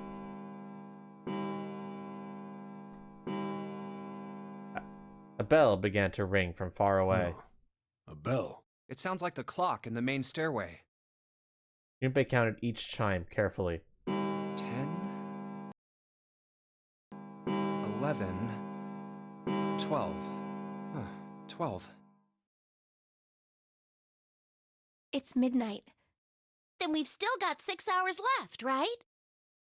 We don't have any time to screw around. Let's get going. We gotta find the missing parts for the Reds. What do you mean, find? How on earth do you propose we do that? We've looked everywhere in this room. That only leaves one place to look. One? Well, not just one. Wait. Don't tell me you mean we need to search all of the other rooms. Don't freak out. We've already searched 4 of them. 4 rooms? We just have to split up the rest between the 8 of us. If each of us can do 6 rooms apiece, we'll have the other 48 rooms cleared in no time. There are 48 other rooms? Her earlier experiences had apparently not encouraged Lotus to trust Seven. Seven scratched his head awkwardly. Maybe? All right, so everyone knows which area they're searching? Yeah. Yes! Junpei was chosen to search the rooms on the starboard side, moving from fore to aft. We'll all meet up when the clock goes off again. How about in that room with all the beds? Yeah, sounds straightforward enough. I'll shout if I find any of the components we need. I hope we can find them within the time limit. If we can't, then we'll just have to come up with another plan. Right. Then let's do this. The details decided, they left to begin searching. Out onto the hallway they went, each to the rooms they've been assigned. However,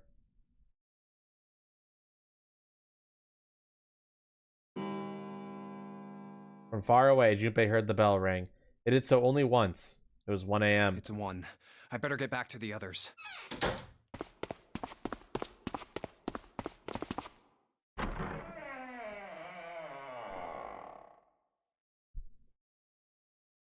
He jogged through the entrance of the large hospital room to find 6 of the others already there.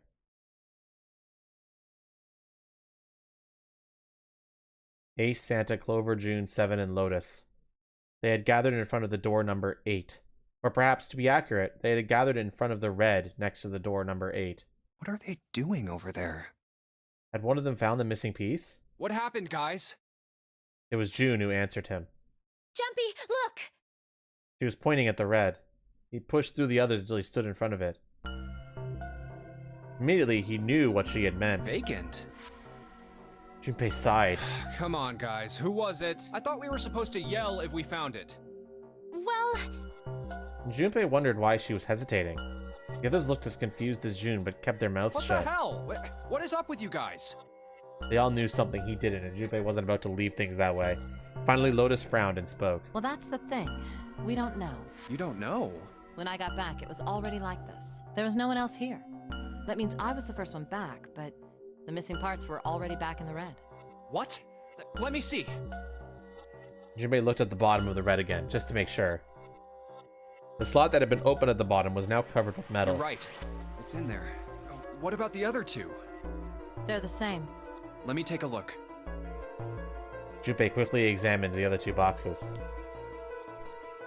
It's just as you said. Satisfied that they were also repaired, but still very confused, he returned to the others. Alright, I just want to be sure here. Nobody has any idea what the hell happened here, right? Correct. None. Ace and June nodded silently. Seven raised his hand as if to say, "Not me," and Santa just shrugged. Only Clover lowered her head and did nothing. Huh. Wait a minute. That was when he noticed. Where's Snake? Junpei swept his eyes across the room a second time, but Snake was nowhere to be seen. Does that mean that he found them? I've no idea. There's nothing to suggest it, but nothing to suggest he didn't either. I don't suppose we'll know until we can ask him in person. Well, whatever he did or didn't do, he's pretty damn late. What the hell is he up to? Maybe he's lost. Yeah, well, that seems likely. Dude can't see. I don't know how he gets around in the first place. Clover raised her head. No! That's impossible! Suddenly, she was shouting. Yeah, my brother's blind, but he's got really great hearing. He can get around as well as anyone who can see.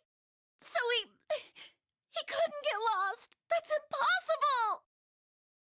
Clover had started to shake, and the knuckles of her hands had gone white. She spun around, but before she did, Junpei noticed tears welling up in her eyes. I'm gonna go look for him! The words were barely out of her mouth when she began to run. Hey, hold on, Clover. Wait!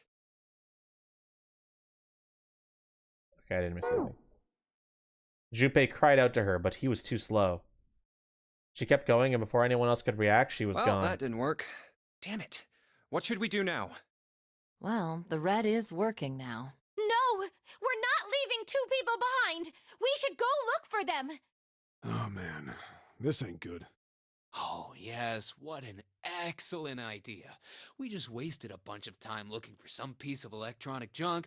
Now let's waste some more by looking for a couple of idiots. Shut the fuck up, Santa! Then remain here if you feel you must, but there's no time. We've only 5 hours left. Junpei and the others nodded to one another and took off at a run. In front of the stairs that led to B deck, they decided to split up. Split up. All right, I'll take this direction. Then I shall look that way. I'll be over here. See you all later. Soon, only 2 of them were left. Those 2 were Junpei and June, who had been a few steps behind the All others. right, we should go too. Yes, let's go! But where should we start? Let's see. Where should we start, chat?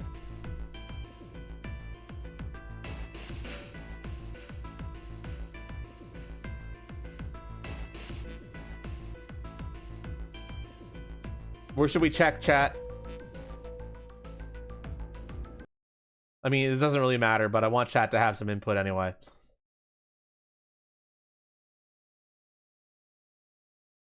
Two people are saying Gamba. That's enough for me. Let's How go about Gamma. the casino on B deck? Okay, let's go, Jumpy. They took up the stairs at a run. Before they knew it, they were there. So was Lotus. She was leaning against the wall, examining her nails. Hey, what do you think you're doing? She glanced up at him, unimpressed. Isn't it obvious? I'm looking for Snake. I'm just not seeing it. Really? Maybe you need to look harder. I don't think that's the problem. Oh, by the way, I've got a proposal for you two. Care to hear it? Should we listen to what she has to say, chat?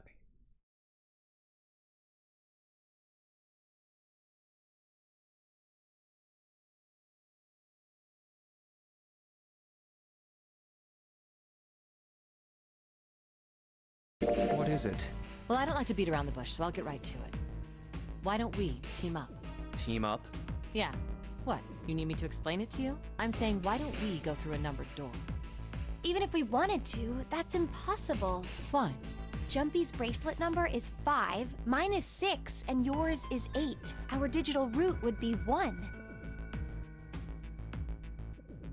But there's no number 1 door in the large hospital room. The only doors there are 3, 7, and 8. Then we add another person. Huh? Who? What? Isn't that easy? 7. Oh, if we add 7, 5 plus 6 plus 8, the digital root of 26, 2 plus 6 equals 8. Then the 4 of them could get through the number 8 door. But wait a minute. What about the other 4? Ace, Snake, Santa, and Clover. Well, why don't you add them up? That was simple enough. 1 plus 2 plus 3 plus 4 equals 10. And 1 plus 0 equals 1. The digital root for those 4 would be 1. That's right. And you know the number 1 door isn't in the big hospital room, right? Of course I know that. No! Are you saying you'd leave them behind? Of course not. What kind of woman do you think I am? Once we get off the ship, we could come back and rescue them, couldn't we? Then we wouldn't really be leaving them behind. Don't try to lie to us. I don't think you do anything of the sort. Really? Why do you think that? You remember, don't you? We have less than 5 hours left. Even if we manage to escape, there's no way we could come back to rescue them in less than 5 hours. Well, you never know until you try. No, you're not thinking this through. Even if we brought 7 with us, we wouldn't be able to get off the ship. The 4 of us couldn't open door 9. It is hidden, but an exit can be found. Seek a way out. Seek a door that carries a 9. Yeah, that's right. The digital route for the 4 of us would be 8, so we'd have to add Ace to make 9. That's right. Unless we bring Ace too, we'll be stuck. We'll just scratch the back of her ear. Well, that's unfortunate. Unfortunate? That's all you have to say? She didn't sound particularly bothered by what Junpei said, nor did she seem particularly surprised. Well, let's try and find another way, okay? A way to get out of here with all 8 of us. That's impossible. Are you being serious? And you do know that only 5 people, at most, can go through one of the numbered doors, right? The number 9 isn't going to be an exception to that rule. Regardless, at least 3 people will get left behind. Huh? Yeah, I guess that makes sense. When he said it, Junpei felt a chill run down his spine. Wait just you're skipping over a really big detail. Yeah, what she said was true, but how Lotus could remain cavalier about so terrifying a prospect was beyond him. Really okay? That means 3 people will die in the end. Are you okay with that? That's just... Lotus's forehead furrowed. You think I could have a moment alone? There are some things I need to think about. Junpei and June turned and began walking away from Lotus. That didn't turn out to be a very pleasant conversation. Yeah. Junpei's heart felt heavy and his steps sluggish. But he told himself pessimism would get him nowhere. Regardless. So he forced himself to smile and turned to Let's June. just focus on finding Snake for now, okay? Yes, you're right. We can think about those other things later. Yeah. Junpei nodded. All right. Where should we go next? We'll just do them in order, because we clearly have to do all of them. It's really close. They turned around and took off down the hallway to their left. On the side of the first-class cabin, they found Clover. She was standing in front of the wall. She was staring at a meaningless point on the wall, her eyes blank. What should Junpei do? Talk to her, obviously. He did his best to sound friendly, but Clover didn't respond. Look, I know you're really worried, but...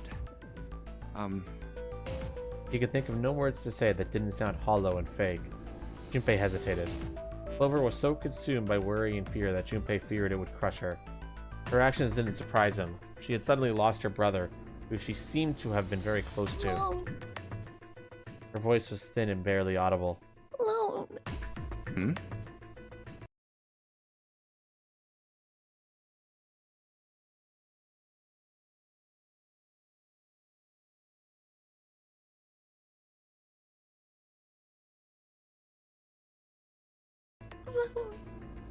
Hmm?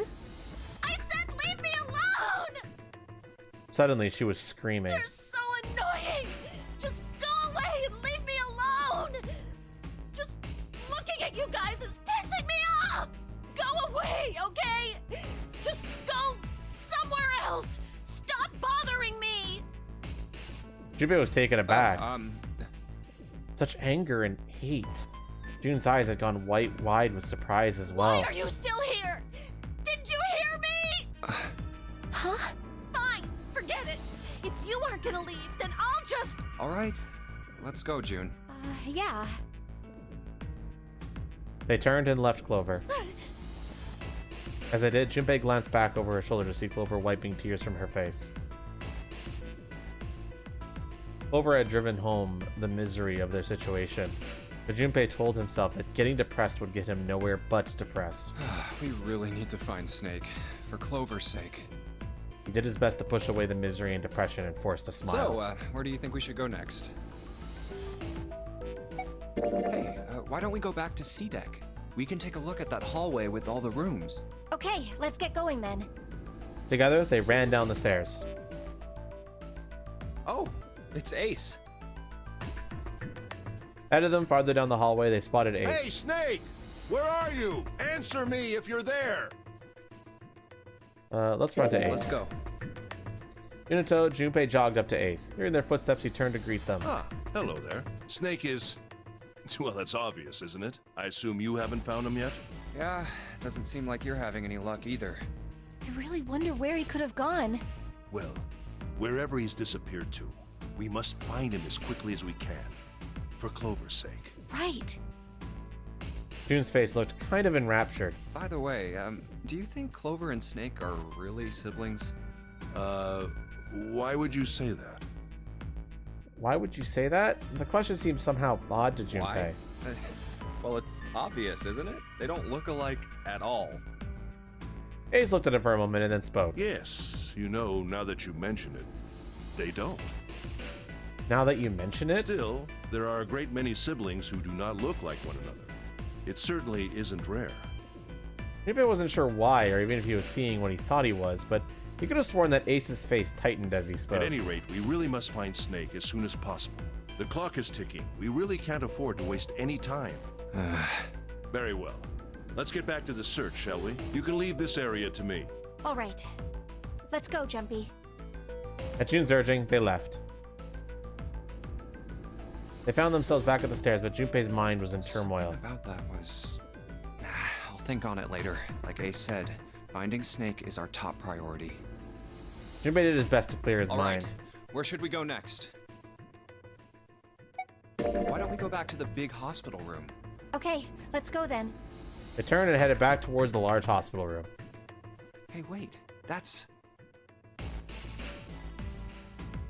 On the way to the large hospital room, Junpei and June noticed Santa standing next to the number 3 door. Santa? Junpei paused. What should Junpei do? Talk to him. Junpei and June walked up to Santa. What are you doing? What? You can't tell? I'm checking out the red. Why? Is there something bothering you? What? It's not bothering you? Huh? The guts of this red. Why wouldn't you wonder who the hell put it back in here? Yeah, that's true. Well, I'm curious too, but... Who do you think did it? Santa's eyes narrowed as he looked at June. She shook her head. I don't know. Well, what about you, Junpei? Who do you think fixed this thing for us? Who do we think, chat?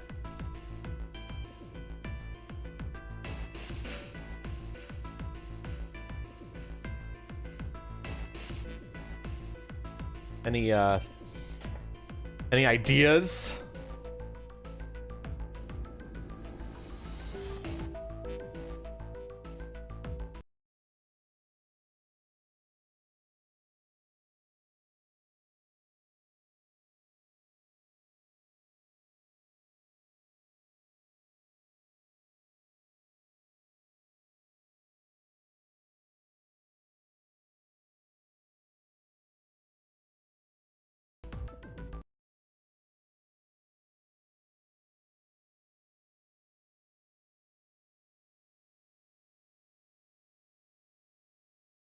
I fucked up, chat. My headset got disconnected. And my lip syncing's fucked too. Cool. Cool. And also, more importantly, the audio is now dead. This is one of those games where if the audio source changes, it just shits a bed.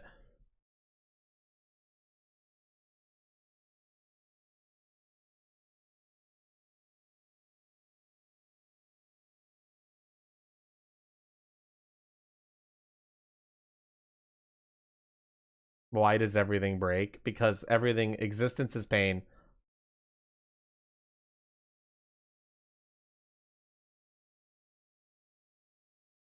We're going to be ending stream soon anyway. We're getting close to a good stopping point, I think.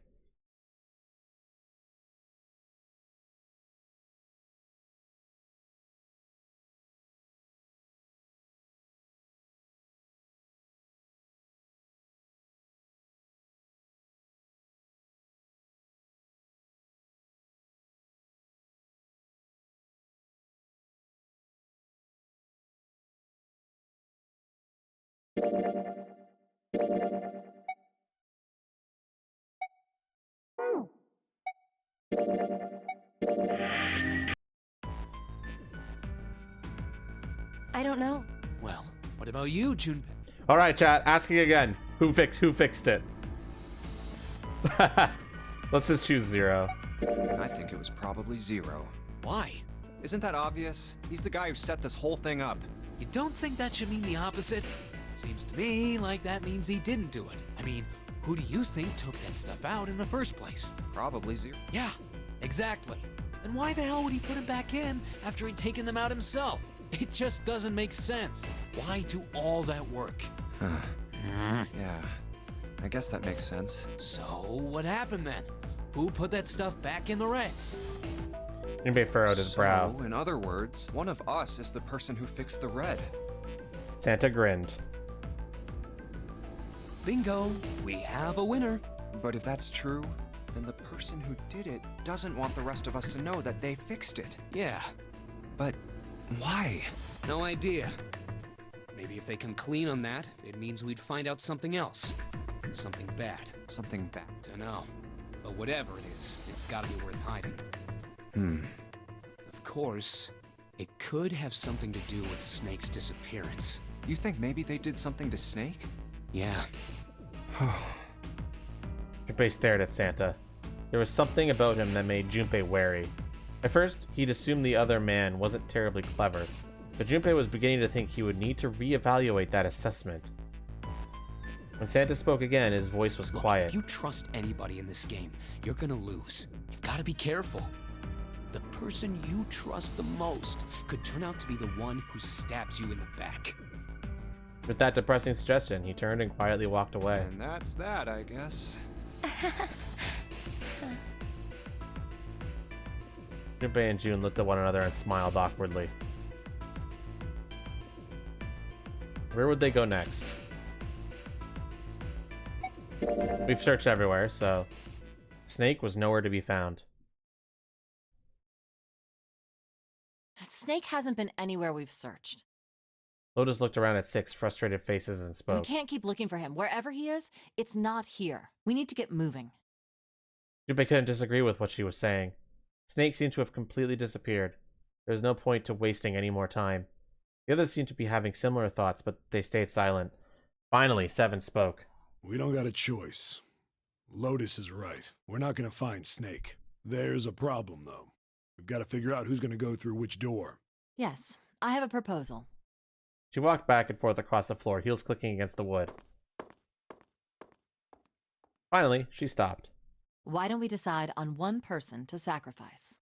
Sacrifice? Well, perhaps that's a bit of a harsh word, but yes. You've all figured it out by now, haven't you? We can't all make it through those doors. If we split into 2 teams of 4 and 3 people respectively, then 3 people will be left behind. If we split into 2 teams of 5 and 2 people respectively, then 2 people will be left behind. But if we split into 2 groups of 3 and leave 1 person out, then only 1 person will be left behind. Leaving behind 3 people with 2 teams of 4 and 3. Well, chat, I'll tell you right now, I don't think this is the choice that matters.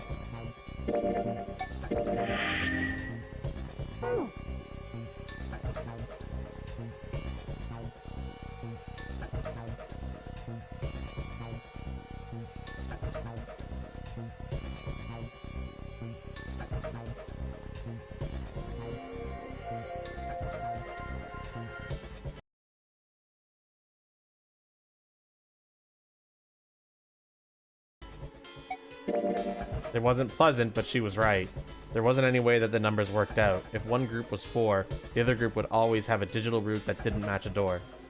When Seven spoke, his voice was strained. Then you're saying we gotta decide who's gonna stay behind. Yes, we do. Given our circumstances, it's logically and morally the best solution. If the other 6 are to survive, then 1 person has to sacrifice themselves. No, that's too cruel. What's so cruel about it? To just sacrifice someone like that? Then what's your plan? Maybe we should sacrifice 2 people instead of just 1. That's not what I meant. We shouldn't sacrifice anyone. I told you, that's impossible. Wake up. Whoa, whoa. Calm down, you two. Santa stepped between Lotus and June. Look, what Lotus is trying to say is you should aim to bring the greatest amount of happiness to the greatest amount of people, right? Exactly. That's how democracy works. And for that reason, I think the only fair way to decide who will be sacrificed is through a vote. What do you think? No! That's terrible! I'm not asking you. Shut up. What about you, Santa? Me? Well, I agree, I guess. All right, that's 1 vote for. Counting mine, that's 2. 7. I can't say I agree with you, but we don't exactly have a choice. If we don't do something, we're all gonna die. Glad to see you get it. If I can get 1 more vote, then it's decided. What about you, Clover?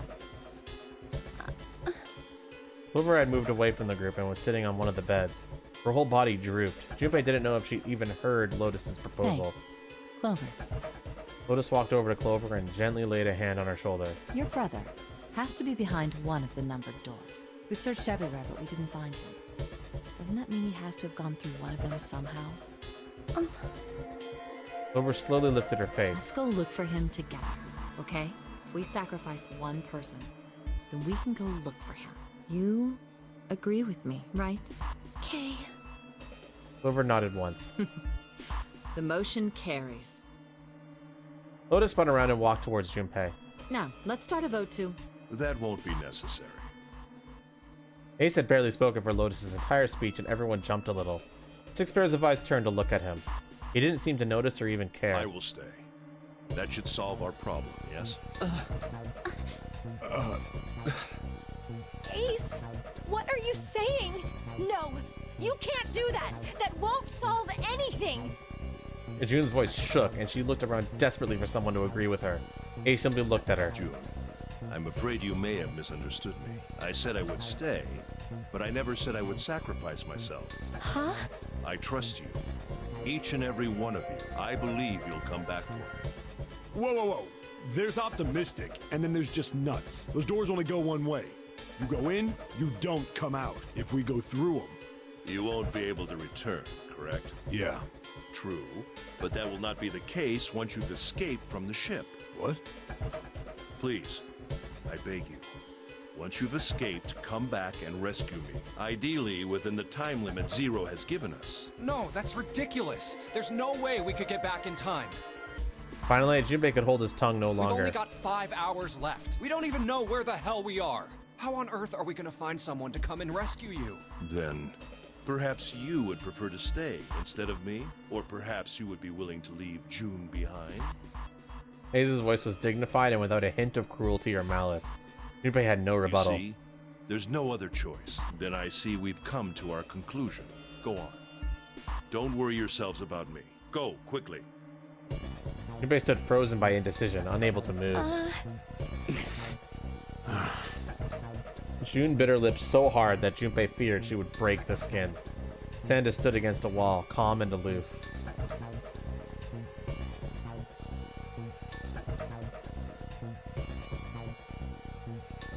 Only Clover stared at Ace with an expression Junpei was unable to decipher. Lotus's attitude, however, was different from the others. Good. Let's accept his kind offer then. She smiled, her eyes bright. Ace answered with a smile of his own. Good. I think this is the best for me. Perhaps I'll be able to take a nap. It may be my age, but I get tired so easily these days. As he spoke, Ace lowered himself down to the floor next to one of the beds.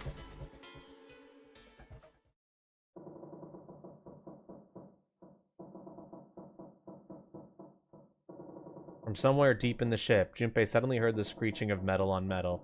It was almost as if the ship were screaming. Would it really hold until their time limit was up? Already, D-deck was flooded. In the sudden silence, the only sound was the sad metal wail of the ship. Unsurprisingly, it was Lotus who spoke first. What are you waiting for? We're wasting time. Why don't we hurry it up? As if a spell had been broken, the others all began to talk at once. You're right. We should get going. That's all we can do right now. 7. Seriously. Honestly, I was getting kind of sick of listening to you guys talk. You too, Santa? Rude! I have to find my brother. Wait, all of you. Let's just calm down and think about this. There has to be a way to get everyone out. There has to be. Right, Jumpy? Say something. Yeah, let's think. There's gotta be another way. His words sounded hollow and fake. Fine. Forget about it. I'll figure it out on my own. He spun around and ran towards Ace. He had slumped down next to the bed when June grabbed his arm and pulled. Ace! Come on, Ace. Please stand up. You can't give up yet. We just have to sit down together and think about this. We'll figure out a way that we can all get out of here. Then it happened.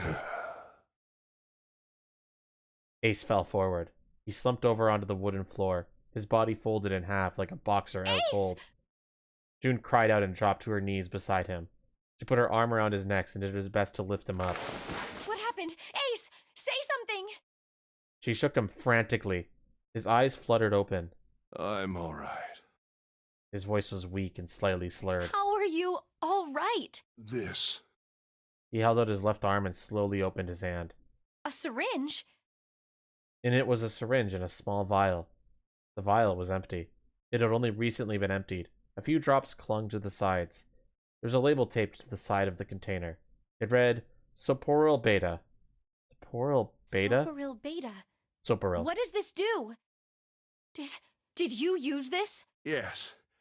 It's just anesthetic. I'll be fine. Anesthetic? I found it earlier. While we were searching the hospital rooms, I thought it might be useful later. I didn't think I'd be using it on myself. Why did you do this? Didn't I tell you? I'd like to take a nap. I really am very tired. Junpei knew that it wasn't why he'd done it. Ace had injected himself with anesthetic to forestall Junpei in June's attempts to bring him along. If he couldn't move, there was nothing they could do. He'd injected himself so that they would be forced to leave him behind. Ace! Is there something you want to say? I just like to sleep a little. Could you keep it down? No, don't, Ace. Don't fall asleep. You feel warm. So comfortable. I think I'll have a nice dream. Ace's eyelids dropped further and further, almost as though he were dying. Ace! Ace! He shook his shoulder again and again, but this time he didn't respond. Only the gentle rising and falling of his chest told them he was alive. Junpei was relieved to see he was, in fact, still breathing. Let's get him up on a bed. He lifted Ace up off the floor and laid him on the bed he'd been leaning against. When Junpei turned around, Lotus gave him a look of pity. Well, we really don't have a choice now. We can't let his sacrifice go to waste, right? Like you even mean that. You say something? No, nothing. It felt wrong, but he had to agree. Then suddenly Santa spoke. Yeah, but we're not done choosing yet, are we? Huh? What do you mean? Well, we haven't decided who's going in what door. Ah, yes. Yes, that's true. Enough of this screwing around. Let's decide. You first, Lotus. Which door do you want? I want door number 8. It's the same number as my bracelet number. Got it. You're 8. You're next, 7. Which one do you want? I'll take 7. I can't get along with that old lady. What? What did you just say? Her face distorted by rage, Lotus took a step forward towards 7.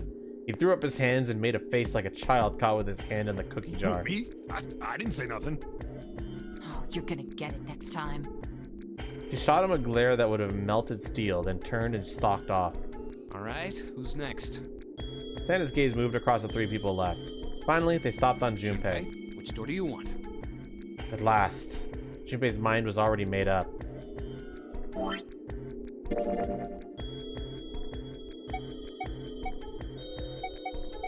Well, chat. Hi, Ziri. How you doing today? What door are we going through, bitch?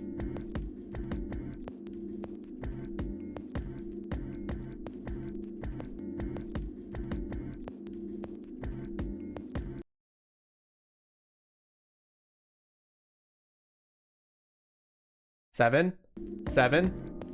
2 votes, 7.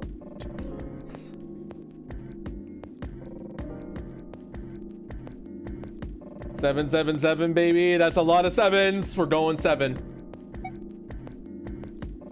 I think that's enough 7s to say 7. I think I'm gonna go with door 7. Okay, 7 it is. Yeah. All right then. That means June's got to go through 8. What? Why? What?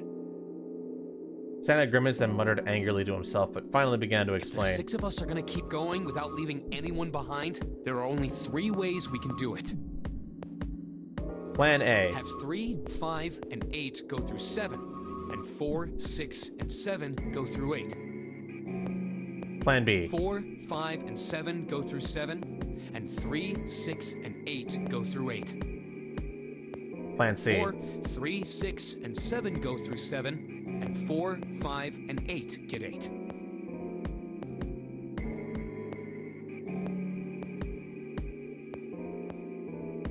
There are no other combinations. In other words, 3 and 4 and 7 and 8 can never go through the same doors. You get it now? As Santa finished, June looked over at Junpei, tears welling up at the corners of her Oh eyes. no! You're saying we aren't gonna see each other again for a long time. Junpei felt just as June did. He wanted to be at her side, though, whatever trials they were preparing to face. But he knew that if they were to survive, he had to swallow his feelings. In order for the 6 of them to move forward, he and June had to be separated. He looked at June. He was scared to lose her, but he swallowed, steeled his resolve, and did his best to smile. Hey, come on. You're making it sound like we're never gonna see each other again. We gotta split up, but only for a while. This is just like when we went into the 4 and 5 doors, remember? We got split up then too, but we all met back up. By the way, if you're curious, you can go through door 3 here. It's just kind of a super dick move. It's... I'll bet 7 and 8 are just like that. You mean they're connected somewhere? Yeah, probably. Probably. She didn't sound very hopeful. It was 7 that interjected. I'm sure they're gonna connect somewhere. Why? What makes you think so? If they don't, then neither team can get through door 9. In other words, the game would end right here. Zero's been on top of his shit so far. I don't think he'd blow it now. I'm damn sure that son of a bitch wants to have his fun as long as possible. He's not gonna end this game until we get through the 9 door. June said nothing. The tears were gone, but her eyes were still sad as they looked at Junpei. He met them, and with what reassurance he could manage, laid his hand gently on her shoulder. Everything's gonna be fine. We're gonna see each other again. I promise. June bit her lip and gave him an almost imperceptible nod. Yes. Promise? Her voice was barely above a whisper. Santa's voice shattered the moment. You guys are done, right? He stretched and continued. Anyway, that's pretty much it. Clover and I will both go into separate groups. I figure I'll take 8 and Clover can take 7. Any problems with that, Clover? Clover looked away and was silent for a moment. Whatever.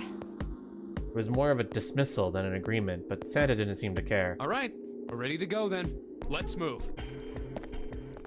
At Santa's command, the group split and headed for their respective doors. Clover, 7, and Junpei walked towards door 7. Santa, Lotus, and June headed for door 8. For a long moment, they stood in front of the door. 7 took a deep breath. You guys ready? Yeah. Okay. Okay. Let's go.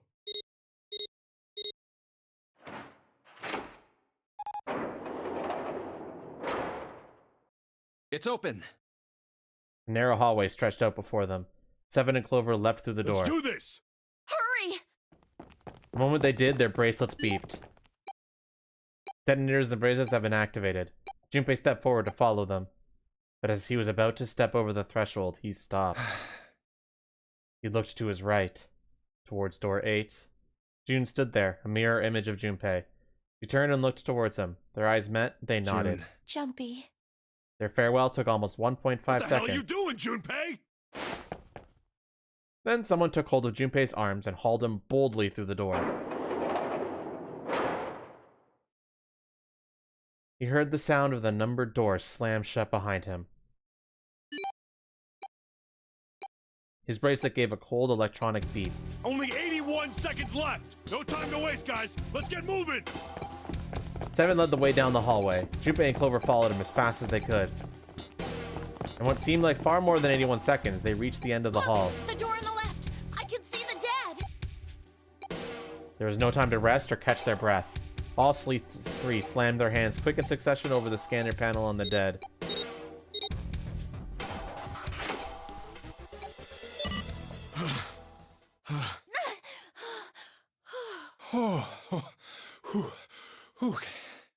Still trying to catch his breath, 7 leaned heavily against the wall. It stopped.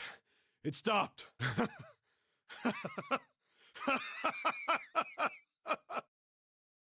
His smile seemed forced and a little crooked. This is the second time we've gone through one of these numbered doors, but whew, you never really get used to it. He stood up straight, no longer out of breath, and wiped some of the sweat from his head and neck. Clover smirked at him. I would have thought a guy your size would have bigger balls than that. Wow, Clover! What? What the hell did you just say? Say it again! I dare you! You have no... You little... You want to die? I'd like to see you try. You fucking brat. All right, let's go! Hey! Yeah, calm beat the down, shit out of guys. each other! This isn't the time for this. It's not gonna do us any good.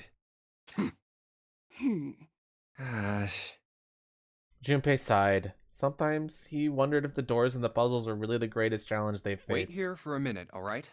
I'm gonna go see if there are any other doors. They didn't respond, but Junpei wasn't in the mood for a conversation anyway. We just came through this door. And of course it's shut tight. There's a short hallway on the left here, and an iron wall. I doubt I can get through it. At last he gave up and returned to 7, who was tapping lightly on the wooden door. This door's the only option we've got, right? Yeah, looks like it. Hey, something's written on the door. On that iron plate. It says operating room. If this thing's telling the truth, there could be body parts inside here. Well, this is probably not going to be pleasant. Something about it made Junpei feel nervous. Well, there's no point to standing around. Might as well go in and see what's waiting for us. 7 grabbed the brass knob and slowly opened the door. The creak of the hinge sounded like the groan of an old woman. What's wrong? No, it's nothing. A chill snarked its way down Junpei's Let's spine. just go. Quickly, he gathered what courage he could and took the first step into the room. 7 followed with Clover right behind him. Huh? Part of the room just past the door was obscured by a screen. What the hell is this? Why don't we take a look? Hey, Clover! Clover's curiosity got the better of her, and she darted past Junpei to peer around the screen. Her scream nearly blew out Junpei's eardrums. Clover! He and 7 ran towards Clover to see what had frightened her. What's wrong? They rounded the screen, and the cause of her outburst was immediately clear. What the hell is this? Is Is this a corpse? It was something that looked kind of like a human lying across some sort of bed. No, not a bed. An operating table. The table sat on a rusty steel lift and a cluster of bright operating lights shone down on front of it from the ceiling. We should probably take a closer look. Yeah. Slowly, they approached. As they got closer to the body, it became clear that it wasn't a body at all. This is... What the hell? That's just a huge doll or something. Doll? Clover did not look terribly comforted. Slowly, she approached the operating table and looked as intently as possible from as far away as possible at the thing. Junpei could see her relax. You're right. It's only a doll. Man, it really scared me. She heaved a great sigh of relief and wiped a few drops of sweat from her forehead. Seven smirked. Well, I guess it would have been weird if you actually had any balls. Shut it! Don't you start with me, fatty. Oh, what's this? You want a piece of me, short stuff? Yeah, bring it on, you whale! Hey, guys, not again, okay? Seriously, knock it off. Bunch of babies in here, man. Anyway, it looks like he's got something the two of you could stand to have a little more of. I'm talking about a heart. Huh? Oh, this? You mean on his chest? When the escape room starts, I'm going to end the stream, by the way. Feels like a good stopping point. It was set a little higher than normal for a human body, but from the shape of the organ, there could be no doubt that it was a heart. Why would there be a heart in a doll? I don't think it's a doll. You think maybe it's like a medical mannequin or something? Or maybe it's got more personal uses? What the fuck do you mean by that, Seven? What the fuck do you mean by that?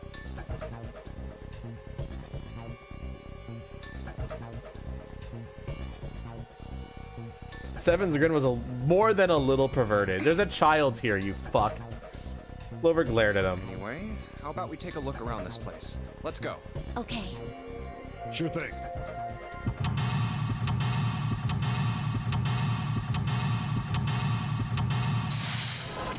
For some reason, Junpei's face where he does the eye thing is missing, and I don't know why. It's been like that other than the first one. It's really weird. The operating room.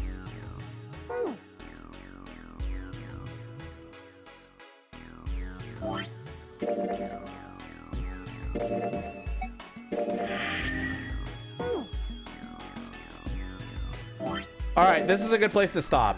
Starting from an escape room segment at the start of next stream is actually good because it'll give some people to join for plot related stuff. It'll give it'll give some time. All right. Thanks everybody for joining me. I hope you guys are enjoying the plot of this game so much.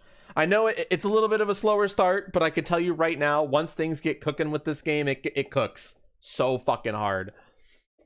So hard. It cooks so much once it gets going. So be sure to tune in for future streams as well.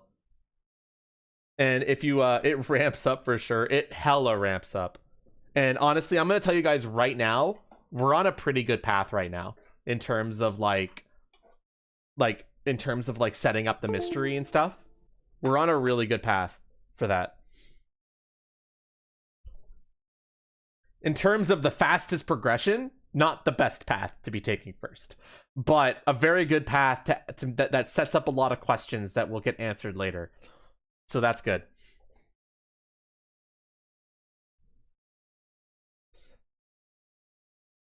We'll have to see where you guys will go next with it. But for now, I'm going to see if there's a raid target. And if not, I will probably just end the stream.